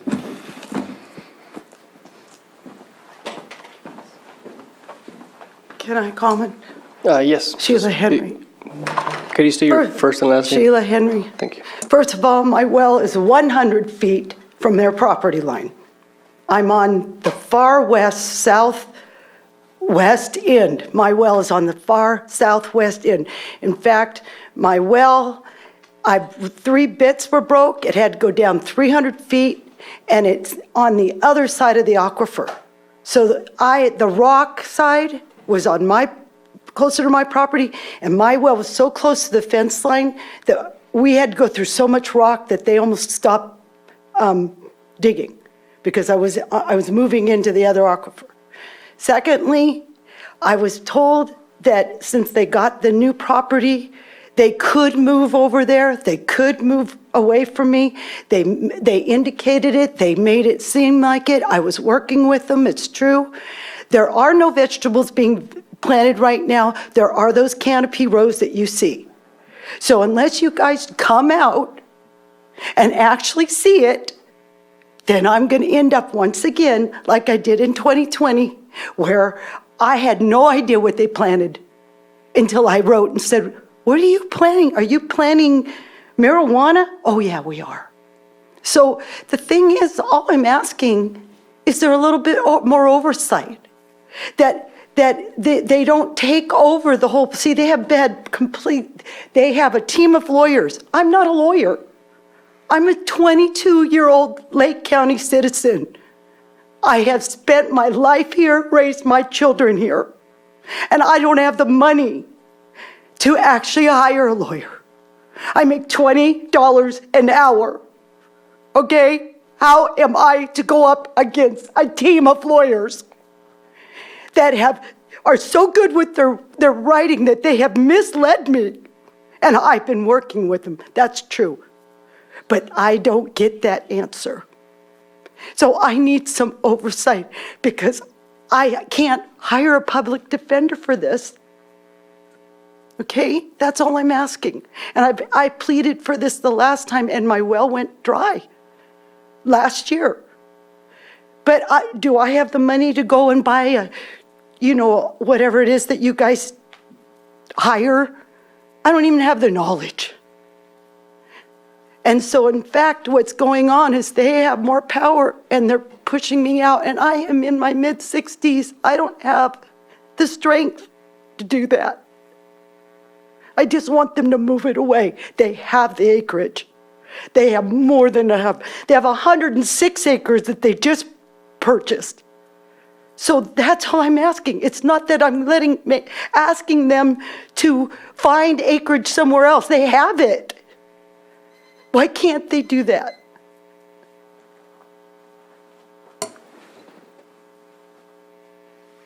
I see that I looked it up, your parcel location in relation to theirs. What I'm understanding from the hydrology report is that their wells are not right next door to you. They're farther away. And so the hydrology report requires that they consider the sphere of influence. So even though the plants might be very close, they're actually drawing water from farther away. But how do we know it's not in that same valley aquifer, because I'm on that side of it? First time I've ever had no water, 22 years. I would just like to make one comment. This is Andrew Amelong, the Cannabis Program Manager. Last summer, when Ms. Henry's well went dry, she was calling in. I spoke with her a number of times. I coordinated a site visit with Craig Weatherby, the Director of Environmental Health. We went out and basically located their well and determined that it was outside of that sphere of influence and that it was not likely the cause. There was a vineyard going in on the other side of the property that might also be influencing the well. So I worked with Water Resources to provide as much information for grant resources for victims of, wells going dry and drought conditions for Miss Henry. So. But they have 3 wells. Yeah, we hear you.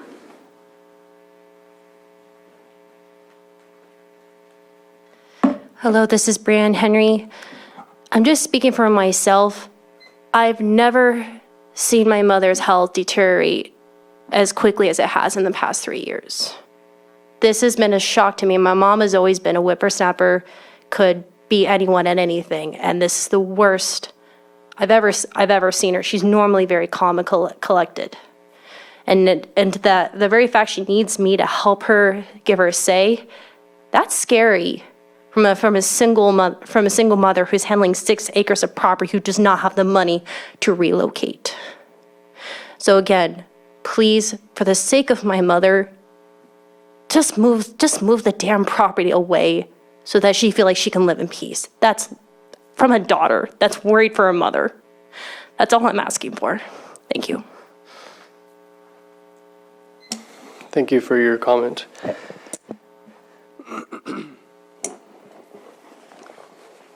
Frankly, we have to go by the 4 corners of the application that's before us today. We don't have the authority to move the operation somewhere else. We're working within the identified parameters of a previously approved project, which has an addition to it. And what you're asking is not something that we could possibly make happen today. And I'm not persuaded that I would support that, even if it was something within our power.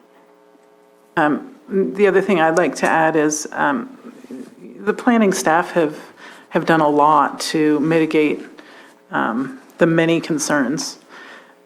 If you feel like they're violating their permit in any way, you can call code enforcement, as I understand it. I think that's the process, and complain. And what we're doing here today doesn't really address those issues.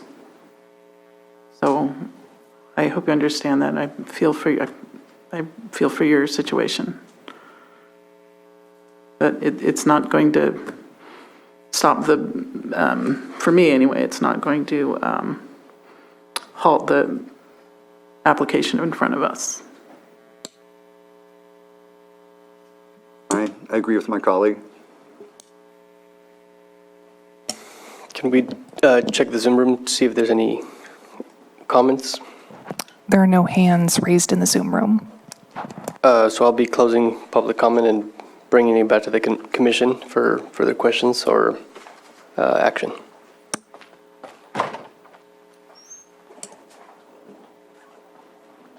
Commissioner Field, did you want to? Oh, I'm happy to. Okay. I move that the Planning Commission adopt the mitigated negative declaration IS 22-38 for Pasta Farms LLC on properties located at 10145, 10417, and 10750 Ziegler Springs North Road, and further described in this motion. 11000 Diener Drive, Kelseyville, CA, also further described in this motion, will not have a significant effect on the environment, and adopt the mitigated negative declaration with the findings and mitigation measures listed in the staff report dated June 22, 2023. Second, if it's okay with Nicole. All in favor? All. Aye. Aye. All opposed? All opposed? Is it okay to skip all the numbers? I'm all for that. You can say as further described. Yes, Motion. exactly. You could say it's further described in the staff report. It's too dated- alphabet soupy for me. Yeah.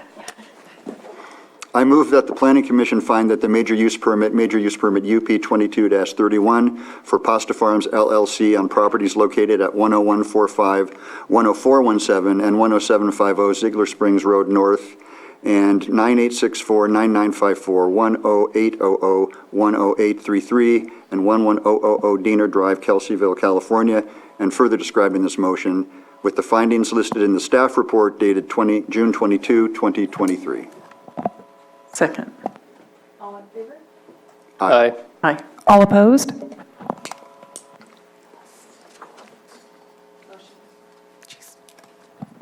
Mo- Want me to do that? The applicant or any interested person is reminded that the zoning ordinance provides for a 7-day calendar day appeal period. If there is a disagreement with the planning commission's decision, an appeal to the Board of Supervisors may be filed. The appropriate forms and applicable fee must be submitted prior to 5 p.m. on or before the 7th calendar day following the planning commission's final determination.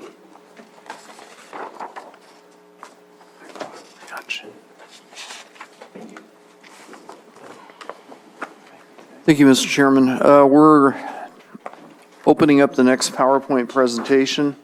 The next one before you is file number UP 21-40. Eric, I'm going to read the thing sorry. first. Yeah. Jump in the gun. Hey, I know, I want to get out of here too. So our next item is item number 8.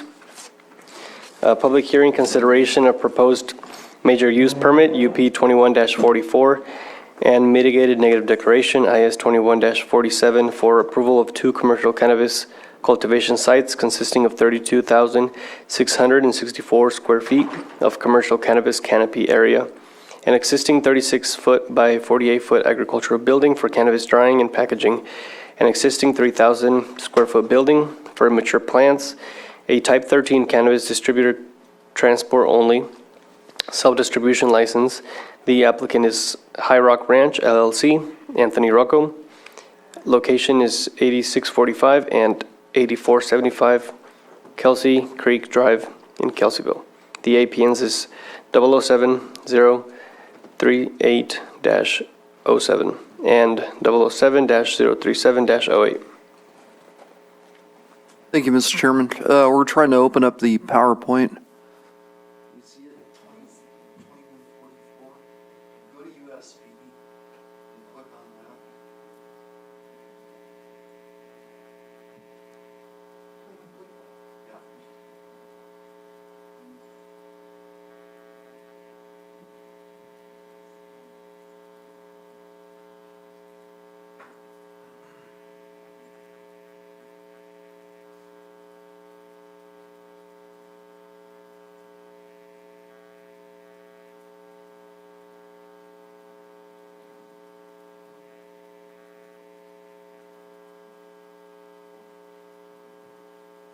Thank you. I need the mouse. Okay, yeah, this is another commercial cannabis application, UP 21-44, located off Kelsey Creek Drive in Kelseyville.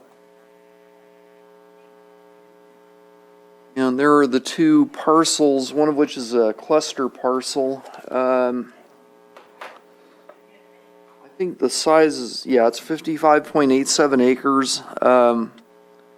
Canopy is 32,664 square feet. The zoning is RLB5, which is rural lands, and special lot density, basically saying you can't further divide that lot below a certain level, which they're not proposing. Okay, the project details. I indicated the size of the canopy area. Cultivation area is about 5,000 square foot bigger than the canopy area, which is fairly typical. A13 self-distribution license, and the property is large enough to support what they're proposing, which essentially qualifies as 1 A-type 3 medium outdoor license. They could actually apply for 2 of those and some smaller cultivations if they chose to, but they did not choose to.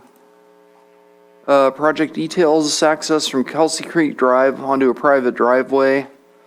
They have an existing on-site septic system, on-site permitted groundwater well. Plants will be planted in above-ground fabric pots, which is fairly typical. Drip irrigation system is proposed, which is also fairly typical. No tree removal is proposed. Are you sure about that? I'm not. I thought it said, it says there are 200 trees wanting to be removed or something. Let's just talk about it after you're done with your presentation. One of these has a tree mitigation, tree removal and replacement. Yeah, disregard that. They are proposing removal of trees.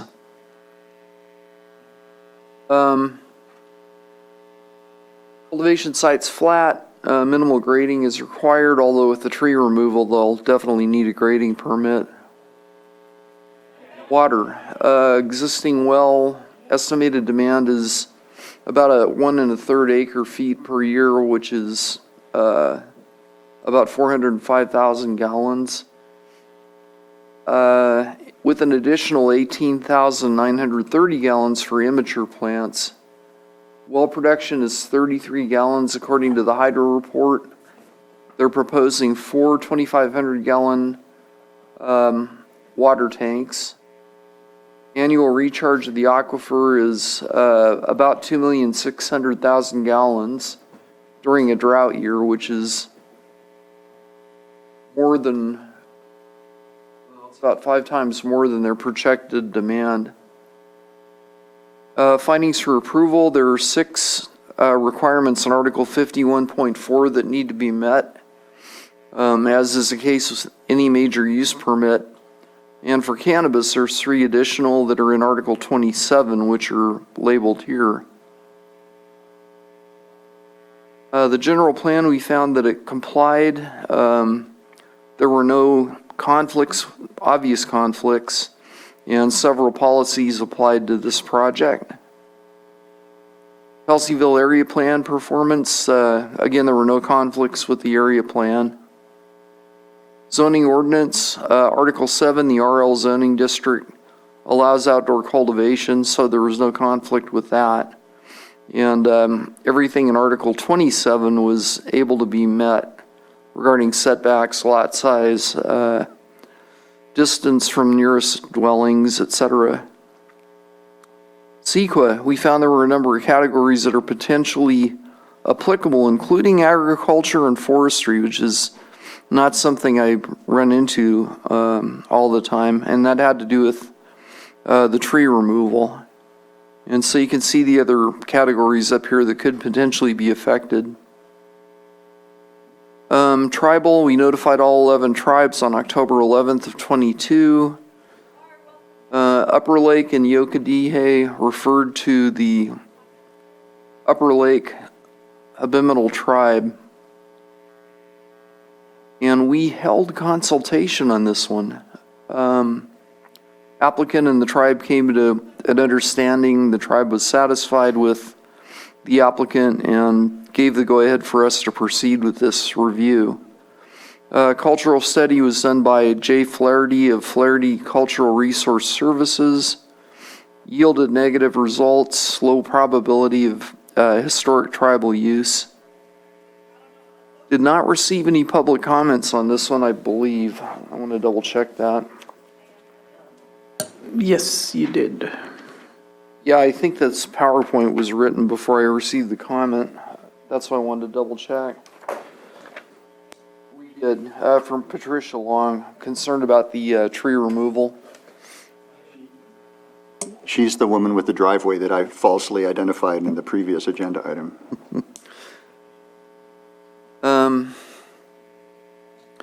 CEQA, we evaluated the CEQA impacts, and it resulted in a mitigated negative declaration, IS 2147. And our recommendation is to approve use permit UP 21-44 with findings listed in staff report dated today. And to adopt mitigated negative declaration, IS 21-47, again with the findings that are in the staff report dated today. And I do want to get back to the tree removal. That's significant. It was adequately addressed in the CEQA evaluation. I'd forgotten that when I put this PowerPoint together. And so it would be up to the Planning Commission to make sure that a condition, well, I can verify the condition, but to make sure that the condition requiring a tree replacement would be applicable, and if so, I would recommend that it apply to any native oak trees that have a DB or a diameter of 5 inches or greater, measured 4.5 feet above grade. I have a recommended amendment in general conditions under the applicant shall be in substantial conformance with the following. It lists site plans, property management plan, hydrological and drought management report. I would recommend we add D, tree replacement plan dated August 5th, 2022. And then furthermore, in agriculture, Section B, number 1, remove the sentence that says prior to cultivation and ends with is removed, so that it starts with the permittee shall fully comply with the tree replacement plan submitted. Which number is that? That is agriculture B, number 1. Also, we're going to change the name applicant to permittee in our conditions, because once they're approved, they're no longer an applicant, they're permittee. Vis-a-vis the request from the neighbor and the fact that if they do the survey incorrectly and the wrong trees are removed, can we require that the survey be conducted, a formal survey, so that her trees are not accidentally removed? We have a I think the Planning Commission can require them to identify the trees by tying a ribbon around them prior to removal. Which is what she requests, that they be identified with a piece of tape or something. Well, let's read her comment. The determination of property lines is done by a county surveyor. Right. So what you might be asking then is a required record of survey, because the surveyor is not going to just come out and be like, oh, there's your property line. They're extremely precise. Oh, I know. Yeah. I've done it. Yeah, I know. That's what I'm requesting. I'm asking, can we do that? Can we require that? I would support that. I would also like to refer back to the tree management plan. I thought it was excellent. I thought it was really well prepared and it was thoughtful, and it acknowledged that taking some of those larger trees is removing habitat, sometimes 100-year-old trees, and they noted the importance of that, which is why I appreciated that the report they submitted recommended stronger replacement ratios than the staff report did. And I would, if we are adding the tree management plan to those conditions, that of course contains those other replacement ratios of 10 to 1, It does. 3 to 1, and 1 to 1. Yep. And I can live with that. Okay. So then an amendment would then be an addition for number 2 under agriculture. Prior to removal of trees, permittee shall record a record of survey with the County of Lake showing the property lines and mark any trees that are not to be removed. Something like that, okay.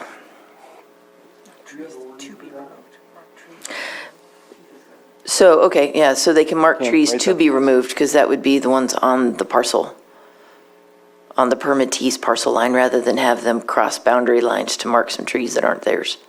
Let's just mark the trees that are theirs. Good? Looking for a nod. Okay. Moving on, are we ready to move on? Can I talk some more? Page 17 of agency comments refers to an attachment I don't see from the Audubon Society. Can anyone find that? I'd like to hear what the Audubon Society has to say. If they submitted a comment, I think we have to have it. They were echoing the neighbor, concerned about the loss of habitat.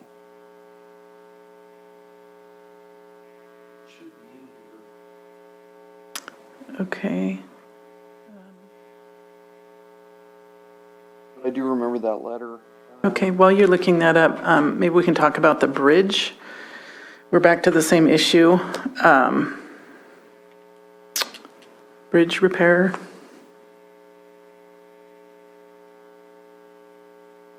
Well, I think the same standards would apply as would apply to Paradise, Cali, or whatever it's called, California Paradise. This is an outdoor cultivation. I need a visual, so I'm going to look it up on the. They are building the 36 by 48 agricultural building. You know, the applicant, if he is in the room, might be able to answer a question about the bridge.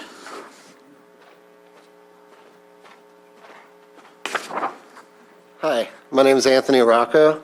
I'm here to address these issues. I'd like to thank you guys for your time first and foremost. We feel that we also comply and fall under the same jurisdiction as California Paradise Farms as far as the 4290 goes. The reason that there is a request for any tree removal whatsoever was based on the 4290 California standards. Understood. So we could completely avoid all of this and not have to remove any trees at all since we fall under that jurisdiction.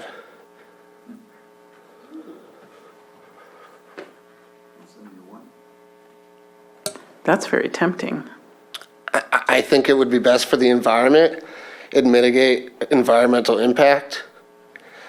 The number of trees involved, to be candid, almost tipped me in a direction you wouldn't like. And there was a application from several years ago which went down because of the number of oaks they wanted to remove. So if there's an option, as far as this commissioner is concerned, that permits us to save those trees in that 100-year-old habitat, I'm all for it. Preferably, we'd love to not have to remove any trees. So how wide is the road now? It's 13 to 14 feet wide. I'm good with that. Yeah. Let's not take out the trees. Yeah. That's a much better outcome in my opinion. I agree. But I appreciate your tree report. It was very thorough. Yeah, we tried to follow the regulation beyond it, and we wanted to, present the opportunity that if we had to do it, then this would be the way. But I really feel there's, it's just a much better option to not have to.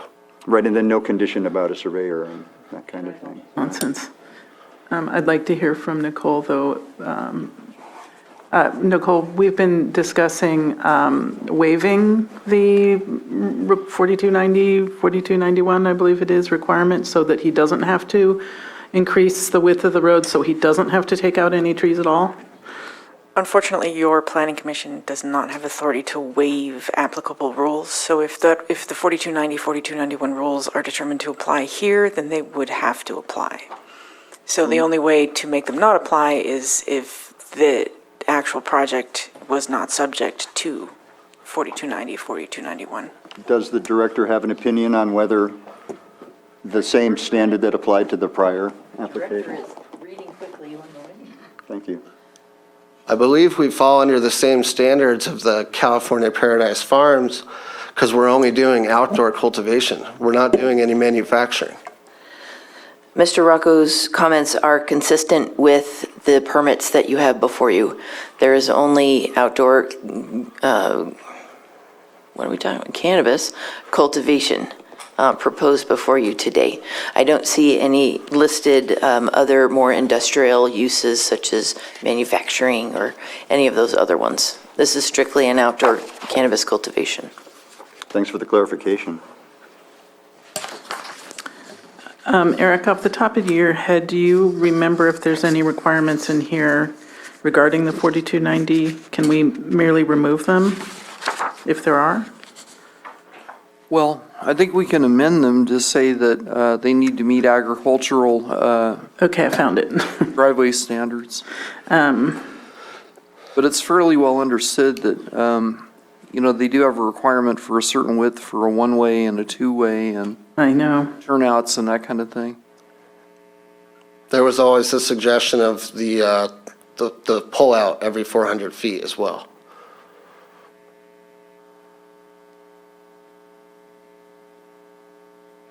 If we eliminated WDF3, which reads, prior to cultivation, the applicant shall schedule a site visit with the building official or designee to verify that the roads, gates, and site are PRC 4290 and 4291 compliant. Would we get in a lot of trouble? That's also listed under general conditions number 5. It's actually listed twice.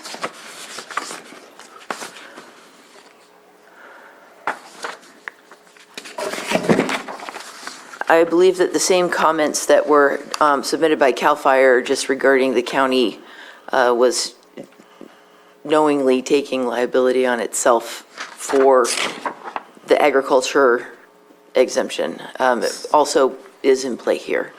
Okay. I wasn't too clear on the removal of the trees, if it's solely limited to widening of the road, or alternatively, if it would be more towards hardening of the project site. You know how they require land clearance or limbing up of trees, things like that. So I'm not clear on on all the tree removal, the purpose of it, if it's strictly for road widening. Yeah, they did not request us to do any hardening or limbing of the trees. Okay. Then my comment stands. This is very similar to the last one we were. Great. Are we done with public comment then? So public comment is now open for anybody that wishes to speak on this project. We'll check if there's any hands in the Zoom room. There are no hands in the Zoom room. I see none in the chambers, so I'll be closing public comment, bringing it back to the commission.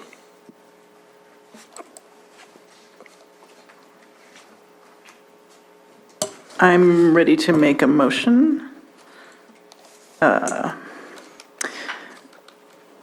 move that the Planning Commission approve the major use permit UP 2144 applied for by High Rock Ranch LLC on property located at 8645 and 8475 Kelsey Creek Drive, APNs 007-038-07 and 007-037-08, as amended to remove the COA WDF-3 and the general one that I'm not seeing.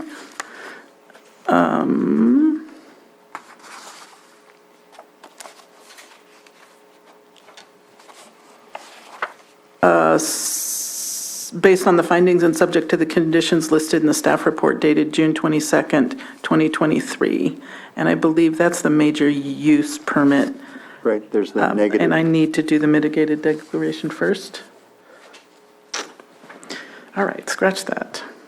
I move that the Planning Commission find that the potential impacts associated with this project can be mitigated to less than significant through the implementation of the mitigated negative declaration IS 2147 submitted by High Rock Ranch LLC for the property located at 8645 and 8475 Kelsey Creek Drive, Kelseyville, APNs 007-038-07 and 007-037-08, and will not have a significant effect on the environment, and that the Planning Commission adopt initial study 2147 with the findings listed in the staff report dated June 22nd, 2023. Second. All in favor? Aye. All opposed? I further move that the Planning Commission approve the major use permit UP 2144 applied for by High Rock Ranch LLC on property located at 8645 and 8475 Kelsey Creek Drive, Kelseyville, APNs 007-038-07 and 07037-08, as amended today, based on the findings and subject to the conditions listed in the staff report dated June 22nd, 2023. Second. All in favor? Aye. All opposed? Motion's pass. The applicant or any interested person is reminded that the zoning ordinance provides for a 7-day calendar day appeal period. If there is a disagreement with the Planning Commission's decision, an appeal to the Board of Supervisors may be filed. The appropriate forms and applicable fee must be submitted prior to 5 p.m. on or before the 7th calendar day following the Planning Commission's final determination. Thank you so much for your time and understanding. Thank you. Have a good day.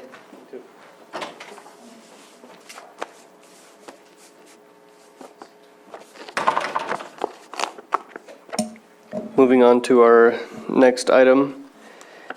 Item number 9. Consideration of major use permit for a commercial cannabis cultivation operation consisting of 1 acre, 43,560 square feet of outdoor cannabis canopy within a 78,550 square foot cultivation area.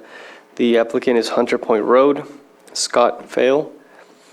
Location is 1580 Hunter Point Road in Upper Lake, APN 022-001-03. Thank you, Mr. Chairman. Just to back up one application to set the record straight, I mentioned the Upper Lake Tribe, but they are actually not affiliated. It's not their cultural and ancestral area, which is Kelseyville. That would be the Big Valley Tribe. And we concluded consultation with Big Valley for the prior application. We also concluded consultation with the Upper Lake Tribe for this application. So in both cases, consultation was formally closed. UP 2141. However, just for further clarification, we send out AB 52 notices to all tribes who request them because it's not our jurisdiction or our authority to identify which is the culturally affiliated tribe. We leave that up to the sovereign tribal nations. I have one quick question, and I think this might be for Director Turner. I noticed that this parcel is 19.55 acres. It was adjusted by a lot line adjustment. It's actually 20 on the nose. Yeah, that got caught about 2 years ago, and so we had them apply for a lot line. They got a neighbor to consent to it, and it got approved and it got recorded.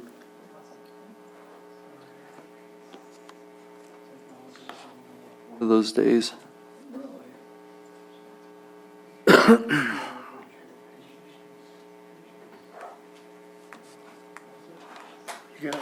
Yeah, it's all right.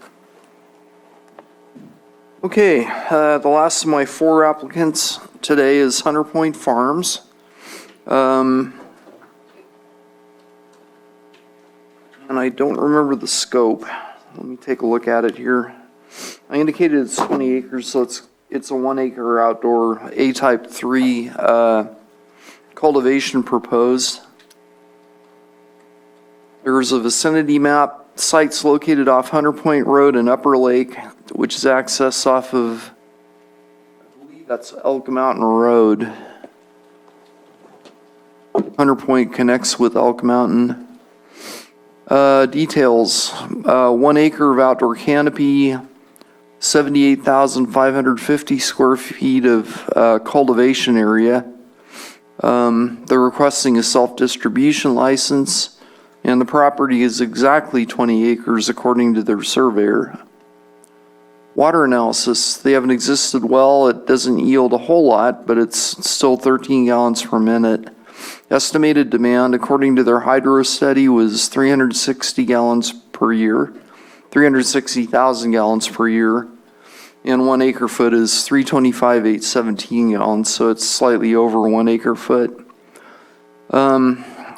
They're proposing 4 2,500 gallon water tanks, and estimated annual recharge of the aquifer exceeds the water demand for the project based on a 20 acre lot infiltrating rainwater into the aquifer. Eric, since you're on that subject of water, it says, the staff report refers to the 4 tanks, but it says, with no additional tanks for fire suppression purposes. They're not proposing any additional. You can require one, but they're not proposing one. Or converting one of the 4 to? Or that, yeah. Mm-hmm. Okay. If you require one of the tanks to be used for fire, it should be very clearly stated. It's got to be steel or fiberglass and have 3.5 inch rapid connectors for fire department use. It's just become pretty standard that When we review things, one of the tanks is Yeah, so designated. one of the reasons I think for that is because a lot of these projects don't have a lot of water availability, but this one does. It has, as I recall, it has 150 gallons per minute, which is quite a bit, so. I may have put that in as a condition, as far as requiring a fire tank. I want to take a look here under water and wildfire.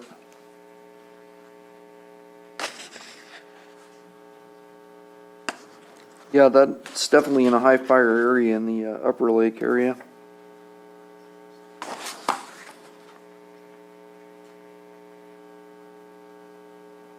Says you have WDF4, the applicant shall place at least 5,000 gallons of water on site that is designated specifically as for use of fire suppression. Water tanks shall have connectors that are able to be used by fire protection districts. That's So what I was think you're looking for. covered. Yeah. Yeah, I tend to do that in high fire areas. Okay, getting back to the project, get my correct glasses on. Okay, I've covered the water. Project details, accessed by a private shared driveway, Hunters Point Road is how it's identified on our maps. There's an existing on-site septic, existing on-site permitted groundwater well. Plants will be planted in above-ground fabric pots. Drip irrigation is proposed. No tree removal was proposed for this one. Cultivation site's flat, minimal grading is required. The 6 required findings are reiterated here. Those are in Article 51.4, required findings for approval, with the 3 additional findings required for cannabis approval found in Article 27, Sub 11, AT. General plan, we found it conformed to Chapter 3 primarily as far as communities, agricultural, residential buffer, and to a small degree maintaining economic viability by virtue of the fact that they're making a marketable product and they'll employ a few employees. Upper Lake Nice plan conformance, there is no conflicts. Zoning ordinance, Article 7, the RL zoning district allows commercial cultivation with a use permit. CEQA, the initial study prepared, resulted in a mitigated negative declaration with categories of aesthetics, air quality, cultural, tribal, geology, and soils, which is primarily the prehistoric potential for fines, inadvertent fines. Noise and wildfire were possible candidate categories that required mitigation measures. Tribal, I indicated that we had consultation with the Upper Lake Tribe. It was held on April 18th, and it was concluded shortly thereafter. Public, we received no comments on this one, I think. Double check that. No, we didn't receive any public comments for this one at all. So consequently, we're recommending the Planning Commission adopt mitigated negative declaration IS 21-43 with the findings in the staff report dated June 22nd, 2023, and to approve use permit UP 21-41 with the findings listed in the staff report dated June 22nd, 2023. And that concludes my presentation. Thank you, Eric. Any questions? Mr. Chair. I think I figured it out. I looked at the agency comments, and you have a comment from the North Shore Fire Protection District that I think is kind of interesting. The fire chief points out that the nearest staffed station is 7 miles away, and that the project area is in an area of state responsibility. So California Department of Forestry and Fire Protection has primary responsibility for wildland fire protection during the fire season. I And the letter goes on, but I do think it's addressed with WDF 3, which says, prior to cultivation, the applicant shall schedule a site visit with a building official or designate to verify that roads, gates, and site are PRC 4290 and 4291 compliant. So I think it's covered. No more questions. Is the applicant present? Yes, sir. Scott, you. Would you like to give just an introduction?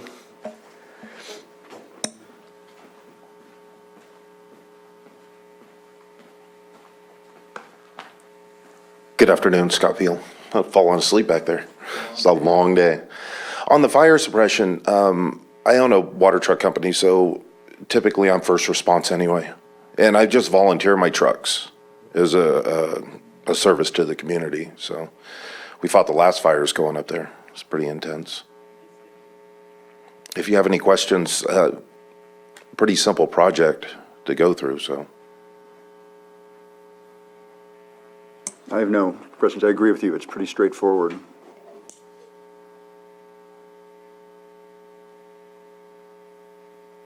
No questions? Let's just check the Zoom room just to see if there's any public comment. There are no hands raised in the Zoom room. Seeing none in the Zoom room or in the chambers, I'm going to close public comment and bring it back to the commission for action. Thank you.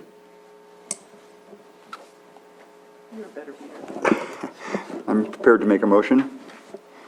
I move that the Planning Commission find that potential impacts associated with this project can be mitigated to less than significant through the implementation of the Mitigated Negative Declaration IS 21-43 for Hunter Point Road at the property located at 1580 Hunter Point Road, Upper Lake, and further described in this motion, and will not have a significant effect on the environment, and that the Planning Commission adopt initial study IS 21-43 based on the findings included in the staff report dated June 22nd, 2023, and as amended here today.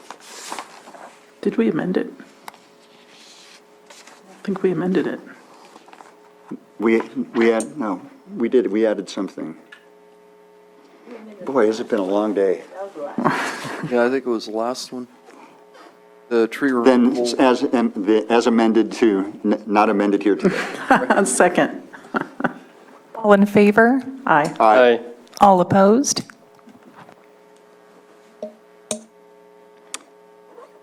I move that the Planning Commission approve major use permit UP 21-41 for Hunter Point Road on property located at 1580 Hunter Point Road, Upper Lake, APN 022-001-03, based on the findings and subject to the conditions included in the staff report dated June 22nd, 2023. Second. All in favor? Aye. All opposed?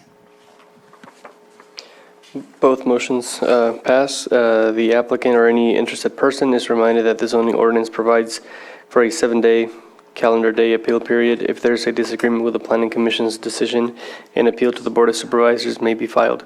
The appropriate forms and applicable fee must be submitted prior to 5 p.m. on or before the 7th calendar day following the Planning Commission's final determination.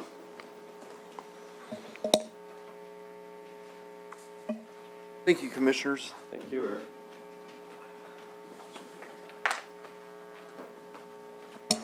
And moving on to our next item, our final item, consideration of proposed major use permit and mitigated negative declaration IS 21-33 for Brush Ridge P1 LLC for approval of commercial cannabis cultivation permit consisting of 204,336 square feet of canopy area within 392,040 square foot of cultivation area located at 21242, 21516, 21576, and 21586 Morgan Valley Road in Lower Lake. The APNs are 012-069-08 and 09, and 012-069-04 and 05. Good afternoon, Commissioners. I'm Mary Claiborne. I will be presenting to you your last item on the agenda today. Today, For your consideration is UP 2132 and IS 2133 for Brush Ridge P1 LLC. And this is a unique project because it is a modification to a use permit UP 1848, and a modification is an amendment, and that would be a whole new use permit itself.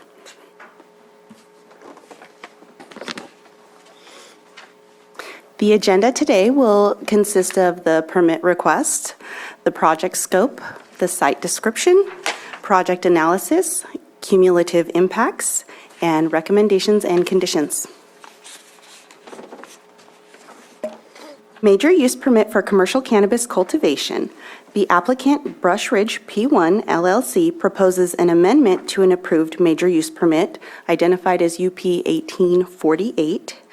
The amendment application consists of 204,336 square feet of outdoor cannabis canopy area within 392,040 square feet of cultivation area and one Type 13 self-distribution license.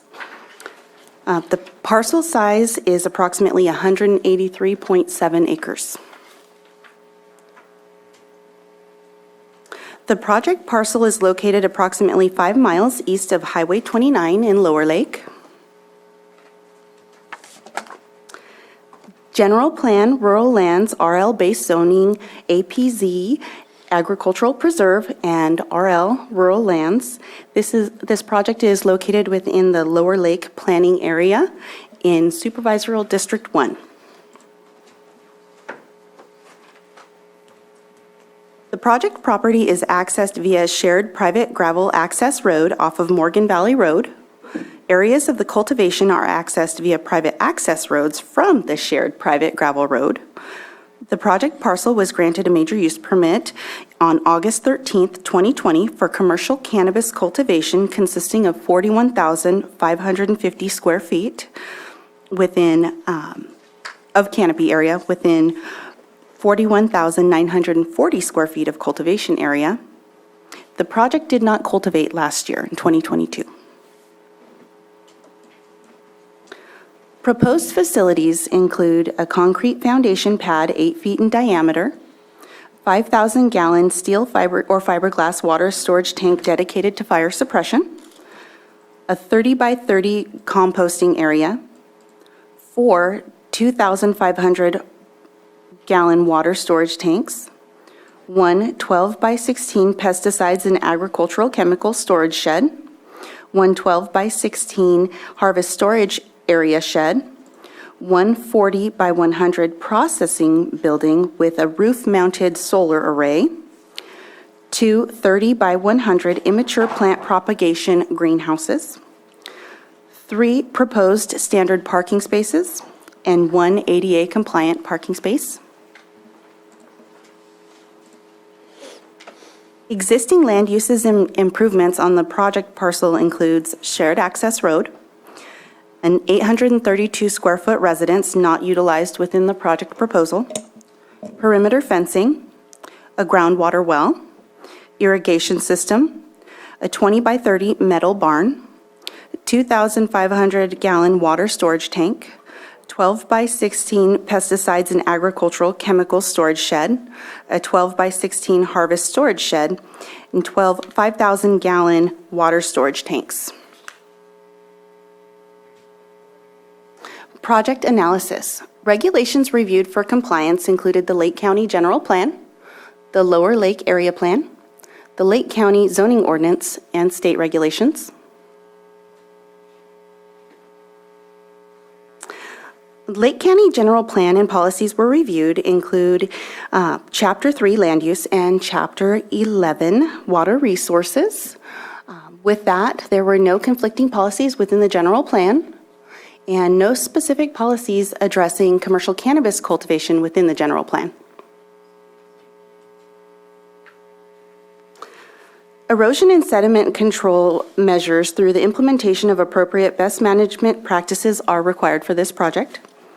The applicant is proposing the use of solar power. A new installation of high voltage transmission lines is not proposed at this location. Construction activities will not take place during a red flag warning. Employees shall be trained in recognizing artifacts that may be discovered during ground disturbance and protocol for contacting culturally affiliated tribe. Project analysis, Lake County zoning ordinance.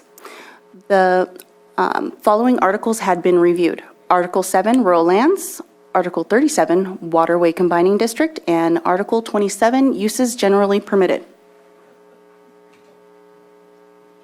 The CEQA initial study found that the project could cause potential impacts to resources. These include air quality, biological resources, cultural resources and tribal resources, geology and soils, hazards and hazardous materials, hydrology and water quality, noise, utilities, and wildfire.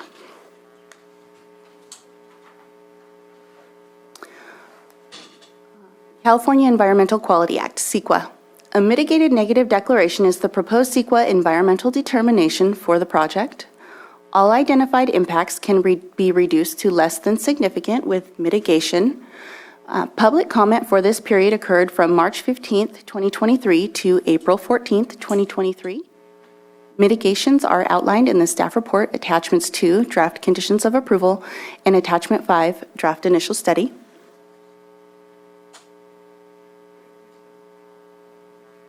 Aspects of interest, water analysis. The proposed project will obtain water from the existing on-site well.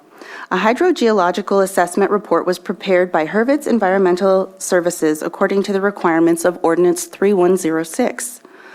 The project is projected to use 10.56 acre-feet of water per year.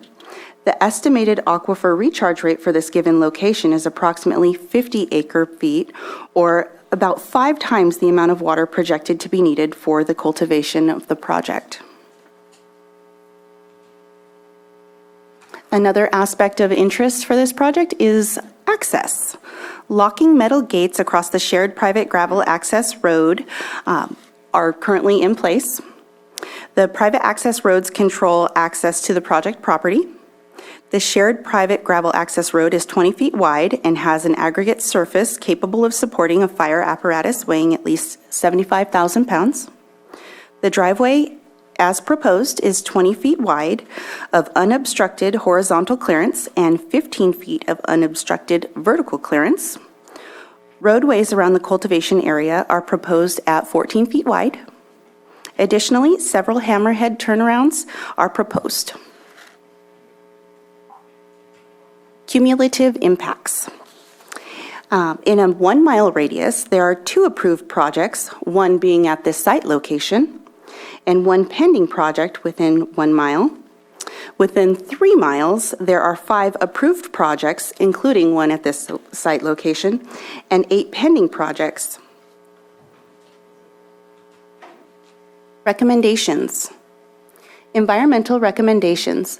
Adopt mitigated negative declaration initial study IS 21-33 for use permit UP 21-32 with findings found in the staff report.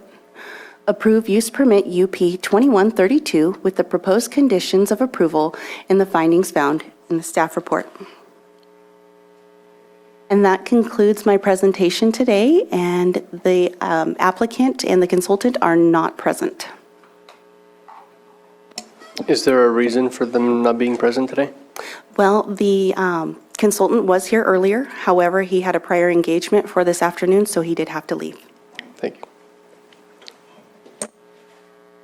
I don't blame them. It was a really long meeting.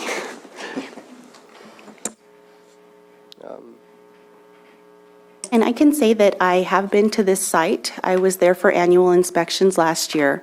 The site was not overgrown. I didn't see a lot of brush or vegetation. It was actually pretty clear and clean for actually not having been utilized last year. So it wasn't used last year, but was it used previously? It had been used previously. There was cultivation on the site previously. Last year, they chose to opt out of cultivation. So that was before the rain and before, so I'm assuming a lot of factors took into consideration for that reason. And going back to the rules about when a permit is not used for 2 years, Was that the reason they wanted to change up the project, or? No, they were actually looking to expand the project because of the amount of acreage that they did have and the intentions of the project, and seeing other projects move forward and how the other projects had been brought forward. They decided to do an expansion after they had seen how other projects had been developed. They decided to make this one bigger and better, if you will. Thank you. I just have one question, and I think you might have answered it. Scott DeLeon, Public Works Director, points out the applicant needs to demonstrate legal access and construct a commercial access point. So do we have a status on this? So the legal access is through Morgan Valley Road, and that is the shared access point.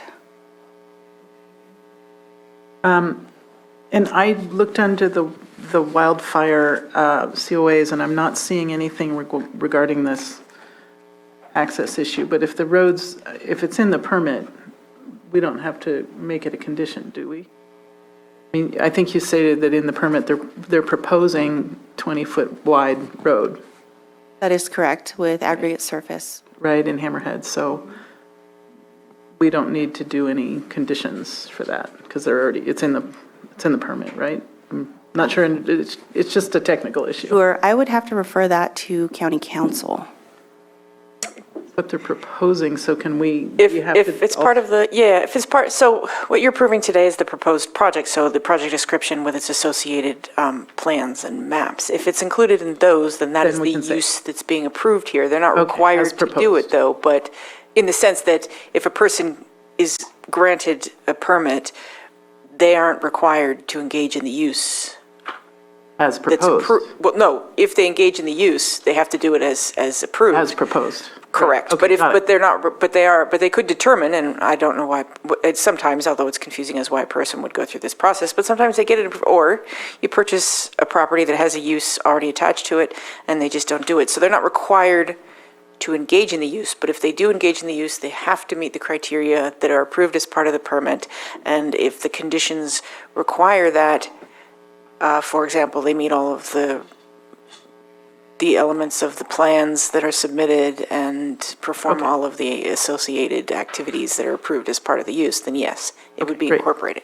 Thank you. And then I just had a comment. It was really interesting to read the BLM letter, as well as the Army Corps about discharge. And I assume those people, those entities were notified because proximity, right? It's interesting. Thank you.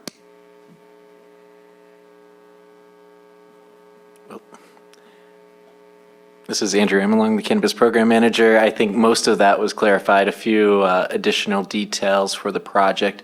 The initial project that was approved under this applicant was with a prior consultant who apparently did not properly inform him of what he was capable of doing with this land. That's why it was a limited scope. Then he realized he could do more. Trey Sherrill, the consultant that was here earlier, is his consultant. He didn't realize it was such a full agenda. He's a planning commissioner in Lake Shasta as well, so he had to make that planning commission meeting. I did do a site visit prior to your inspection with county staff to determine 4290, 4291 compliance, and with improvements, it could be met as proposed. So I think that's about it. So. We'll just open up public comment just to verify that there's nobody on Zoom. There's one participant in Zoom, Trey Sherrill. You are now allowed to speak. You have 3 minutes. Please state your name.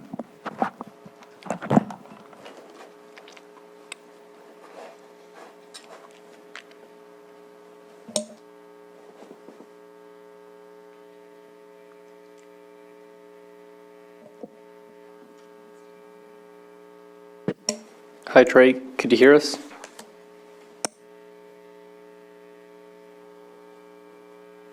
Sorry about that. Can you hear me? Yes, we can hear you. Oh, sorry. Hi, this is Trey Sherrill, joining you from the road. Sorry that I couldn't be there this afternoon. I just wanted to make myself available for any questions you may have. Also, the applicant, Perry Clark, is watching via Zoom if you have any questions for him. And then I can touch on the road. It sounds like county staff has has kind of covered it, but there is a 4290 compliant road to the existing residents on the property. And then we have some proposed improvements to that road that would make it 4290 compliant all the way to the proposed structure. Wonderful, thank you. If the applicant is on Zoom and wishes to speak, please raise your hand before we close public comment.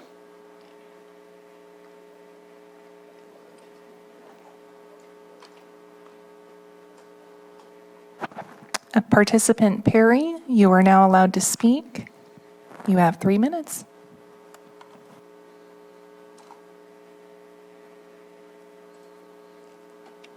Hi, can you hear me?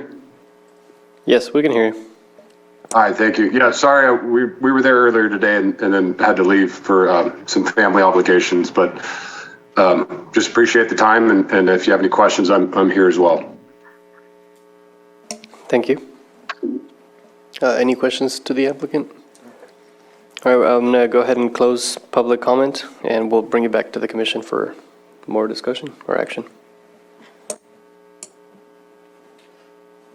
I move that the Planning Commission find the potential impacts associated with this project can be mitigated to less than significant through the implementation of the Mitigated Negative Declaration IS 2133 for the property located at 21242, 21516, 21576, 21586 Morgan Valley Road, Lower Lake, and further described, I will not have a significant impact on the environment, and that the Planning Commission adopt initial study 2133 based on the findings listed in the staff report dated today.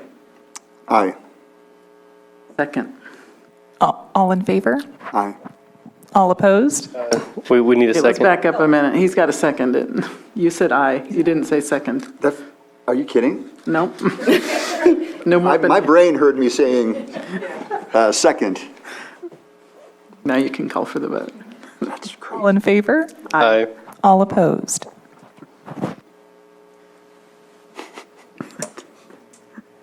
Getting a little punchy here.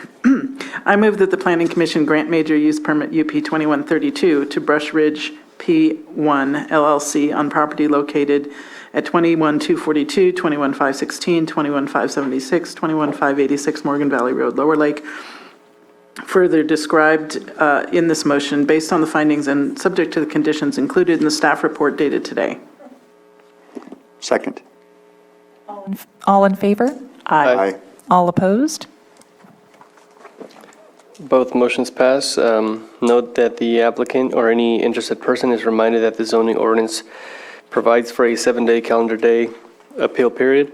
If there is a disagreement with the Planning Commission, an appeal to the Board of Supervisors may be filed. The appropriate forms and applicable fee must be submitted prior to 5 p.m. on or before the 7th day following the Planning Commission's decision on this matter.